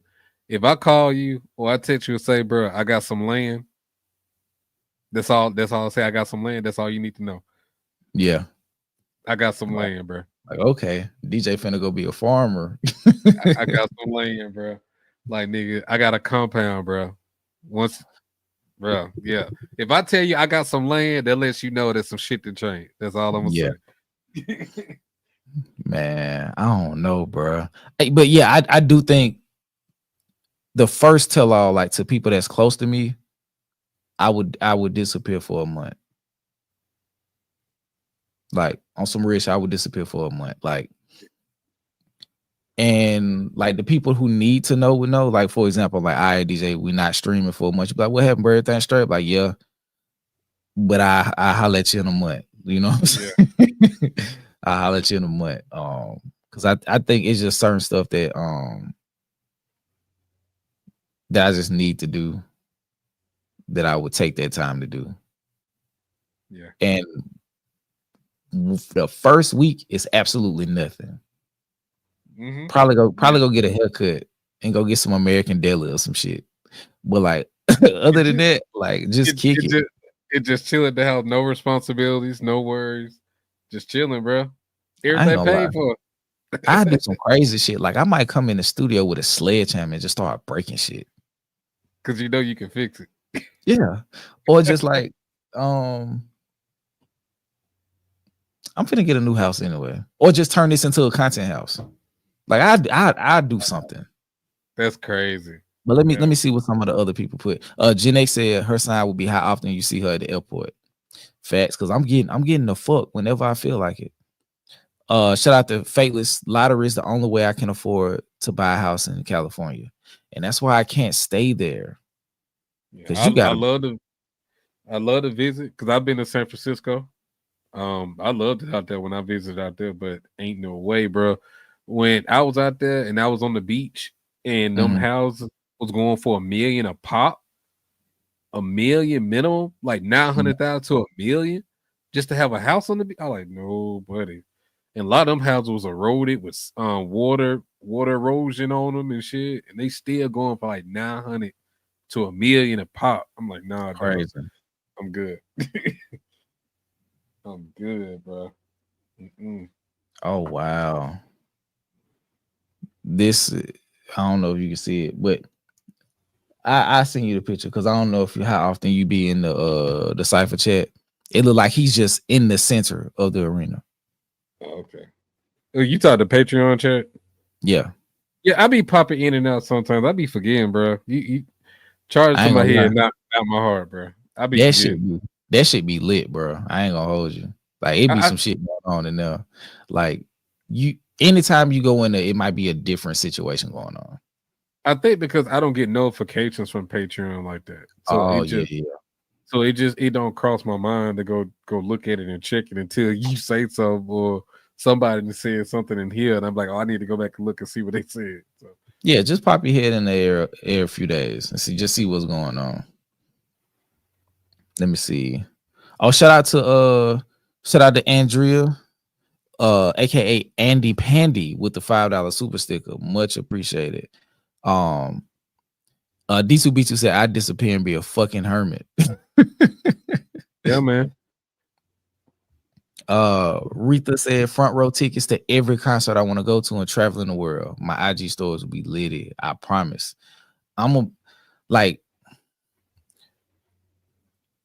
And I don't even think it would be my Instagram. Like I would start like a Finsta that didn't have my name on it. It just go. Oh, that would be a good idea because I know what I do.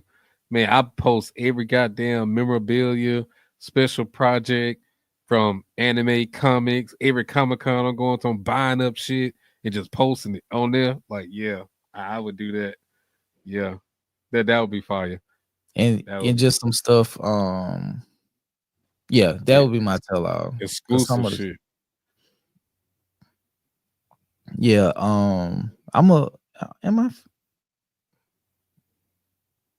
yeah, I'll do some flashy shit. I ain't gonna hold you. I would definitely do some flashy shit. I wouldn't go as far as getting no like crazy, like let's say if it was like, and by rich I mean like $100 million. My house would probably be like, especially if we stayed in a southern state still, my house will probably be at most $1 million. Cause my brain is like, who's gonna clean it? I'm getting in the state, bro. Like I'm having a land, I'm getting land. I got me a gym in that whole entertainment. Like I'm going all in, bro. I ain't gonna lie to you. You don't feel like you have to leave. Exactly. Yes, I'm having a compound, bro. Everything you need is right here on this estate. Everything you need is right here. This one's good. This one's good. Shout out to Dropping Knowledge Bombs. I'm buying myself some citizenships and residencies in other countries. Okay. Yeah. If my kids weren't so young, or if I didn't have kids, I would be a proponent of this too. Like just become a citizen of the world on some most deaf shit. But like, yeah, I just spent the last 6 months in Ghana. Like, where you going next? I don't know. Just like go somewhere every year or so and just live there. Like genuinely live there for a year and then leave. I mean, in the US, I don't see myself moving outside of the South in the US, but I would love to travel like the actual world and see different places, and like you said, get different residencies and citizenships in certain places that I always have access to. I would love that. Actually, that's a really good idea. Shout out to Lost in Translation. She said, y'all, this is a friendly community warning. I ain't gonna lie, when I read that first thing, I thought she was finna crash out on us or something. If you don't want to see a lot of details of the tour, stay away from social media as best you can. Twitter is exploding. Okay. Yeah, we're finna wrap this shit up. I'm falling to pieces. It's almost midnight.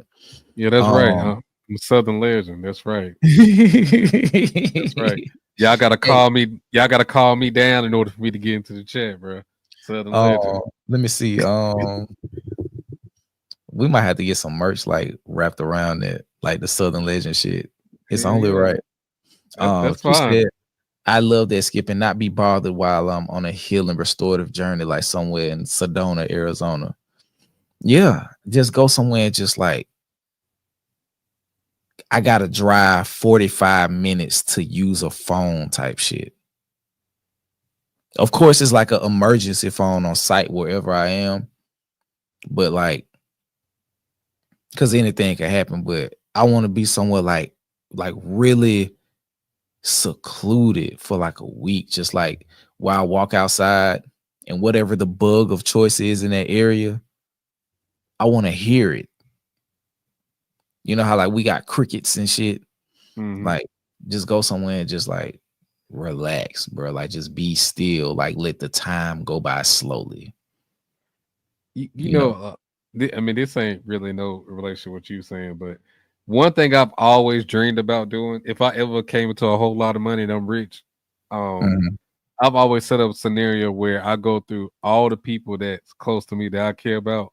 I'm just pulling up on y'all with the brown manila envelope with a document inside. Yes.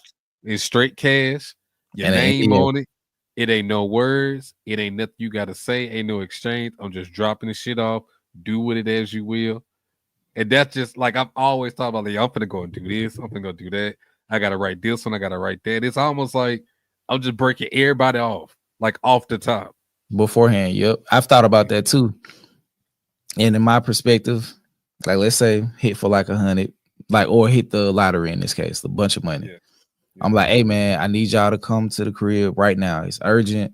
I need y'all here at 1:30 today. Yeah. So everybody pull up. It shit look like signing day. It's like a sheet of paper for everybody just on the table. It's these two dudes in suits. Like, who the fuck is that? This is my accountant, and this is my attorney. I need you to read the paper that's sitting before you. Okay, so such and such. But get somebody. But no, keep reading. By accepting this donation from such and such, I am agreeing that this is the final amount that I can ask for. Oh no, I ain't going all. I ain't doing all that. But I'm giving you enough to where you shouldn't have to come back. Okay. So let's say if I hit for 500, like my family ain't that big, so like I can like really break like family units off for like 10 million a piece. So it's like if you fuck off 10 million, that's it. Don't call my phone. I can't do that for you. Like you couldn't just fuck off the 9 and invest the 1. You had to fuck off all 10. Yeah. Don't call me back, gang. Like yeah, I've changed. Don't call me back, gang. I've changed. Like in my scenario, I just want that shit to be vague as fuck. Like I'm calling you, like, hey, I need to see you. I'm pulling up on you. I don't got nothing to say. I ain't saying the words. I'm just giving you this shit, and I'm just driving off. I want that shit to be vague as fuck. And they open that shit, be like, what the? And you try to call me. You're like, hey, what you doing? I say, click. I don't even want to hear it. Just take it and go. Just take it and go. Yeah, like I don't even want to hear shit, bro. I want that shit to be vague as possible. A shout out to D2B2. In a perfect world, I'd be rich while I'm alive and famous after I'm dead. Bars. Okay. Yeah. That means you live the life with purpose. I feel that. In Hoodoo Head Rap, she said her perfect house would be getting a AC unit in the house, in the dog house. Because she tired of them laying on her vents. Okay. In the summer house. Got a summer house for the dog. Okay. Shit, you closer to me. Yeah, I hate big houses, man. Like, who gonna hit them cobwebs if the ceiling is 40 feet? I don't want to live in a fucking auditorium. Like, my house would probably be a little bit bigger than this one. Much nicer finishes and flooring and all of that shit. So so with me, I'll say this: my tell-all would be details. Yeah, that's it. They're like, damn, Skip, how many Nike jumpsuits you got, bro? Like a fair amount. Like the actual house itself, I feel so won't be that really super big, but I need the land for the property because I'm having other shit outside of the house. Mm-hmm. Gotta have a garden if you stand out there. Yeah, that's what I'm saying. So it's like, I would want to have a source to running water, livestock. Like all of that shit. Yeah, man. I'm gonna have it all, bro. Like my estate is gonna be fire, bro. Everything you need gonna be there. Yep, I agree, Gen X. I'm gonna be generous, but only once. Everyone has to take financial. I swear to God, like when me and my wife talk about this, that's number one. That's a part of signing the document. You got to take the classes and pass before I even give you the money. Because it's like, okay, it's like I'm not giving you fish. The whole process of this is teaching you how to fish. Because if I give, it's because it's my wife and our kids, my sister, her kids, my mama, a lot of my aunties and uncles, they with the ancestors, so that cut off a huge part of that unit. But we got a lot of cousins that's like left over from those individuals passing. So you got your brother. If everybody, yeah, my brother and his wife. So if everybody, half siblings don't count. I don't care what nobody say. Well, not in my family. But Anybody could be watching this stream. I gotta chill. I can't shit. I can't say that's why I said skip. Stop. Anybody could be watching this stream, bro. That lady walked up on me at work, bro. That shit was crazy. That shit was crazy. Yeah, and I got some close friends that I break bread with, like DJ, my boy Ozu. I throw Antoine some bread. Yeah. Throw Joe some bread. Joe Rome got a kid on the way. But yeah, it wouldn't like, but that amount wouldn't be the family amount. Absolutely. Yeah, no. Yeah, but the thing about it would be if everybody gets communal about the money, just think about how much that could turn into. So I want to give you the ability to be able to generate income, not just spend what I give you. I want to produce producers and not more rabid consumers. You feel what I'm saying? So, okay, hold on. So yeah, I would want to create producers and not consumers. So that would be the ultimate goal, to help empower people, to empower the rest of our lineage. You know what I'm saying? And if we not blood related, to help you empower your lineage. So, you know what I'm saying? I walk down and they like, hey, cuz he go $4 million.